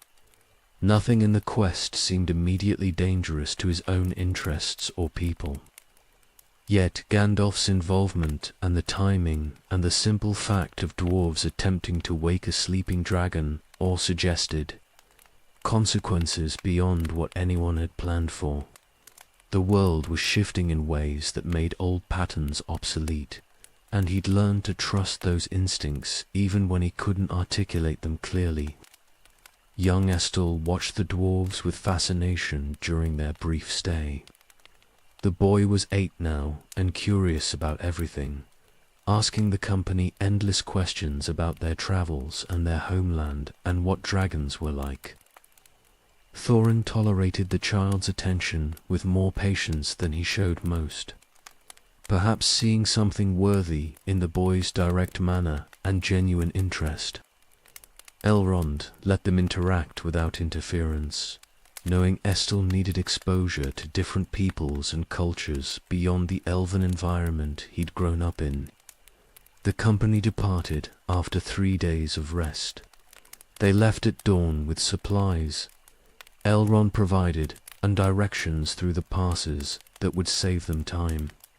Thorin thanked him formally, and Gandalf embraced him with genuine warmth before following the dwarves toward the mountains. The hobbit looked back once at the valley with something like longing before hurrying to keep up with his companions. Elrond stood on the terrace, watching them diminish into distance. Something significant had just passed through his house, heading toward consequences he couldn't predict. Gandalf was positioning pieces for a game whose rules remained unclear, and dwarves were marching toward a dragon that would either kill them or die. Either outcome would ripple outward in ways that affected more than just the immediate participants. He thought about patterns and how small actions accumulated into large results. How Isildur, taking the ring rather than destroying it, had shaped everything that followed. How Celebrian's choice to travel a particular road on a particular day had broken their family. How decisions that seemed minor in the moment could define entire ages in retrospect. These dwarves might die forgotten in a dragon's lair, or they might trigger something that changed the world. There was no way to know which until history finished writing itself. The valley felt quiet after they left. Rivendell returned to its normal rhythms, refugees and scholars, and the daily work of maintaining sanctuary. But Elrond carried the unease with him through the following months, watching for news from the east and wondering what the dwarves' quest would unleash. The wheel was turning, old evils stirred, and he was positioned to watch it happen while having almost no ability to influence the outcome. Estel asked about the dwarves for weeks afterward, wanting to know if they'd reached the mountain, and if they'd faced the dragon, and if they'd survived. Elrond told him they'd have to wait for news, that some questions couldn't be answered until events played out fully. The boy accepted this with poor grace, impatient in the way of children who couldn't grasp how slowly history actually moved. Time would teach him patience eventually. For now, let him have his excitement and anticipation. Childhood didn't last long enough as it was. News eventually filtered back in fragments. The dragon was dead, killed in his attack on a human town. The dwarves had survived and reclaimed their mountain. War had followed between dwarves and elves, and men over the treasure, resolved only through Orcish invasion that forced the free peoples to unite. Gandalf's instincts had been correct.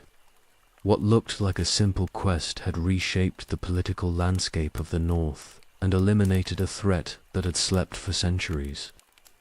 Elrond heard these reports and nodded to himself. The wheel had turned, indeed. Another piece moved on the board, another step toward whatever ending the age was building toward, and he remained in Rivendell, watching it all unfold, bearing witness as he always had, waiting for the moment when watching transformed into action and the pieces all came home to roost.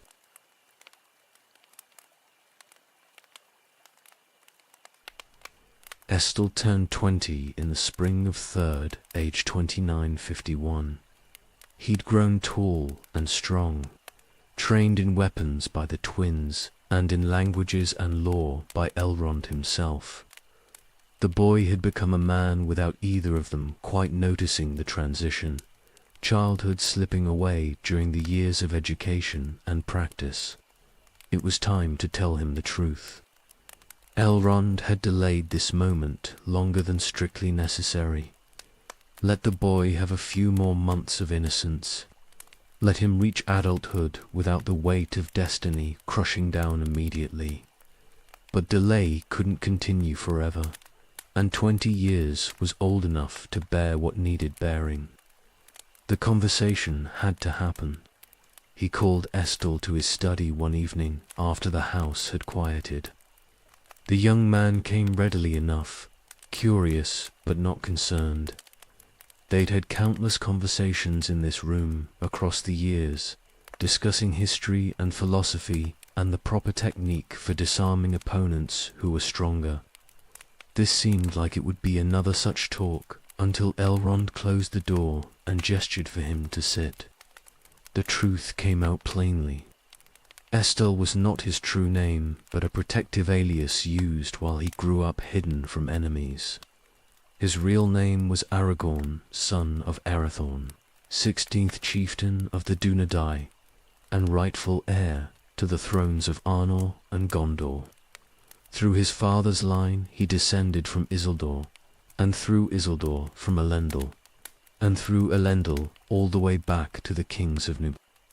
His blood carried the full lineage of the Dunedain, and with it came responsibilities that would define his entire life.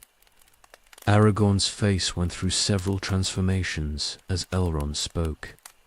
Shock first, then disbelief, then a dawning comprehension that explained things he'd wondered about without quite asking. Why he'd been raised in Rivendell instead of among his own people. Why his mother was so protective. Why the twins treated him with a respect that went beyond simple affection for a foster brother. Everything clicked into place and reshaped his understanding of who he was. Elrond showed him the heirlooms next. The Ring of Barahir, ancient beyond reckoning, and marking its bearer as heir to kings. The shards of Narsil, broken in the moment Elendil died, fighting Sauron. These belonged to Aragorn now, passed down through the generations to reach him. The ring he could wear. The sword would need reforging before it could be wielded again, but that would come when he was ready to claim his full inheritance. The young man held the broken blade and stared at it like it might bite him. This was the sword that had cut the ring from Sauron's hand. This was the weapon his ancestor had carried into battle against the enemy himself. The weight of it was more than physical, carrying implications and expectations that made Aragorn's hands shake slightly before he steadied them through will. They talked through the night about what this meant. Aragorn asked questions about his lineage and the kingdoms he'd inherited claim to, and why they'd kept him ignorant for 20 years. Elrond answered everything honestly, explaining the dangers and the necessity of secrecy, and the fact that childhood should not be burdened with kingship if it could be avoided. But avoiding was finished now. Aragorn knew who he was, and that knowledge would shape every choice he made going forward. Gilrain took the revelation differently. She'd known this day would come eventually, but hoped it might be delayed longer. Her son was still young by the standards of the Dunedain, barely begun in the lifespan his heritage promised him. But he was also a man now, and deserved to know his own name. She blessed the decision, even as it terrified her, knowing that claiming his identity meant claiming the dangers that came with it. Aragorn spent days processing the truth before coming to Elrond with a decision. He would leave Rivendell and go ranging with the Dunedain, learning to lead his people properly and understanding the lands he'd someday need to reclaim. He couldn't be a king while hiding in an elven sanctuary. He needed to earn his inheritance through service and struggle, proving himself worthy before attempting to claim thrones that had stood empty for centuries. Elrond understood the impulse and supported it despite the risks. The young man was right that he needed experience beyond what Rivendell could provide. Rangers learned through ranging, and chieftains learned through leading. Aragorn would go north and join the scattered bands of Dunedain, taking his place among them as their rightful leader once he'd earned that position through demonstrated skill and judgment. The preparations took weeks. Aragorn gathered equipment and supplies, planned his route north, and said his farewells to everyone who'd been part of his childhood. The twins gave him advice about surviving in the wild. Arwen gave him a blessing that made the young man blush and stammer. Gilrain held her son and tried not to weep where he could see. Elrond gave him final counsel the night before departure. Told him to remember who he was, but not to be defined entirely by ancestry. The kingdoms he'd inherited were important, but they were also ruins that might never be restored. What mattered more was the person he chose to become and the choices he made when circumstances tested him. Blood and destiny could only carry someone so far. Character determined the rest. Aragorn left at dawn, riding a horse from Rivendell's stables. He looked back once at the house where he'd spent 18 years growing from terrified child to man, then turned and rode north toward the life waiting for him. Elrond watched from the terrace until the young man disappeared into the trees. Another foster son departing. Another mortal he'd raised and taught and grown to love, going out into a world that would test him brutally. The pattern was familiar by now, repeated across centuries with different boys who'd all carried the same bloodline. But familiarity didn't make it easier. Each departure hurt individually. Each goodbye carried its own weight. Rivendell felt emptier again. The house adjusted to Aragorn's absence, the way it had adjusted to other absences before. Life continued. Work remained. But Elrond walked the gardens and remembered the boy running through them years ago, and wondered if he'd done enough to prepare him for what was coming. Time would answer that question. It always did.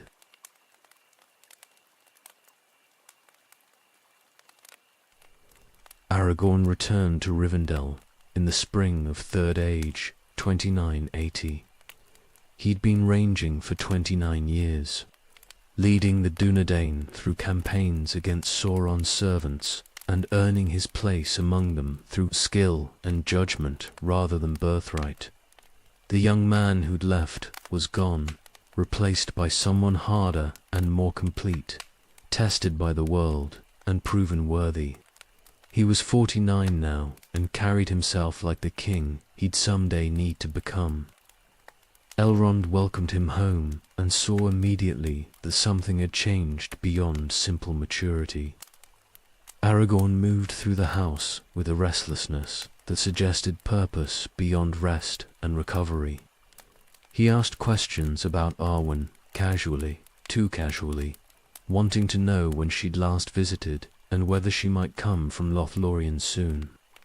The interest was transparent to anyone who'd lived as long as Elrond had. Arwen arrived from her grandmother's realm a month later. She'd spent most of the past decades in Lothlorien, finding peace there that Rivendell couldn't provide after her mother sailed. She was fully herself now at 2,000 years old, beautiful and wise, and carrying herself with a presence that made mortals and immortals alike pause when she entered rooms. Elrond watched her arrive and felt pride mixed with dread, knowing that something significant was about to unfold. She and Aragorn met in the gardens on an evening in late spring. Elrond wasn't present, but he heard about it from others who'd witnessed the encounter. The two of them had stood beneath the trees, talking as the sun set, and something in the way they looked at each other made watchers withdraw quietly to give them privacy. When they emerged hours later, both carried themselves differently, changed by whatever had passed between them. Aragorn came to Elrond the next day and asked permission to court his daughter. The request was formal and proper, but the young man's eyes betrayed how much the answer mattered. He loved Arwen, had loved her since returning and seeing her again after years apart, and he believed she felt the same. Would Elrond bless them pursuing this, or would he forbid it? Elrond sat with the question longer than Aragorn wanted. His first instinct was refusal, immediate and absolute. His daughter was immortal, and Aragorn was mortal. And that gap couldn't be bridged without one of them making a choice that would break hearts, regardless of outcome. If Arwen chose mortality to be with him, she would die and Elrond would lose her forever. If she chose immortality, Aragorn would age and die while she endured, and the pain would destroy her as surely as any wound. But he couldn't forbid it. Arwen was her own person, old enough to make her own choices about whom to love, and Aragorn was worthy by any measure that mattered, descended from kings and proven in service and carrying himself with honor that would have impressed Elendil himself. The problem wasn't unworthiness, but the fundamental incompatibility of mortal and immortal trying to build a life together.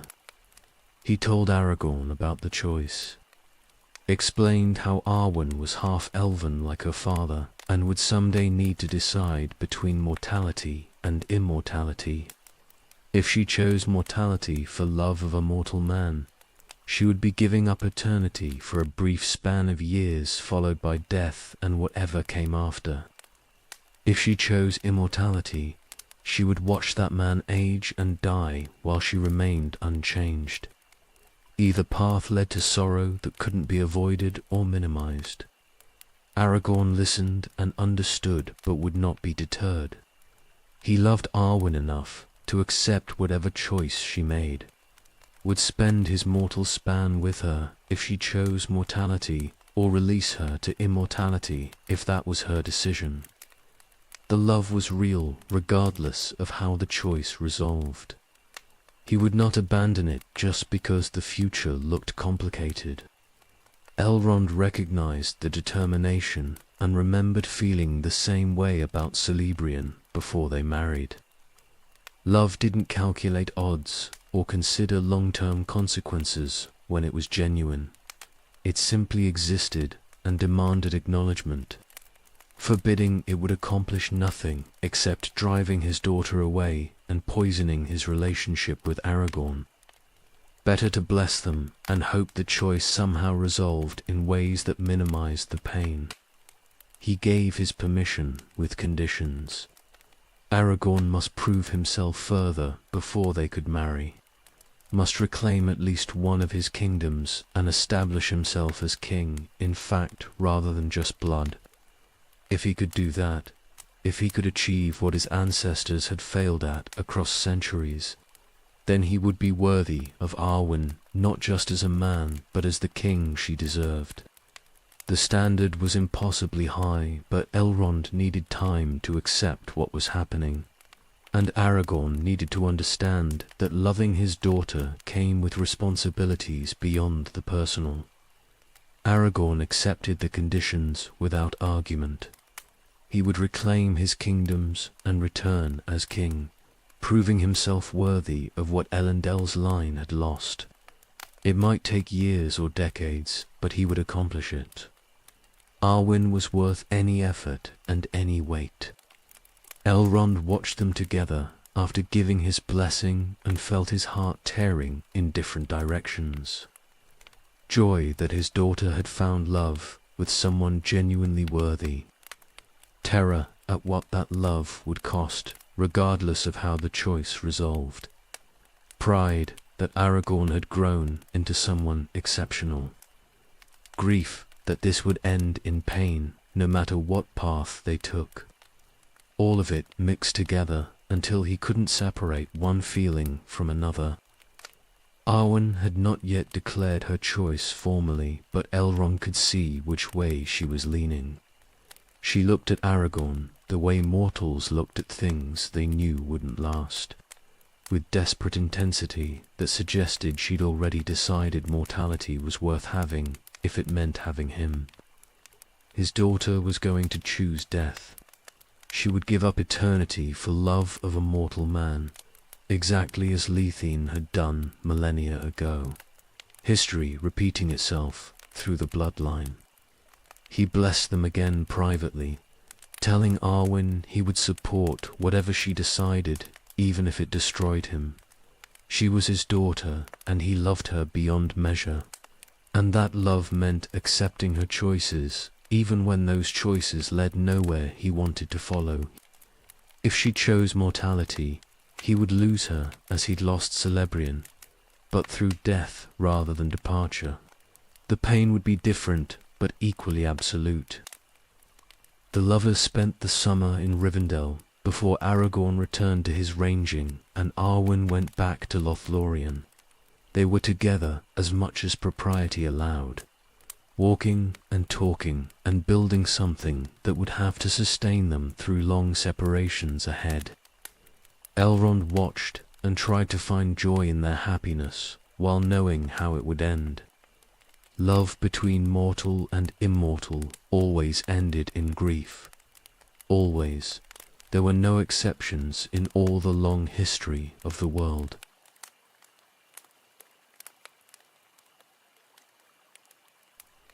Gandalf arrived in late summer with news that made the air feel heavier. The wizard had been investigating something for years, chasing suspicions that had finally resolved into terrible certainty. Bilbo's ring, the simple golden band the Hobbit had found decades ago in goblin tunnels beneath the mountains, was not what anyone had thought.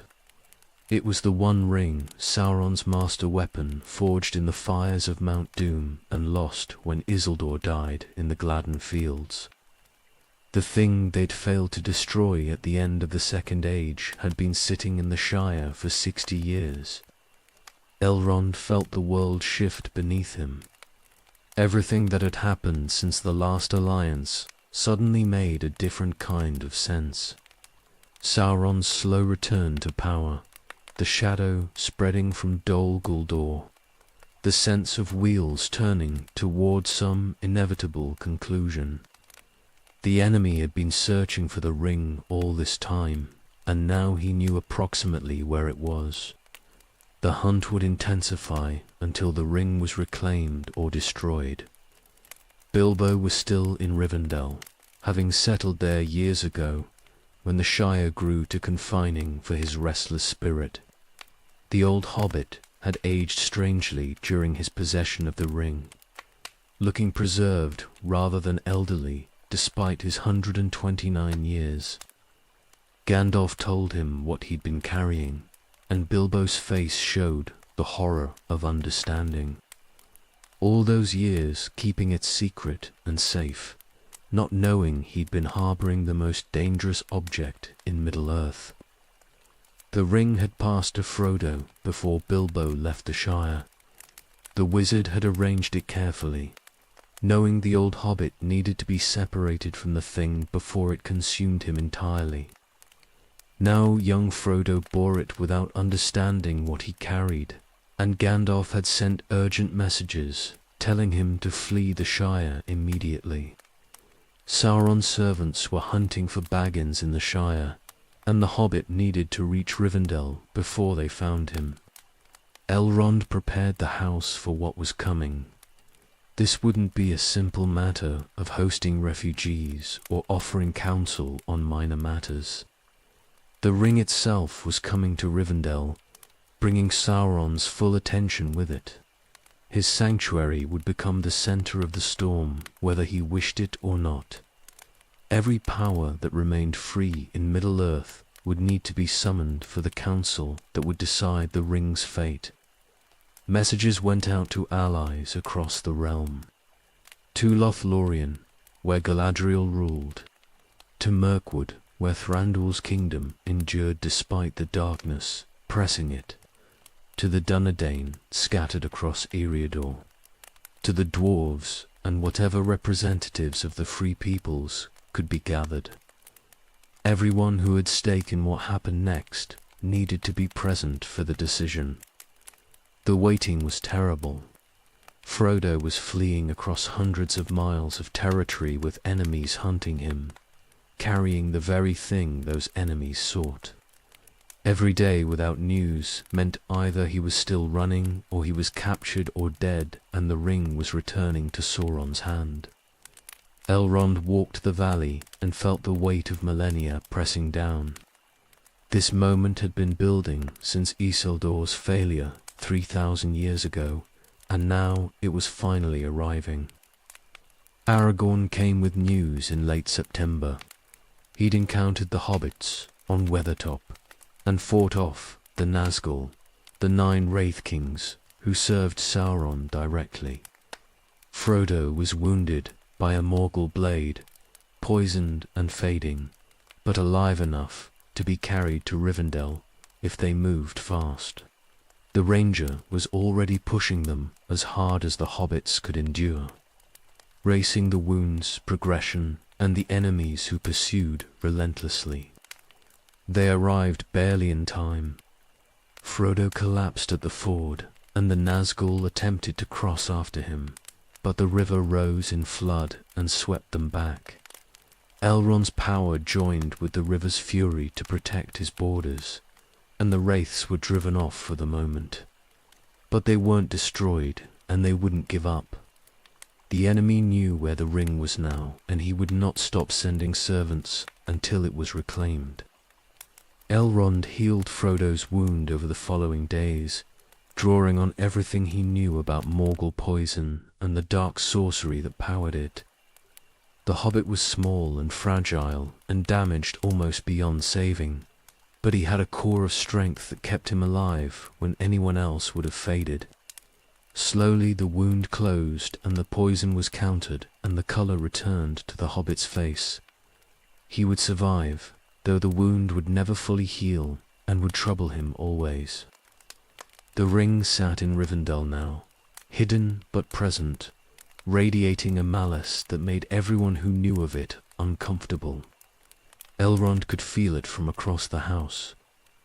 The weight of Sauron's power concentrated into a form small enough to rest on a finger. Everything they'd fought to prevent in the last alliance had come to nothing because Isildur wouldn't destroy this thing. And now it had found its way back toward relevance at exactly the moment when Sauron was strong enough to reclaim it. Representatives arrived as autumn deepened. Glorfindel from the house, Legolas from Mirkwood, bringing news of Gollum's escape, Gimli the dwarf and Boromir from distant Gondor, Gandalf present throughout coordinating and preparing arguments, and the hobbits themselves, 4 of them now, with Sam refusing to leave Frodo's side, and Merry and Pippin stumbling into the quest through accident and loyalty both.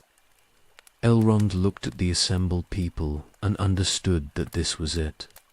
Every thread from the past 3 ages led to this moment in this valley. The ring that should have been destroyed was here. The heir of Isildur, who should reclaim the throne, was here. Representatives of every free people were here. And the decision about what to do with the ring would be made in council within days. Everything he'd preserved and protected and waited for across thousands of years had been preparing for this convergence. The weight of it was crushing. If they made the wrong choice now, everything would fall. Sauron would reclaim the ring and become unstoppable. The age would end in darkness and enslavement.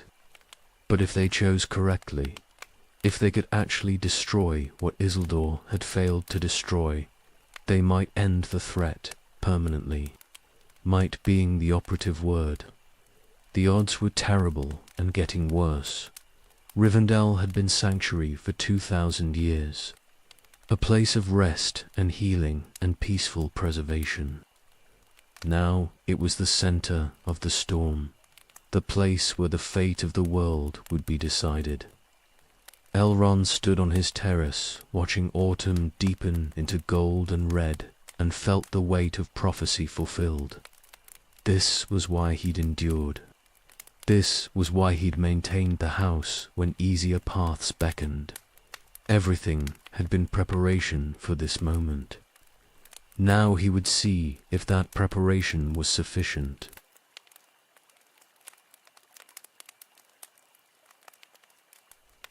The council gathered on the morning of October 25th. Representatives of every free people sat in Elrond's courtyard under the autumn sun, brought together by necessity and crisis.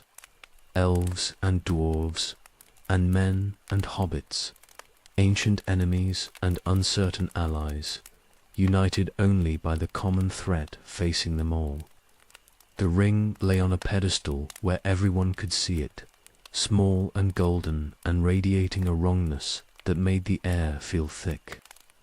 Elrond opened the council by laying out the situation plainly. Sauron was rising again, and his power grew daily. The ring he'd forged in the Second Age, and lost when Isildur died, had been found and brought here. Now they must decide what to do with it, knowing that every choice led through danger, and that wrong decisions would doom everything. The stakes could not be higher. The history was recounted for those who needed it. Gandalf spoke of how the ring was made and what power it held. Elrond told of the last alliance and Isildur's failure, how his own presence at that moment of decision gave him authority to speak on what happened and what it cost. Others contributed pieces of the story they knew, building the complete picture of what they faced. Boromir spoke for using the ring. He was Denethor's son from Gondor, raised in a kingdom that had held the line against Mordor for centuries, while others hid or faded. His people were dying to contain an enemy they couldn't defeat, and here was a weapon that might turn the tide. Why not use it against Sauron, fighting fire with fire and reclaiming the power he'd forged for their own purposes? Gandalf shut that argument down with explanations that brooked no debate. The ring could not be used by anyone without them becoming exactly what Sauron was. It would corrupt whoever wielded it, slowly or quickly depending on their strength, turning them into another Dark Lord regardless of their intentions. Using the ring meant becoming the thing they fought against. That path led nowhere good. Elrond added his own weight to the refusal. He'd seen what the ring did to Isildur in the moment of victory, watched a good man become possessed by the thing's influence. No one was strong enough to master it. The ring served only Sauron and would betray anyone else who tried to claim its power. Trust in the ring was trust misplaced, and the cost of learning that lesson would be everything. The council debated other options briefly. Sending the ring over the sea to Valinor wouldn't work. The Valar had made clear they wouldn't intervene in Middle-earth's affairs again. Hiding it somewhere, hoping Sauron never found it, was temporary at best and foolish at worst. Giving it to Tom Bombadil, who seemed immune to its power, would only delay the problem, since Tom wouldn't guard it and wouldn't care about its significance.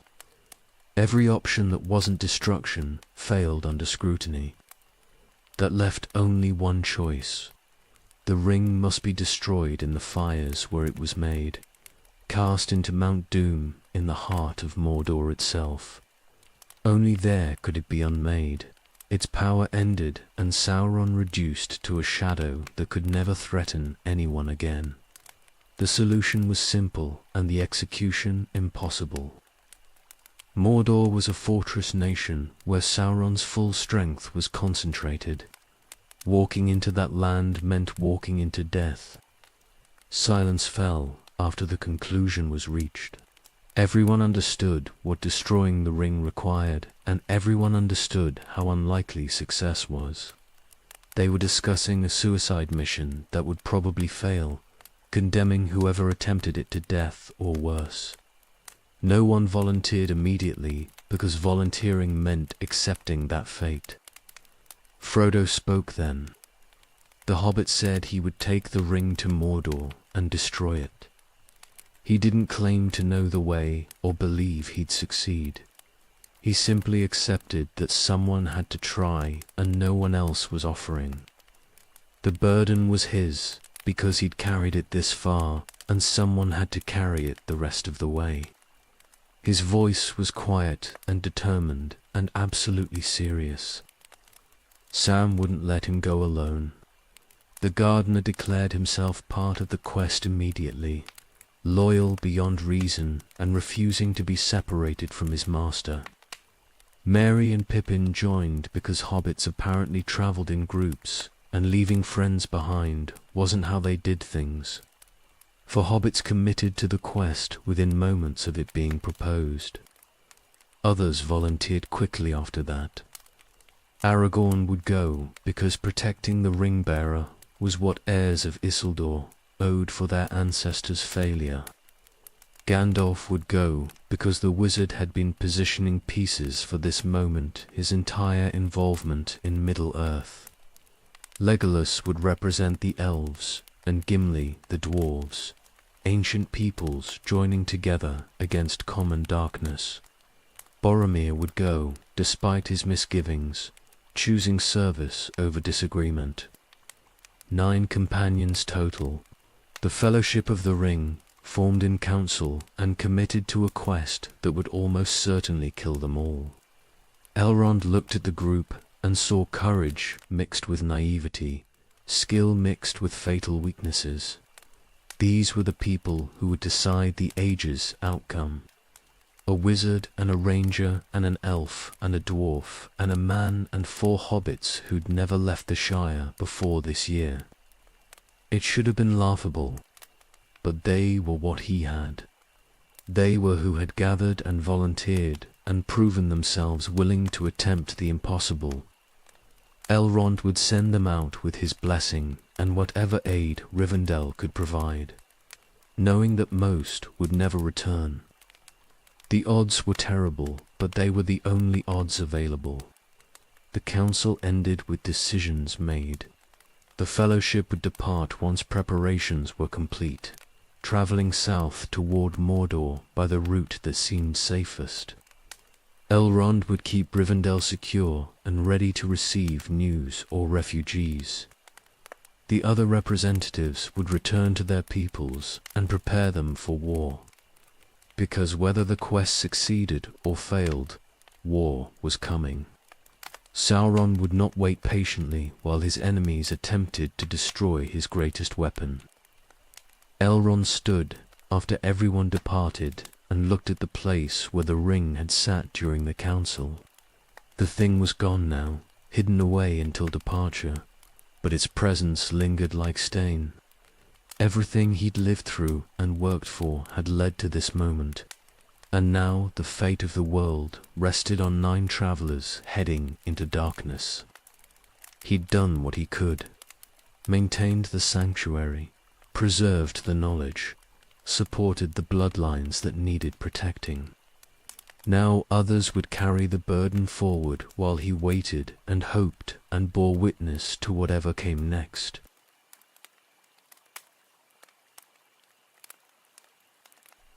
The Fellowship departed in late December, 9 figures walking south from Rivendell toward a quest that would almost certainly kill them, carrying the fate of the age in a hobbit's pocket. Elrond watched them go and felt the weight of sending people to their deaths settle over him like winter cold. They were brave and committed and probably doomed, but they were all that stood between Sauron and total victory.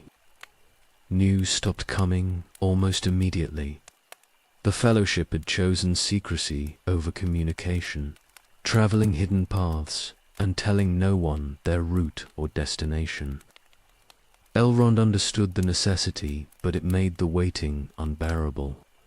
Every day without word meant either they were still moving or they were dead or captured, and the ring was already returning to Mordor. No way to know which until something broke the silence. Winter passed into spring with no reliable information. Rumors filtered back through various sources, but they contradicted each other and couldn't be verified. The Fellowship was seen here, or maybe there, or perhaps that was a different group entirely. Elrond sifted through the fragments and tried to build coherent pictures from incoherent data. Mostly, he just worried and waited and tried to maintain the house's normal functions while anxiety gnawed at him constantly. Then came word that made his heart stop. Gandalf had fallen fighting a Balrog in Moria. The wizard was gone, pulled down into darkness beneath the mountains and not emerging after. The Fellowship's guide and strongest member was dead, leaving the others to continue without him. Elrond felt the loss like a physical blow. Grief for his friend mixed with terror at what Gandalf's death meant for the quest's chances. More news arrived slowly through February. The Fellowship had broken at Amon Hen. Boromir was dead, killed defending hobbits from orcs. Merry and Pippin were captured and carried toward Isengard. Aragorn and Legolas and Gimli were pursuing the orcs rather than continuing toward Mordor. And Frodo had disappeared entirely, last seen heading toward the eastern shore with Sam. The quest was shattered, the Fellowship scattered, and the ring's fate completely unknown. Elrond tried to make sense of the disaster and couldn't. Everything they'd planned had fallen apart within 3 months of departure. The ring-bearer was missing, possibly dead or captured. The wizard was fallen. The Fellowship was dispersed across hundreds of miles, pursuing separate objectives. This should have been the end, total failure leading inevitably to Sauron's victory. But somehow word kept coming that suggested things were still moving. Gandalf returned. Impossible but true. The wizard appearing at Edoras and leading Rohan's forces into battle. He'd fallen but not died, or had died and been sent back. The details remained unclear, but the fact was undeniable. Gandalf lived and fought again, more powerful than before. That single piece of news gave Elrond hope when everything else argued for despair. War erupted across the realm in March. Rohan was besieged at Helm's Deep and held.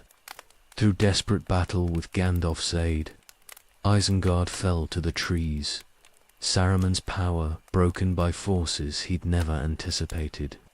And Sauron launched his full assault on Gondor armies beyond counting, marching on Minas Tirith to crush the last major kingdom that stood against him. Everything was happening at once, too much to track clearly. Aragorn rode to war with the Rangers and Elladan and Elrond. Elrond heard about his sons marching south with the heir of Isildur and felt pride mixed with terror. His sons were finally doing what they'd been born for, defending the free peoples in the great battle. But they might die doing it, and he would never forgive himself for letting them go, even though he'd had no choice in the matter. The battle for Minas Tirith lasted days. Reports came back fragmentary and horrifying. The Witch King leading Sauron's armies, breaking the gates with sorcery and might. The Rohirrim arriving in desperate hour and breaking themselves against superior numbers. Aragorn coming from the south with reinforcements that changed the balance. The city saved, but at terrible cost. Thousands dead and the survivors exhausted beyond measure. Then came the strangest news. Aragorn had led the remaining armies in a march on the Black Gate itself. Not to conquer Mordor, that was impossible, but to draw Sauron's attention away from his own borders. A distraction, a sacrifice, a desperate gambit to give someone somewhere else a chance to accomplish something. Elrond understood immediately what it meant. Frodo was still alive and still moving, and Aragorn was buying him time by throwing away his own life. The assault on the Black Gate was suicide made manifest. 7,000 warriors against armies 10 times that size, fighting with no hope of victory and no expectation of survival. They fought because someone had to hold Sauron's attention, while the real objective was accomplished elsewhere. Elladan and Elrond were there. Elrond knew, dying beside Aragorn in the hopeless battle. His sons would fall, and he would lose them like he'd lost everything else. The thought was unbearable, but he endured it, because enduring was all he had left. March 25th came. Elrond felt something change in the world during the afternoon. A fundamental shift in the fabric of reality that made him pause in the middle of routine tasks. Something massive had happened somewhere, but he couldn't identify what or where. The feeling persisted through the evening and into the night. A sense of great forces moving and resolving in ways that changed everything. News arrived days later through exhausted messengers. The ring was destroyed. Frodo had reached Mount Doom and cast it into the fire. Sauron's power was broken and his armies routed. The Dark Tower had fallen and the Eye was extinguished forever. Against all possible odds and through luck and courage and forces no one understood, the quest had succeeded. The ring was unmade and the enemy was finished. Elrond stood in his courtyard and felt tears he hadn't cried in centuries running down his face. They'd won. After 3 ages of fighting and losing and watching darkness grow, they had finally won. Sauron was destroyed beyond any possible return. The Third Age was ending, but it was ending in victory rather than catastrophe. Everything he'd preserved and protected and waited for had been vindicated in that single impossible moment. His sons lived. Aragorn lived. The armies had been saved by the ring's destruction. Sauron's forces collapsing into panic and flight when their master fell. The suicidal stand at the Black Gate had become unlikely survival when the battle's purpose was achieved. Elrond would see his children again. That thought alone was almost too much to bear after the certainty that they were lost.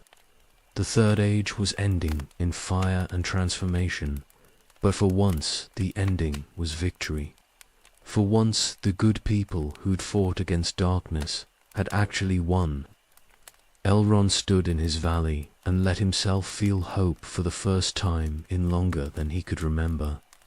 The darkness was broken. The age was saved. And somehow, impossibly, they'd done it.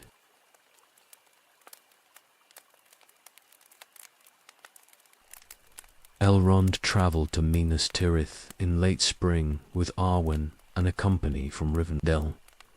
The journey south took weeks through lands still recovering from war, passing refugees returning to ruined homes and soldiers burying their dead. But the darkness was broken and hope had returned to faces that had known only fear for years. They rode toward a coronation that would reshape the age. Minas Tirith rose white against the mountains, damaged but standing. The city had endured Sauron's full assault and held through desperate hours when holding seemed impossible. Now it prepared to crown a king, the first true king of Gondor in 1,000 years. The streets were being cleared and repaired. Banners were raised, showing the white tree and 7 stars. Everything was preparation and anticipation. Aragorn met them at the gates. The ranger was transformed, no longer the weathered wanderer who'd visited Rivendell, but a king in bearing, if not yet in crown. War had tested him and proven him worthy beyond any doubt. He'd led the armies and made the impossible choices and survived when survival seemed impossible.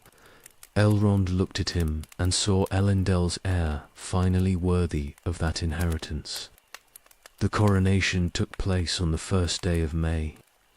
Aragorn stood before the assembled people and received the crown from Gandalf's hands. The wizard somehow surviving everything to see this moment completed. The new king spoke oaths that bound him to his people and his people to him, ancient words that hadn't been heard in centuries. Elrond watched and felt the wheel of history turning, old patterns finally resolving into forms that made sense. This was what he'd waited for, what he'd preserved the bloodline for across generations of chieftains who'd died in obscurity, what he'd fostered sons for and kept records for and maintained hope for when hope seemed pointless. Aragorn stood crowned as king, and the kingdom was restored, and everything Elrond had worked toward for 3,000 years was accomplished in that single moment. But the coronation meant Aragorn had fulfilled the conditions Elrond had set. He'd reclaimed his kingdom and proven himself worthy, done what his ancestors had failed to do for a millennium, which meant he could marry Arwen now, which meant his daughter would have to make the choice. She made it privately with Elrond before the wedding was announced, told him she was choosing mortality, giving up her immortal life to spend the brief span of mortal years with Aragorn. She would be queen of Gondor and bear his children and age alongside him and die when her time came. She was choosing death deliberately, walking into it with open eyes because love mattered more than eternity. Elrond tried to accept it. He'd known this was coming since Aragorn first asked permission to court her. He'd had years to prepare for this moment and this choice. But preparation meant nothing when faced with the reality. His daughter was choosing to die. She would age and fade and be lost to him forever, and there was nothing he could do to prevent it or change her mind. The choice was hers, and she'd made it. He told her he understood and gave his blessing because what else could he do? Forbidding it would accomplish nothing except poisoning their last years together. She was determined and in love and old enough to make choices about her own fate. His role was to support her even though it killed him to do so. Love meant accepting her decision even when that decision led to unbearable loss. The wedding took place in midsummer. Aragorn and Arwen wed in ceremonies that combined the traditions of the Dunedain and the elves, binding themselves together before witnesses from every free people. She was radiant in ways that made everyone who saw her pause in wonder. He was steady and devoted and looked at her like she was the only thing in the world that mattered. They were beautiful together and doomed together, and neither cared about the doom. Elrond gave his daughter away formally, took her hand and placed it in Aragorn's, and spoke the words that transferred his role as father to Aragorn's role as husband. Every word felt like farewell. Every gesture acknowledged that she was leaving him, not just physically, but existentially, stepping away from immortality into the mortal world where he couldn't follow. The celebrations lasted days. All of Minas Tirith rejoiced in their new king and queen, dancing and singing and drinking to the health of the couple who represented the age's hope. Elrond participated in the festivities and smiled when appropriate and felt his heart breaking continuously beneath the surface. This was joy and grief so thoroughly mixed they couldn't be separated. His daughter was happy and his daughter was lost.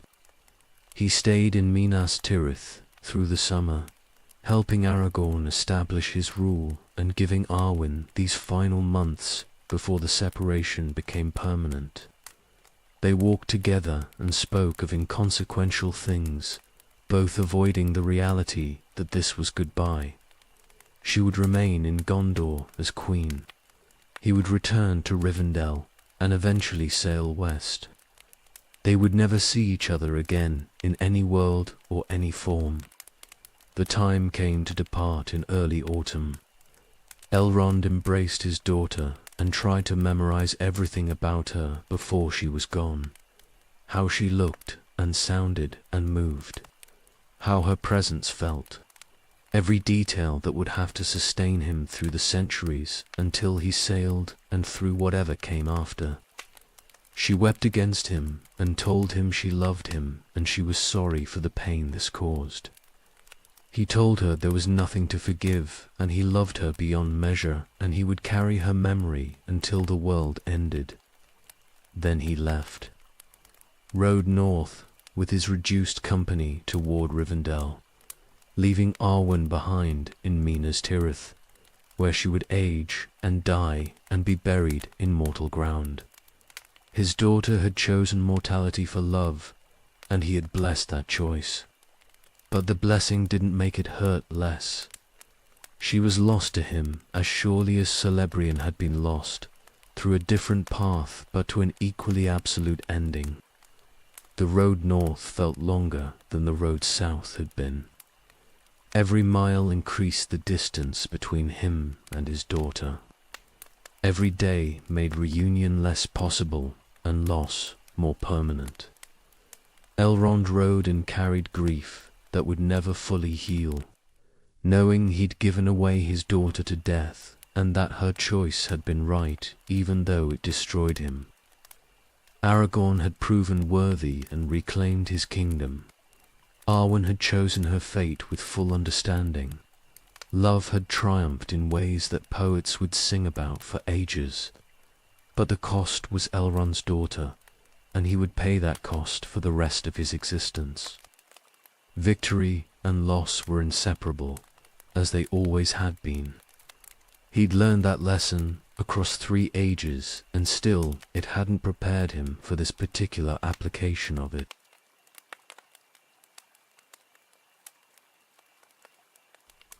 Rivendell felt different when he returned.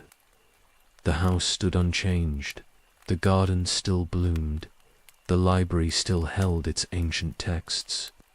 But something essential had shifted in the months he'd been away.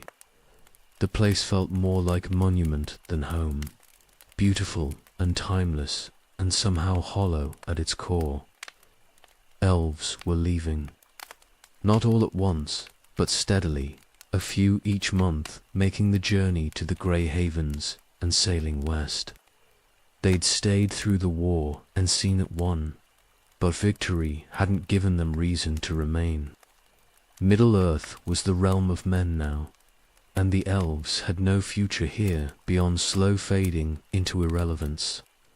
Better to sail while strength remained than linger until they became shadows. Elrond understood the impulse completely. He felt it himself, the pull toward departure growing stronger each day.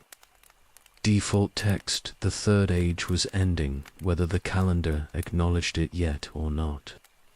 Sauron's defeat had been the last great deed of the Elder Days' power. Everything after was epilogue, the world transforming into something new, while those who remembered the old ages departed or diminished. His time in Middle-earth was finished. The house grew quieter as people left. Halls that had held dozens now held a handful. Gardens tended by many were maintained by few. The library that had been center of constant study and copying became a place where Elrond walked alone, reading texts he'd read 1,000 times and finding less comfort in them than he once had. Rivendell was becoming a shell, still beautiful but increasingly empty. His sons visited but didn't stay. Elladan and Elroa had business in the wild still. orcs to hunt, and places to patrol, and the restless energy that had consumed them since their mother sailed. They were damaged in ways that wouldn't heal in Middle-earth, carrying griefs that only Valinor might ease, if anything could. But they weren't ready to sail yet, so they ranged and fought, and returned occasionally to check on their father before disappearing again. Celeborn came from Lothlorien, and stayed a while. Galadriel's husband had decided to remain in Middle-earth after his wife sailed, but he found little peace in it. They were both widowers now, in a sense, both separated from wives by choices that couldn't be undone. They sat together in Rivendell's halls and spoke little, finding comfort in shared understanding rather than words. Eventually, Celeborn departed back to his own diminishing realm, and Elrond was alone again. The decision to sail came gradually rather than suddenly. Not a single moment of clarity, but a slow accumulation of recognition that nothing held him here anymore. His children were grown and gone, Arwen to mortality in Gondor, and the twins to their endless hunting. His wife was across the sea and had been for centuries. His work was finished, the kingdoms restored and the enemy destroyed. What remained was just continuation without purpose. He began preparing for departure in small ways, deciding what would go with him and what would be left behind. Most would be left. Only a few precious things could cross the sea, and most of what he'd collected mattered only in Middle-earth. The library would remain for whoever might use it in ages to come. The house would stand empty, or perhaps be claimed by men. The valley would endure regardless of whether elves dwelt in it. Gandalf visited in the autumn of Third Age, 3020. The wizard had changed since his return from death, more distant and more focused on matters beyond the immediate world. He spoke of sailing soon himself, his purpose in Middle-earth completed and no reason remaining to delay departure. They discussed the journey west and what might await them there. Two old friends, preparing to leave everything they'd known for an uncertain destination. The final year passed in a haze of farewells and preparation. Each departing elf meant another friend gone ahead. Each empty room meant another piece of the house given up. Elrond walked paths he'd walked for 2,000 years and tried to memorize them, knowing he'd never walk them again. The valley that had been home longer than anywhere else was becoming memory even before he left. He thought often about what he'd built here. Rivendell had been founded in war and desperation, a refuge established during retreat from overwhelming enemies. It had become sanctuary and library, healing house and council hall, the last homely house where travelers found rest. For 2 millennia it had served every purpose he'd hoped for, and some he hadn't anticipated. Now it was ending, not through destruction, but through simple abandonment. Spring came in Third, age 3021, and with it the final preparations. Círdan sent word that a ship would be ready in autumn, sailing from the Grey Havens on the anniversary of Frodo's triumph. Gandalf would be aboard and Galadriel, and whatever other elves had decided their time in Middle-earth was finished. There was space for Elrond if he wished it. He sent word back that he would be there. Default text: the twins came home one last time in summer. They would not sail with him, not yet, choosing to remain in Middle-earth for reasons they couldn't quite articulate. Elrond blessed them and tried not to let his grief show.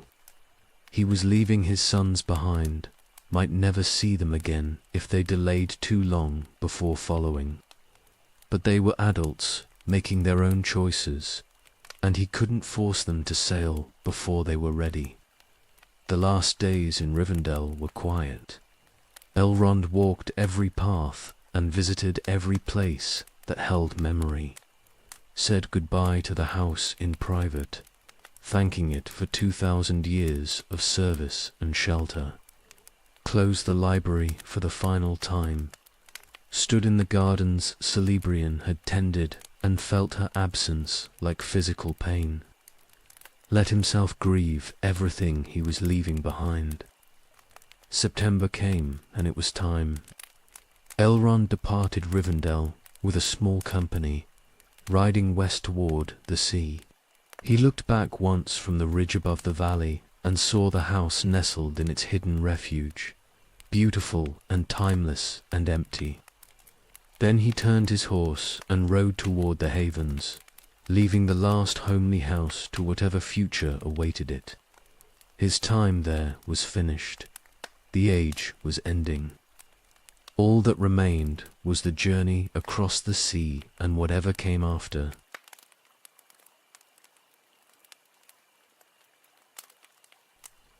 The road to the Grey Havens wound through lands Elrond had known for millennia.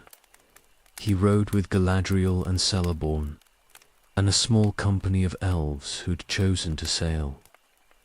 Passing through the Shire, where hobbits worked their fields without knowing what travelled through their borders, the world felt both familiar and strange, like a place he'd already left even though his body hadn't departed yet. They met Gandalf on the road. The wizard was riding with Frodo and Bilbo, the two hobbits who'd carried the ring and been marked by it in ways that wouldn't heal in Middle-earth. Frodo looked diminished, aged beyond his years by wounds that went deeper than flesh. He needed the havens and the healing they represented, needed to leave before the memories destroyed what remained of him. The company travelled together the final miles to the sea. Nobody spoke much, words feeling inadequate for what they were about to do. This was goodbye to everything they'd known, departure from a world they'd shaped and been shaped by. Even for immortals who'd lived through multiple ages, leaving was monumental. The Grey Havens appeared in the distance. Círdan's shipyards and harbours where elves had been building vessels for thousands of years. The last ships were nearly complete, graceful and seaworthy and designed for a voyage that wouldn't return. White sails caught the autumn light. Elrond looked at them and felt finality settling over him like winter cold. Círdan met them at the docks. The ancient shipwright had seen more ages than almost anyone remaining in Middle-earth, and he'd built every ship that sailed west across millennia. He greeted them warmly and gestured toward the vessel that waited, provisioned and ready for passengers who'd never need food but appreciated the gesture anyway. Sam was there, the hobbit having followed Frodo, despite understanding he wouldn't be permitted to sail. The gardener embraced his master and wept openly, saying goodbye to the friend he'd followed through hell and couldn't follow any further. Elrond watched and felt his own grief reflected in the hobbit's tears. Some separations couldn't be softened. His sons were not present. Elladan and Elrohir had said their farewells in Rivendell and chosen to remain behind for now. Elrond understood, but it hurt regardless, boarding a ship knowing his children stayed in a world he was leaving. They would follow eventually, or so he told himself. The alternative was unbearable. Galadriel boarded first, carrying herself with a dignity that had marked her across all the ages. She'd ruled Lothlorien for thousands of years, and now she was abandoning it, leaving Middle-earth to whatever came after the elves departed. Celeborn chose to remain at the last moment, unable to leave quite yet, despite having accompanied her this far. Some partings happened in stages rather than cleanly. Gandalf helped Frodo and Bilbo aboard. The hobbits looked small and fragile on the ship's deck, out of place among the elves, but welcomed regardless. They'd earned their passage through suffering and service. The Valar would receive them as heroes, regardless of how humble their origins. Elrond stood on the dock while others boarded. This was the moment, the final choice between staying and going. He could remain in Middle-earth, like Celeborn, like his sons, finding purpose in the diminished world. But there was nothing left for him here. His wife was across the sea. His daughter was committed to mortality in Gondor. His work was finished. Only leaving made sense. He thought of Arwen as he stepped aboard. She was in Minas Tirith with Aragorn, building a life and a kingdom and accepting the mortality she'd chosen. He would never see her again in any form, never know how her life unfolded or how her death came. The separation was absolute and permanent, and it destroyed him even as he accepted its necessity. This was the cost of her choice and his sailing. They'd both chosen their paths, and now they'd live with the consequences. The ship cast off as the sun set. Círdan waved from the docks, and the few elves remaining on shore stood silent as witnesses.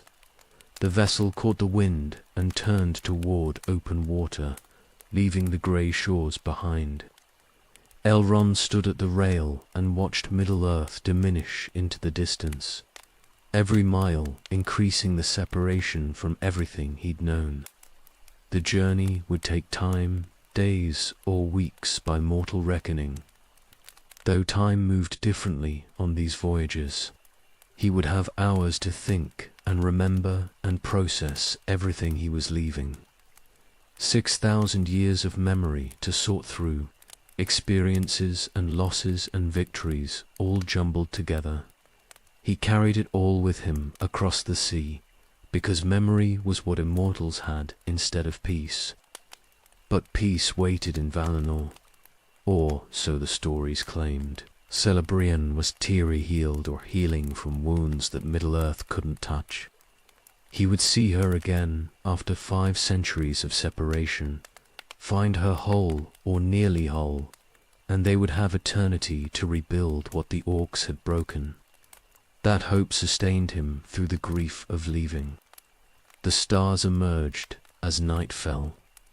Eärendil sailed overhead, bearing the Silmaril. Elrond's father transformed into light millennia ago. The familiar star marked their path west, toward lands removed from the circles of the world, toward the undying lands where the Valar dwelt and the elves who'd sailed before them waited. Toward home, though home was a concept that had grown complicated across ages of wandering. Elrond stood at the rail through the night and let Middle-earth fade completely behind him. Arwen remained there, mortal and beloved, and lost to him forever. His sons remained there, hunting and ranging and delaying their own departure.